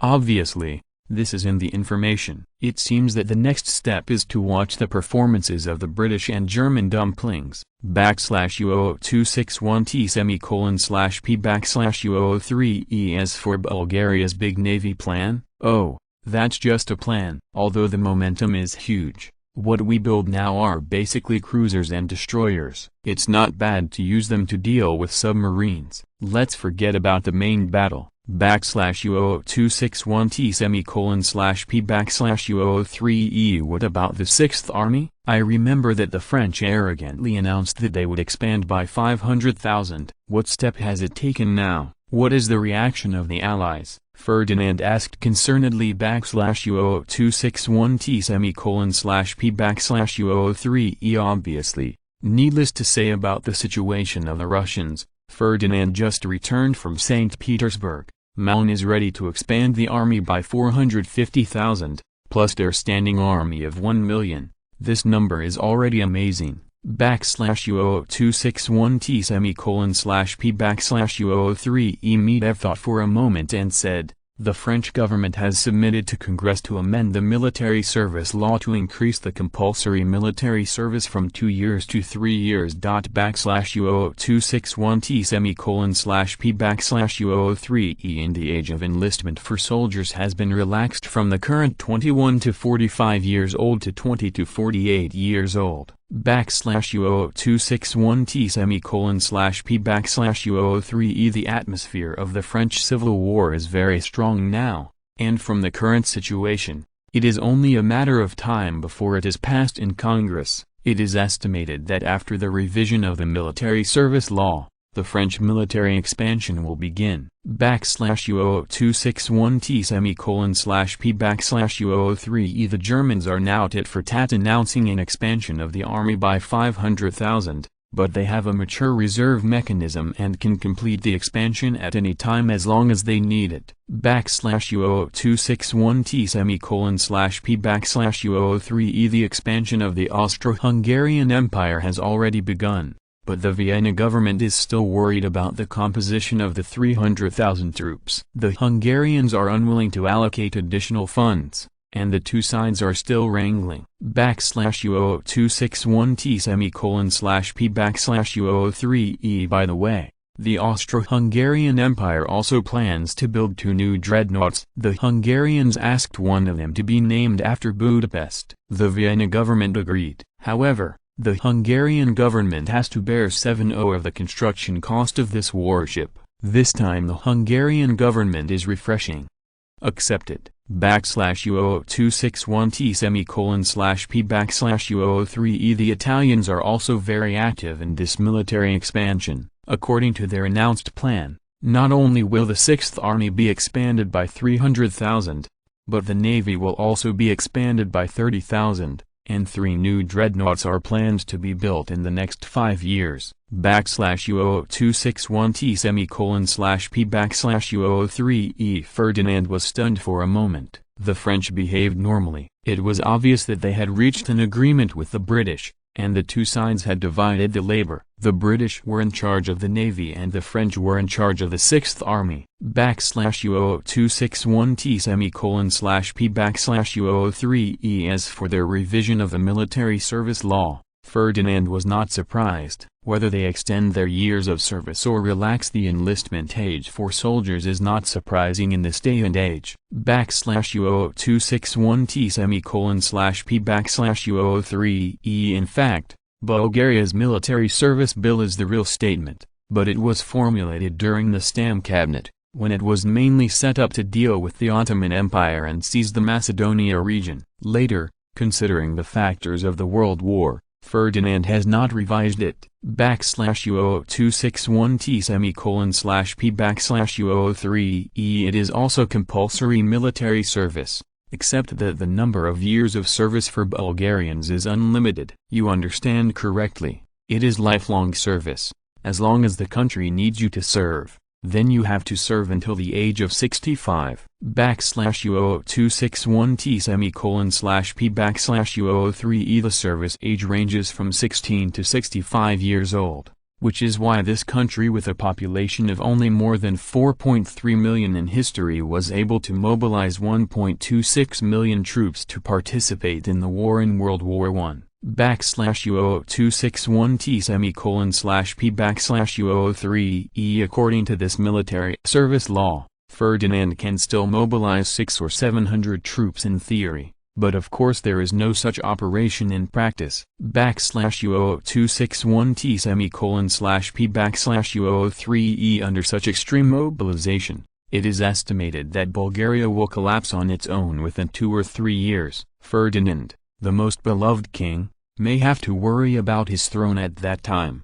/U0261T/P/U03E. The performance of the Germans was a bit shocking to Ferdinand. When they were in the naval competition with the British, they also competed with the French in the 6th Army competition. /U0261T/P/U03E. The performance of the Austro-Hungarian Empire is fairly normal. As a big country, how can it not have its own dreadnoughts? At the same time, facing the military threats from Bulgaria and Russia, if they do not expand the 6th Army, there will be a problem. /U0261T/P/U03E. It's just that the performance of the Italians really makes Ferdinand don't know what to say. It is very normal for a country with 6 powers like Bulgaria to face threats from the Austro-Hungarian Empire, Montenegro, and Romania. /U0261T/P/U03E. Well, you also have a military threat from the French in Italy. It is enough to expand the 6th Army by 100,000 and 200,000. You need 300,000. /U0261T/P/U03E. At the same time, in the naval competition between Britain and Germany, you have also joined in it carelessly. Can you build one less dreadnought, or announce it at another time? The political implication here is very obvious. /U0261T/P/U03E. The key is, do you Italians have this strength? You can't join in the first wave, and you can start watching the show later, right? /U0261T/P/U03E. Ferdinand smiled bitterly and said, "So, we were also dragged into the water?" /U0261T/P/U03E. Medvedev thought for a while and said, "Yes, Your Majesty. The Italians have expanded 6 navies at the same time. We must be prepared, otherwise they may attack the Albania region from the sea and attack us with the Austro-Hungarian Empire." /U0261T/P/U03E. Ferdinand thought for a while and said, "Well, tomorrow I will convene the cabinet and the military for a meeting, and then decide on the countermeasures!" /U0261T/P/U03E. Obviously, history has changed beyond recognition, affected by Ferdinand's butterfly effect. Governments of various countries have strengthened their control over the people, and now basically everyone's ruling power has been strengthened to a certain extent. /U0261T/P/U03E. Correspondingly, Under the threat of war, everyone's potential to explode is stronger. U000261T:/P/U003E And what I just said was just the war preparations of the major powers. Ferdinand didn't believe that the Romania and Montenegro kingdoms next door would not respond. U002661T:/P/U003E Well, this time, he really thought wrong. The expansion of the standing army is really not suitable for small countries to play, especially small countries whose finances are about to collapse. U002661T:/P/U003E Due to the war, the Kingdom of Montenegro has to pay Bulgaria's war reparations and expenses during the war. The Kingdom of Montenegro, which was already very poor, is now even poorer. U002661T:/P/U003E Romania is not much better, because the Bulgarian army has invaded their elite area. All the cities in the lower Danube plain except Bucharest have been looted, leaving millions of war refugees for Kareli. A headache. U002661T:/P/U003E As a result of joining the Allies' camp, the smell of gunpowder in the European Big Six is getting stronger and stronger. It is difficult for them to even borrow loans, and capitalists also have to consider risks. U002661T:/P/U003E Once the two major alliances break out into war, the small countries are always the first to be sacrificed, and their repayment ability is worried. Except for some loans from Germany, Austria and Italy, the financial channels of other countries have been cut off. U002661T:/P/U003E Even the French, who were very keen on lending, did not dare to lend to them this time, mainly because in the Second Balkan War, Ferdinand actually provided a loan to the anti-guarantee alliance from the French. Of course, this is unbearable. U002661T:/P/U003E Protesting to the French government. Is Ferdinand not so stupid? He directly provided the news of these financial institutions to the radical war-fighting media, adding fuel to the mix. U002661T:/P/U003E Then the French people got angry. Someone dared to provide loans to the allied countries. That's enough. Isn't this the enemy of capital? U002661T:/P/U003E Even the capitalists are wealthy and powerful. When this kind of nationalism is bursting, it is enough for them, and they have launched scapegoats one by one to survive. U002661T:/P/U003E Not to mention now, due to the Ferdinand butterfly effect, the actions of the French capitalists have been restrained a lot at this time. At least the fact that they want to lend money to the Allies as much in history is no longer clear. U002661T:/P/U003E Their exit made it cheaper for Jewish bankers. These people have no concept of the country. Anyway, they are scolded every day as a habit. They don't make money if they have money. U002661T:/P/U003E Of course, low-quality customers like Romania and Montenegro don't matter. The loans they provided to the Greeks before were rejected, and no one has made a fortune for them these days. U002661T:/P/U003E U002661T:/P/U003E Genius website address. Mobile version reading website. Chapter 322, Military Loans. The arms race is easy to start, but difficult to end. Originally, Ferdinand announced an expansion of the army by 300,000, just for political needs. Anyway, there is no specific time. It is completely feasible to delay the expansion of the army for 2 or 3 years, but the reaction of the Allies, Bulgaria can't help it.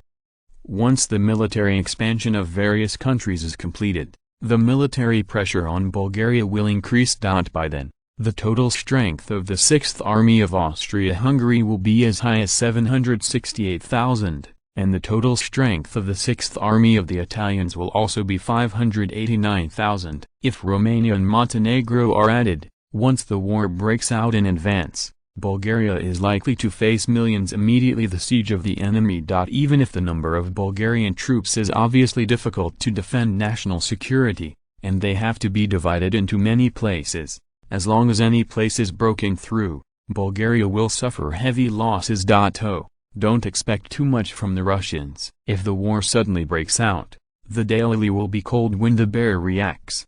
Well, in the face of the current international situation, there is a lot of pressure on the Bulgarian government, especially the Minister of Finance, which means that Bulgaria's military spending may directly double in the future. What plans does the Sixth Army have? Ferdinand asked with concern. The Sixth Army Minister Popov replied without hesitation, "Your Majesty, we must take action when the Allies move, and it is urgent to expand the army. At present, our national standing army is only 286,000. And it is difficult to undertake our national defense tasks. In addition to expanding the army by 30,000, we believe that it is also very important to increase the training of the construction corps. It has been proved in the Second Balkan War that although the combat effectiveness of the construction corps is not as good as that of our regular army, it can still deal with the armies of Romania and Montenegro." Ferdinand nodded as a tacit consent, and he didn't bother to pay attention to Popov's behavior of sticking gold on his face. "They are also temporary recruits for the army, okay? Everyone puts down their hose and fights guns." Originally, they were half a pound. The construction corps had been trained anyway, and bullying a group of militia troops was nothing to say. In fact, the combat effectiveness of the standing armies of European countries is very good. But with the expansion of the scale of the battlefield in the later period, the army snowballed and the combat effectiveness naturally declined. Because the Germans had the most perfect reserve system. In the First World War, the German army achieved a disdain for the pack. But it does not mean that there are no garbage troops in the German army. In fact, in the middle and late stages of the Germans, the quality of the German troops has also declined seriously, and the combat effectiveness has naturally declined. This also makes many people wonder why the arrogant German army is often beaten by the Allied countries, and its combat effectiveness in many places is actually unqualified.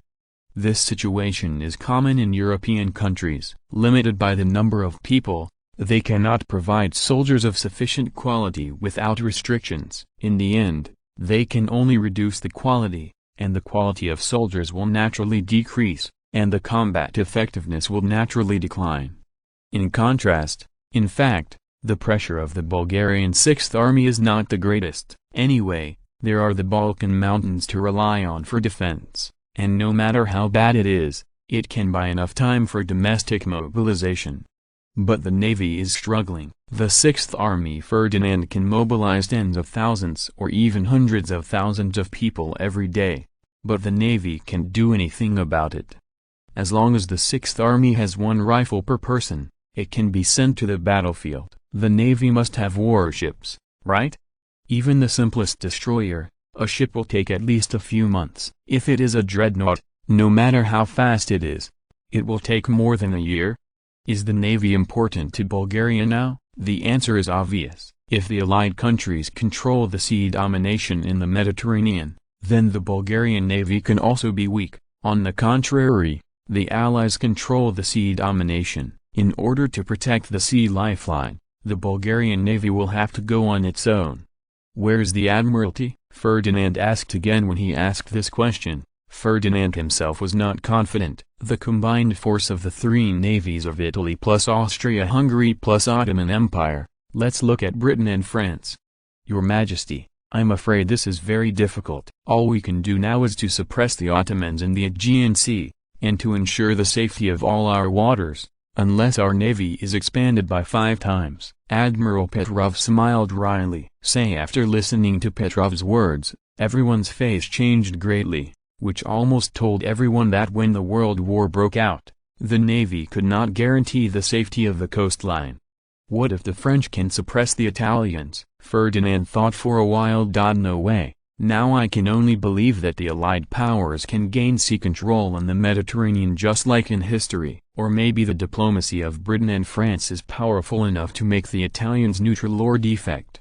Petrov thought for a while and said, If the French can watch the Italian navy, then our pressure will be much less. As long as the navy of the Austro-Hungarian Empire is locked in the Adriatic Sea, and they are not allowed to join forces with the Ottoman navy, they can be destroyed one by one. In theory, we just need to add 3 more dreadnought fleets and that's it. Note: the dreadnought fleet here refers to a dreadnought and a series of attached warships. Now Ferdinand is very nostalgic for the era of vertical and horizontal planes. He does not need high performance, as long as he can carry 1 or 2 tons of bombs and fly for 100 or 200 kilometers.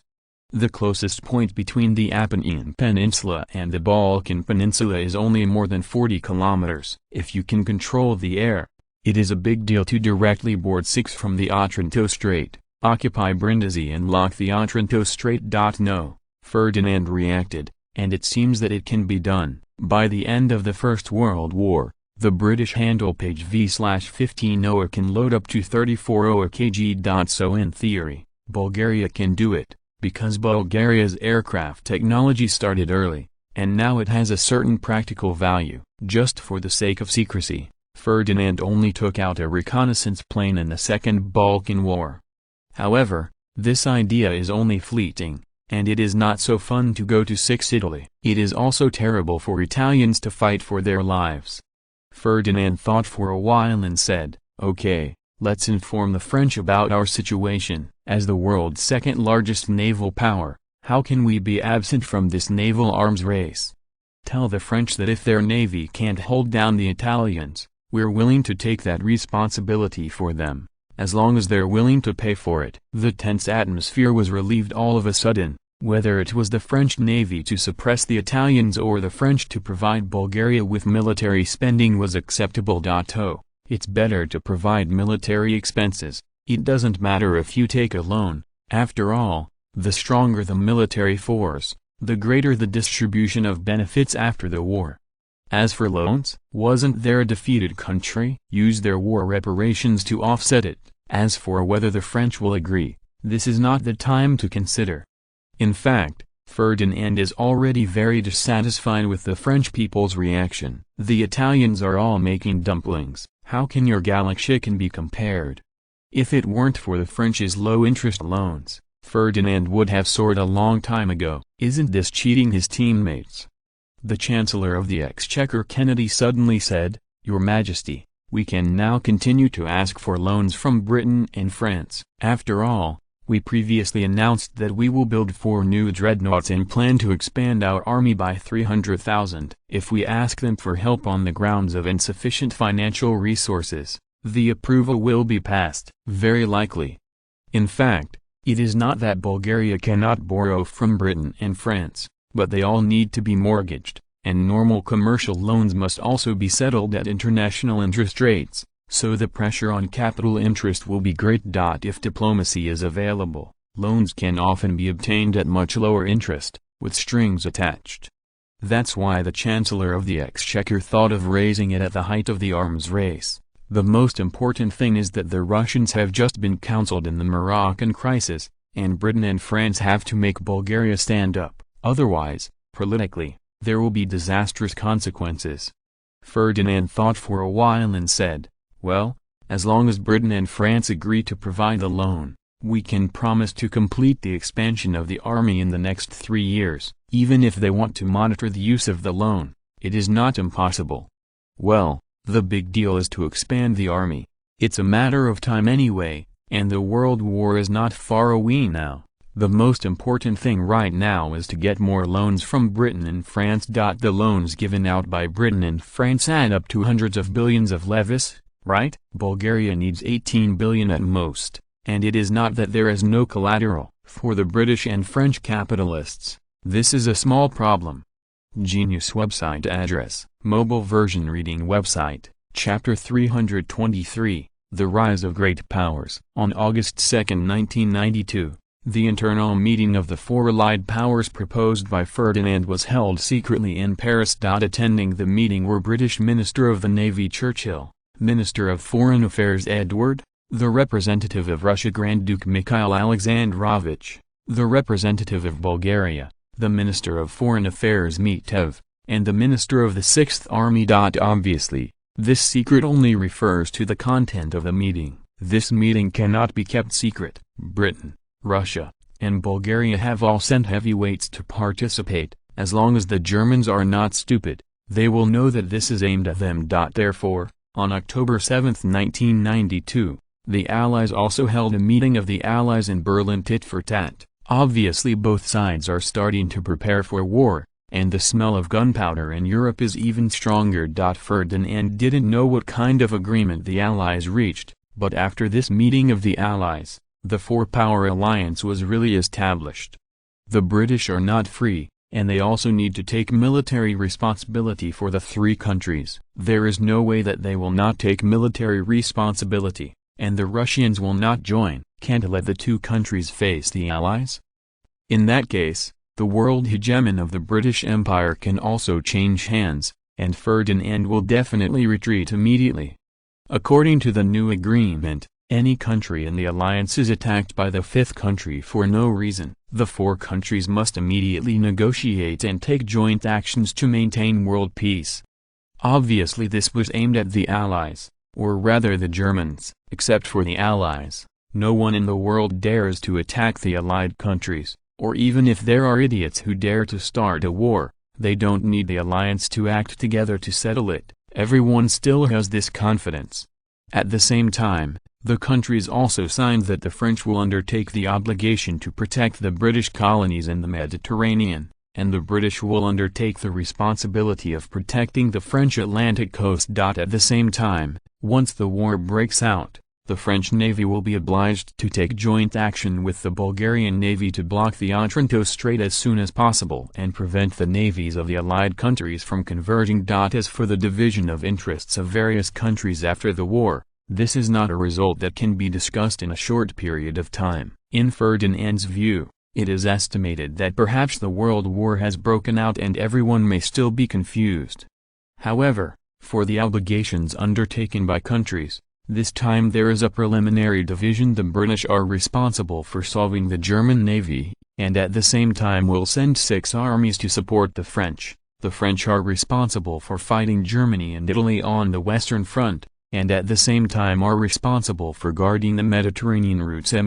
Bulgaria and the Russians jointly deal with the Austro-Hungarian Empire, Romania, and the Ottoman Empire. At the same time, the Russians must attack the German mainland to contain the German forces. Bulgaria is also responsible for solving the Kingdom of Montenegro, and the navy must cooperate with the French to fight, if necessary, sent to Italy. Of course, this combat mission is the same whether it is divided or not. When the war breaks out, everyone still has to fight like this. It is all determined by geographical location. If you don't fight the enemy will still fight you.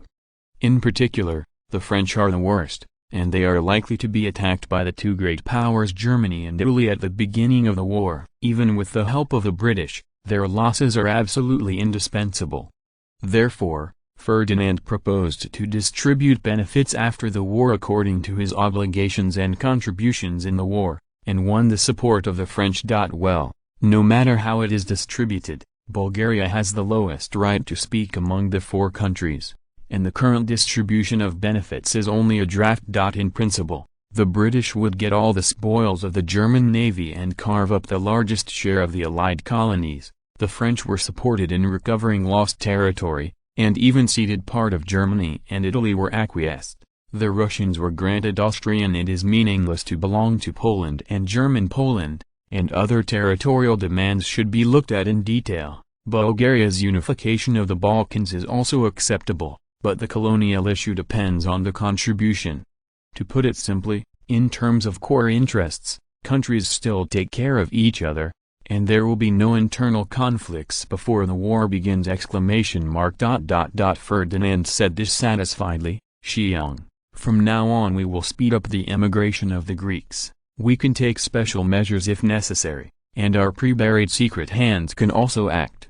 2 years have passed since the end of the Second Balkan War, and there are still more than 1.2 million people in the Greek peninsula. If the war breaks out, it will be an untimely bomb. After the internal meeting of the Allied powers ended, they obtained mutual endorsements from all countries, and Ferdinand became more courageous. All the Ottomans on the Greek peninsula have been repatriated to the country, but in addition to the 300,000 to 400,000 Greeks on the peninsula who were forcibly removed at the beginning, only more than 200,000 people were relocated in the next 2 years. Ferdinand was dissatisfied. It's not that the government didn't work hard. Originally, under Ferdinand's combination of punches, the people on the Greek peninsula were miserable and could only leave their homes, but the Bulgarian government's peninsular railway plan saved them. Because building railways and highways requires a lot of labor, they have found jobs again. In addition, the Bulgarian Railway Company is a state-owned enterprise after all, and strictly enforces Bulgarian labor protection laws. Therefore, the Greeks who have found jobs can still survive, and even many people who are now building railways are a little bit tired and hard, and their wages are much better than their previous jobs, so naturally they will not leave. Ferdinand just discovered this, but he did not criticize the railway company's practice. Since the system has been formulated, it must be implemented, otherwise there will be endless troubles. After thinking about it, Constantine said hesitantly, "Your Majesty, if the Greeks are expelled now, it will be difficult for us to find so many laborers in the short term. The progress of the railway construction may be greatly affected, and the expenditure will be greatly increased." Ferdinand thought for a while and said, "Well, if there are not enough laborers, let's continue to think of ways from the Russians. As for the increased expenses, that's it. Levy on the goods imported and exported from our seas and six land to the Greek peninsula. A 50% tariff should make up for our losses." Well, now the Greek peninsula has been surrounded, and the surrounding seas are Bulgaria's territorial waters. If half of the tariffs are imposed, it is estimated that the price of the Greek peninsula will rise to the sky, and the Greeks will not be able to leave if they want to. "Yes," Constantine replied, "as long as it is in the interests of Bulgaria, everyone can refuse it. As for the Greeks and the Bulgarian government willing to pay them to live and work in Syria, it is already very conscientious in this era. Legally, Georgi is now equivalent to the Greek Grand Duke of Bulgaria. In theory, Ferdinand can still negotiate with Georgi to change a fief. Anyway, no matter what others think, Ferdinand has reached an agreement with Georgi to let him go to the Jordan River to be king. That's right, the king. Ferdinand agreed to the Greeks' independence, provided that it was on the territory divided by Bulgaria. In return, Ferdinand is also responsible for helping Georgi clean up the door, get rid of those who threaten his kingship, protect the interests of his king, and provide him with a loan. The ecological conditions in Jordan today are not as bad as in later generations, and the vegetation destruction is far less serious than in later generations. In history, the Greeks also occupied Jordan for a time, and they are relatively familiar with the situation there. Even Jordan in later generations has 900,000 hectares of arable land. In this era, there will only be more. It is more than enough to accommodate more than 1 million Greeks. Anyway, Ferdinand only needs to ensure that they can survive and not starve to death, and it is not his problem to get rich and well off. In order to cover, Ferdinand did not directly immigrate the Greeks to Jordan, but now Syria is excessive. After the World War broke out, after the Ottomans were killed in Syria, King George I, the king, raised a banner in Jordan to attract refugees to win people's hearts. If the Ottomans did not come out to raise hatred, Ferdinand estimated that the Greeks would probably have always regarded Bulgaria as the enemy of life and death. But when the slaughter of the Ottomans came, all this changed in the face of survival, and they had to rely on the military protection of Bulgaria. Even if the war is over, the Greeks are foreigners, and the people of the Middle East do not welcome them. Even in later generations, they will have to rely on Bulgaria for national defense. Well, Ferdinand admitted that Jordan is a piece of rotten land. Except for agriculture, there are basically no other resources, but it doesn't matter if the neighbors have it, as long as the Greeks work hard, they can learn from the Jews! With the order of Ferdinand, the Greek people suddenly had a hard time. Their income did not change, but they couldn't bear the rapid price rise. Needless to say, domestic factories, large and small, go bankrupt directly. This time, It is impossible for gods to save them. Just look at the tariffs and you will know. Don't think about exporting. Oh, now all the Greek capitalists with a little brains have run away, and even the international capitalists have withdrawn their capital, and there are tolls everywhere. This business is really not done by humans. The Greek people suddenly found that the situation was not right, and this day really could not pass. In Bulgaria you can buy 2 kilograms of white bread or 5 kilograms of brown bread, but in Greece you can buy 1 kilogram of brown bread for 5 levs. Fortunately, they work hard all day, and they cannot guarantee even the most basic life. Many people choose to run away. For them, as long as they can survive, Syria is Syria. They have no right to choose anyway. There are also some people, unwilling to be oppressed, and with the support of the Allies, are preparing to revolt, overthrow the corrupt Greek government, and expel the Bulgarians to rebuild Greater Greece. Well, just think about it. Smart people all know that the Greek people have no spirit of resistance now,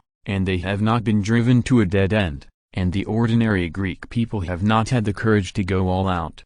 Originally, these so-called revolutionaries tried to use the bourgeoisie to start an uprising, but unfortunately the capitalists were quick to see the opportunity and ran away ahead of time. The life of the Greek people is not easy. But it does not mean that the life of the Greek officials is not easy. Now they can exploit their people unscrupulously, and no one cares. Is everyone's small life still nourishing? Don't they know the situation in Greece? Do not. They know better than anyone else, so these smart people have to take the opportunity to make a fortune, otherwise Greece is finished. What will they live on in the future? At the same time, Ferdinand ordered someone to fiddle with the publication, introducing the rise of several major powers in today's world with heavy brush and ink. Of course, this is completely different from the rise of great powers that has been circulated in later generations. This only introduces the 8 major powers of Britain, France, Germany, Austria, Russia, Italy, the United States, and Japan. Spain and Portugal, which have already declined, are naturally ignored. The more important thing here is of course the private goods of Ferdinand. He attributed the reasons for the rise of various countries to 3 points: shrewd leadership, 2, good geographical location, 3, rich resources. It was proposed for the first time that a country must meet these 3 conditions if it wants to rise, especially the first and second, and also took Belgium and Sweden as examples. They are all because their geographical location determines that they cannot become a world power. And came to the conclusion, a country is too far from heaven and too close to the great powers, it is doomed that this country cannot rise. It is also very constructive to propose that there are no great powers born in Latin America, Africa, and Southeast Asia, and the conditions for building a powerful country are met, and ethnic immigrants who are expected to build a world power are encouraged. Oh, I also pointed out that Japan in East Asia is still a soft-footed shrimp. As long as the Manchu government defeats them, they can still return to the ranks of the great powers. Otherwise, just ... The embarrassing thing is that when this book was published, the Manchu King government no longer existed, and then I don't know if the revolutionaries have noticed this little hint. By the way, Ferdinand also analyzed the mainstream contradictions in the world today, and clearly pointed out that the confrontation between the 2 major alliances is to compete for resources and markets. Well, Ferdinand's is written for the Balkan peoples. Bulgaria wants to unify the Balkan Peninsula, and it won't work if they don't settle them. In line with how much you can fool, how much is calculated, you can also alleviate the troubles in the future. Genius website address, mobile version reading website, chapter 324, Formation of the Air Force. 1912 was a year of changes. While the Allies were integrating internally, the Allies also made corresponding strategic deployments. The most obvious thing was that the Germans accelerated shipbuilding. And at the end of 1912, Wilhelm II announced Germany's new shipbuilding plan to the outside world. The German government plans to add 3 super dreadnoughts and 4 battle cruisers again in the next 3 years. The reaction of the Germans stimulated the British, But there was a fierce quarrel within the London government over whether to continue to implement the current Naval Act. The British Empire finally discovered that their finances could not hold up. According to the previous Navy Act, now they have to add 6 more super dreadnoughts and 8 battle cruisers, which is not a small sum, at least more than £24 million, which is more than Bulgaria's 1911 total military spending. Ironically, the super dreadnought was also created by the British Empire. It was going to crush the Germans in terms of quality, but the Germans have just started to catch up! Asquith,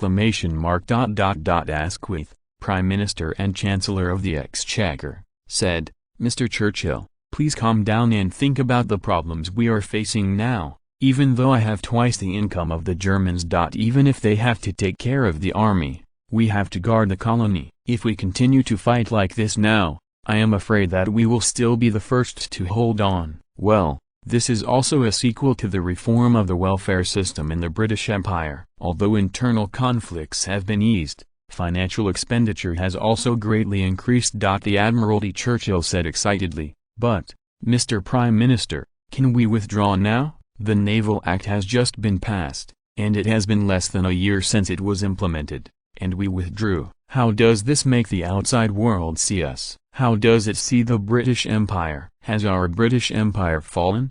The Minister of State retorted, "Mr. Churchill, we all know this, but you also need to consider our financial affordability. Now our military expenditure has exceeded 25% of our fiscal revenue, and it will even cost more in the next year. More than 31%, this is already a very dangerous number, you understand?" Churchill disagreed, saying, "We can issue bonds. As long as we persist, the Germans will soon find that they cannot compete with us in the navy, and will continue to focus on the army instead. In this way, once the war breaks out, the Germans and the French and Russians will lose both, and the hegemony of the British Empire will become more consolidated." Asquith shook his head and said, "No, if we continue, we still don't know if we can bring down the Germans. We are going to be brought down first."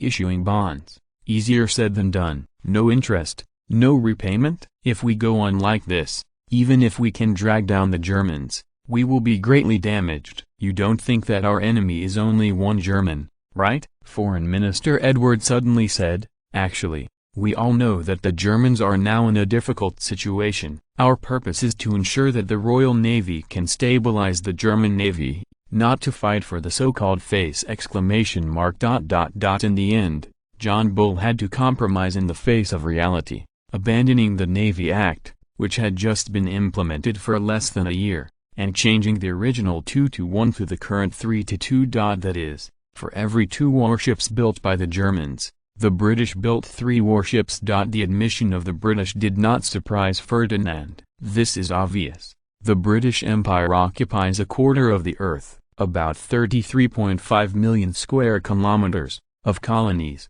and the cost of guarding is naturally impossible. If you add the series of welfare policies of the British, this expenditure will be even more huge. Anyway, the welfare benefits of the British in this era were not enjoyed by Ferdinand in his previous life. Don't look at the fact that the total economic output of the Germans has surpassed that of the British mainland, and the arms race also seems to be very arrogant. In fact, the Germans are far less than Britain and France in terms of fiscal revenue. Until the outbreak of the war, the Germans' financial income was less than half that of the British, and even the French were 70 to 80% higher than the Germans. To put it simply, the Germans are engaged in an arms race with a budget deficit. Once the arms race starts, they can't stop, either start a war or die. Oh, looking at fiscal revenue alone, Bulgarians are not worse than Germans. In fact, the funds available to the governments of the two countries are vastly different. Well, that's the reason for the system. Therefore, Ferdinand decided to make a financial cut. Simply put, it is to deduct a series of expenses such as the salary, operating costs, and enterprise development funds of the government's enterprise personnel in advance, and just record the profits handed over by the enterprise. However, this is also very troublesome. Many government enterprises are still in a state of loss, and they have to rely on government funds to operate. If this part is also stripped from the finances, how can they survive?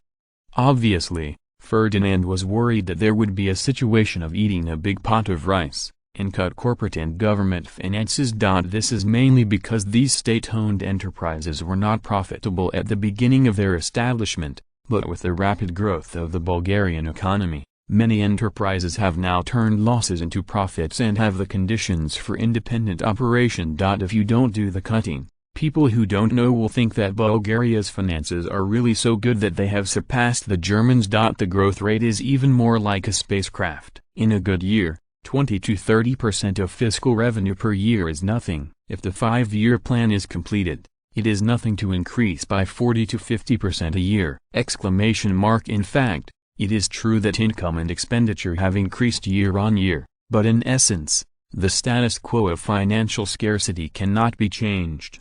Nearly half of the top 100 companies in Bulgaria's national assets are state-owned enterprises, and the rest are Ferdinand's industries. As for the capitalists, still thriving seedlings.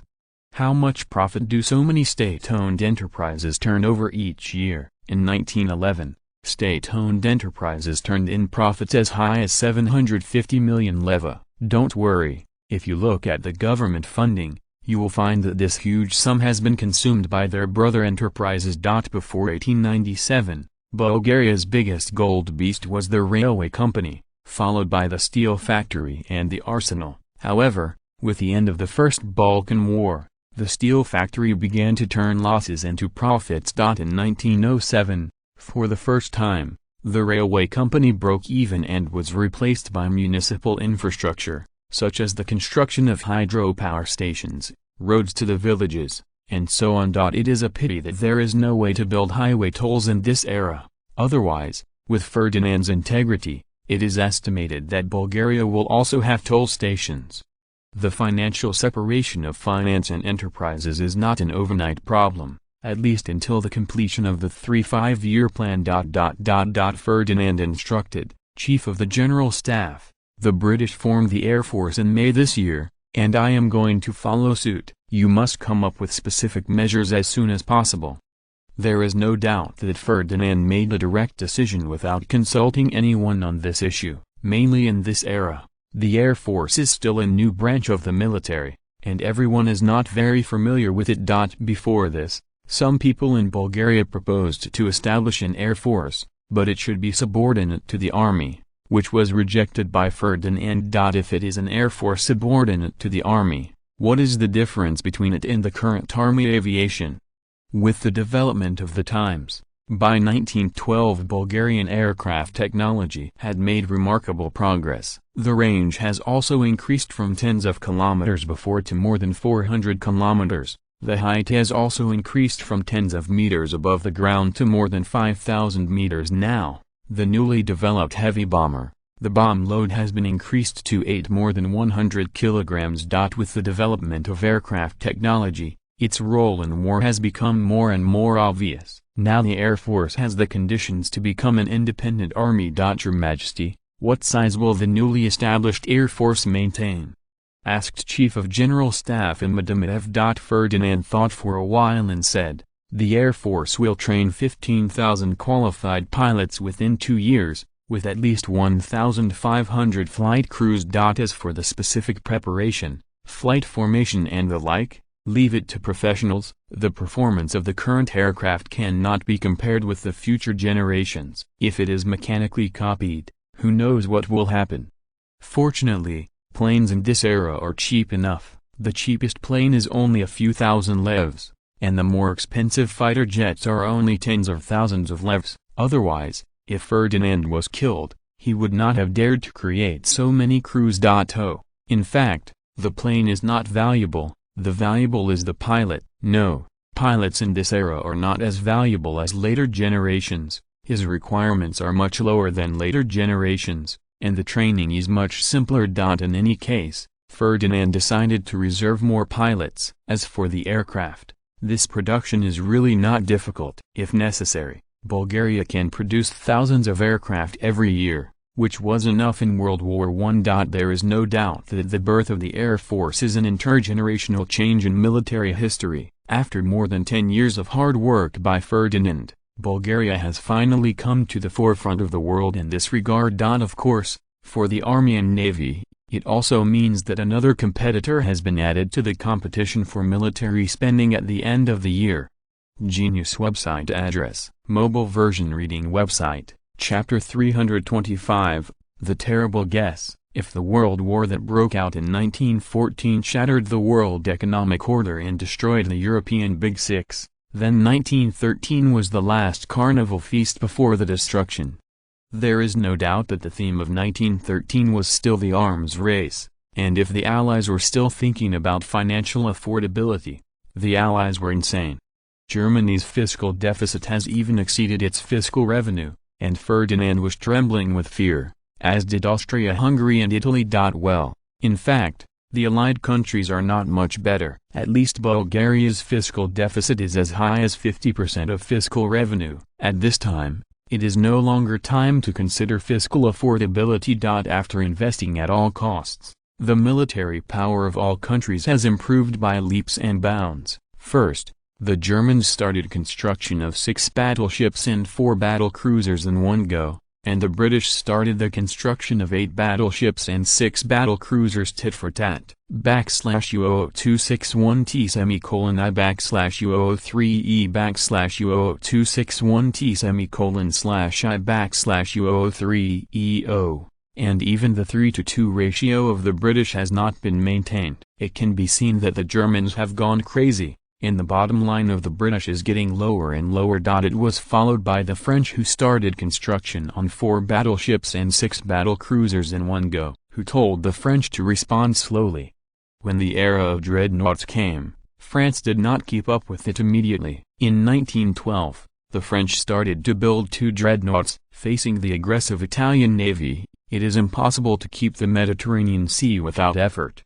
However, the Italians were tough enough this time, probably due to the aftereffects of Ferdinand's butterfly effect. Britain and France did not offer a price that would satisfy them. The main reason is that the French were supposed to give loans to the Italians, but they were cut off by Ferdinand. Against the backdrop of bursting French nationalism, it takes courage to dare to lend to the Allies, especially with Ferdinand watching. /U0026-1T/U03E/I/U03E. As soon as the two sides negotiate, radical groups in France will receive the news, and in an era when the whole people are clamoring for revenge, the capitalists will not dare to take the lead. No way. The French's funds are not unlimited. If Bulgaria wants to take more, someone must take less, and vice versa. In order to get more loans and pay less, Ferdinand had to kill some competitors first. Without the loans of the Allied countries, the promised benefits are not large enough, and of course Italy will not be so easy to reverse. In 1913, the Italians started to build 3 dreadnoughts and 2 battle cruisers. The 5-year shipbuilding plan was completed at one time. In addition, they had already started 2 dreadnoughts before, and after completion, there were 5 dreadnoughts ship. The 2 dreadnoughts announced by the Austro-Hungarian Empire in 1912 have now been launched and are expected to be commissioned in early 1914. /U0026-1T/U03E/I/U03E. This time, the Vienna government once again decided to increase its investment and started the construction of 2 dreadnoughts and 2 battle cruisers. And the 2 dreadnoughts ordered by the Ottomans from Germany are about to be completed and are expected to be delivered by the end of this year. In this context, what did Ferdinand do? At present, the Bulgarian Navy has only 1 dreadnought in service. In the arms race of 1912, 2 dreadnoughts were also started in line with the times, and should be completed by the end of the year. But it is clear that in the era of large-scale military expansion together, this is obviously not enough. In order to save expenses, even the plan for the battle cruiser Ferdinand was cut off. The current Bulgarian Navy is still a conservative navy, and it does not have higher requirements for ocean-going decisive battles. and even the planned combat scope is only the large bathhouse of the Mediterranean Sea. /U00261T semicolon I /U003E /U00261T semicolon /I /U003E Navy Minister Petrov said anxiously, "Your Majesty, all countries are building ships now. If we don't follow up immediately, we will be very disadvantaged in the future. If we let it go, the naval dominance of the future allies in the Mediterranean will be gradually lost, and we will be in danger at that time." By 1915, we had only 3 dreadnoughts, and even if we added the French's 6, there were only 9, while the Allies had 2 Ottomans, 5 Italians, and 4 Austro-Hungarians, which was 11. The gap between the two sides was 11. Very obvious. Ferdinand nodded. He knew all this. More importantly, Bulgaria's geographical location is sandwiched between the Ottoman Empire, Austro-Hungarian Empire, Romania, Montenegro, and Italy. Once the war breaks out, it will be a real enemy on all sides. Oh, Romania can be ignored. As soon as the war breaks out, Romania will have to experience the power of the Russian grey animals first, and they will probably have nothing to do with them. /U00261T semicolon I /U003E /U00261T semicolon /I /U003E For the sake of strategic security, Bulgaria had better go to the 6th Asia Minor Peninsula as soon as possible and not give the Ottomans any chance. At the same time, the Otranto Strait must also be blocked to prevent the Austro-Hungarian navy from coming out, in order to ensure the dominant position of the Allies in the Mediterranean region. Create an opportunity for the French to attack Italy. Once France defeats the Italian navy, the Italians are likely to defect, and the entire Mediterranean battlefield of the Allies will be alive. Is it possible to block the Otranto Strait? Ferdinand didn't know about this either. After all, the Italians of this plain fell to the Allies, and the combat effectiveness of the air force remains to be tested. In Ferdinand's view, the best way is to directly board 6 Italy under the cover of the Navy and Air Force. Anyway, there are only 40 nautical miles. It is the safest way to deploy shore artillery on both sides of the strait, drop some more torpedoes, and deploy some more Air Force. /U00261T semicolon I /U003E /U00261T semicolon /I /U003E Of course, this is actually very difficult to do. The Italians are not stupid. How could they be stupid enough to fight the French navy?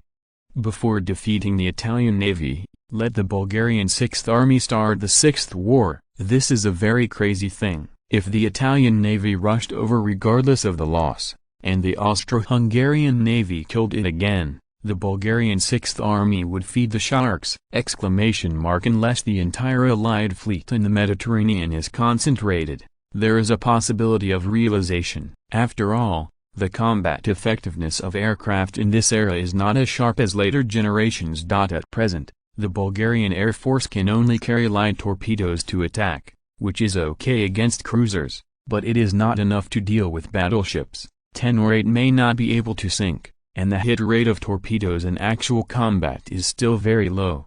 No matter how cheap the planes are, it is impossible for Ferdinand to use hundreds of planes to deal with a battleship, right? So to deal with a fleet, wouldn't it use thousands of planes? /U00261T semicolon I /U003E /U00261T semicolon /I /U003E Ferdinand thought for a while and said, "Communicate with the French. Our strength is limited, and at most 2 dreadnoughts will be started this year, and the rest is their problem." Of course, Ferdinand didn't want the French to expand their naval shipbuilding plans, but to urge the French to make progress. In fact, as early as 1912, the French government had already formulated a plan for the construction of 12 class dreadnoughts. Let's get started. In the naval arms race, Bulgaria can never participate without restrictions. This is not a problem of 1 or 2 dreadnoughts. Each battleship must have a series of supporting ships, and the combined cost is not much lower than that of battleships.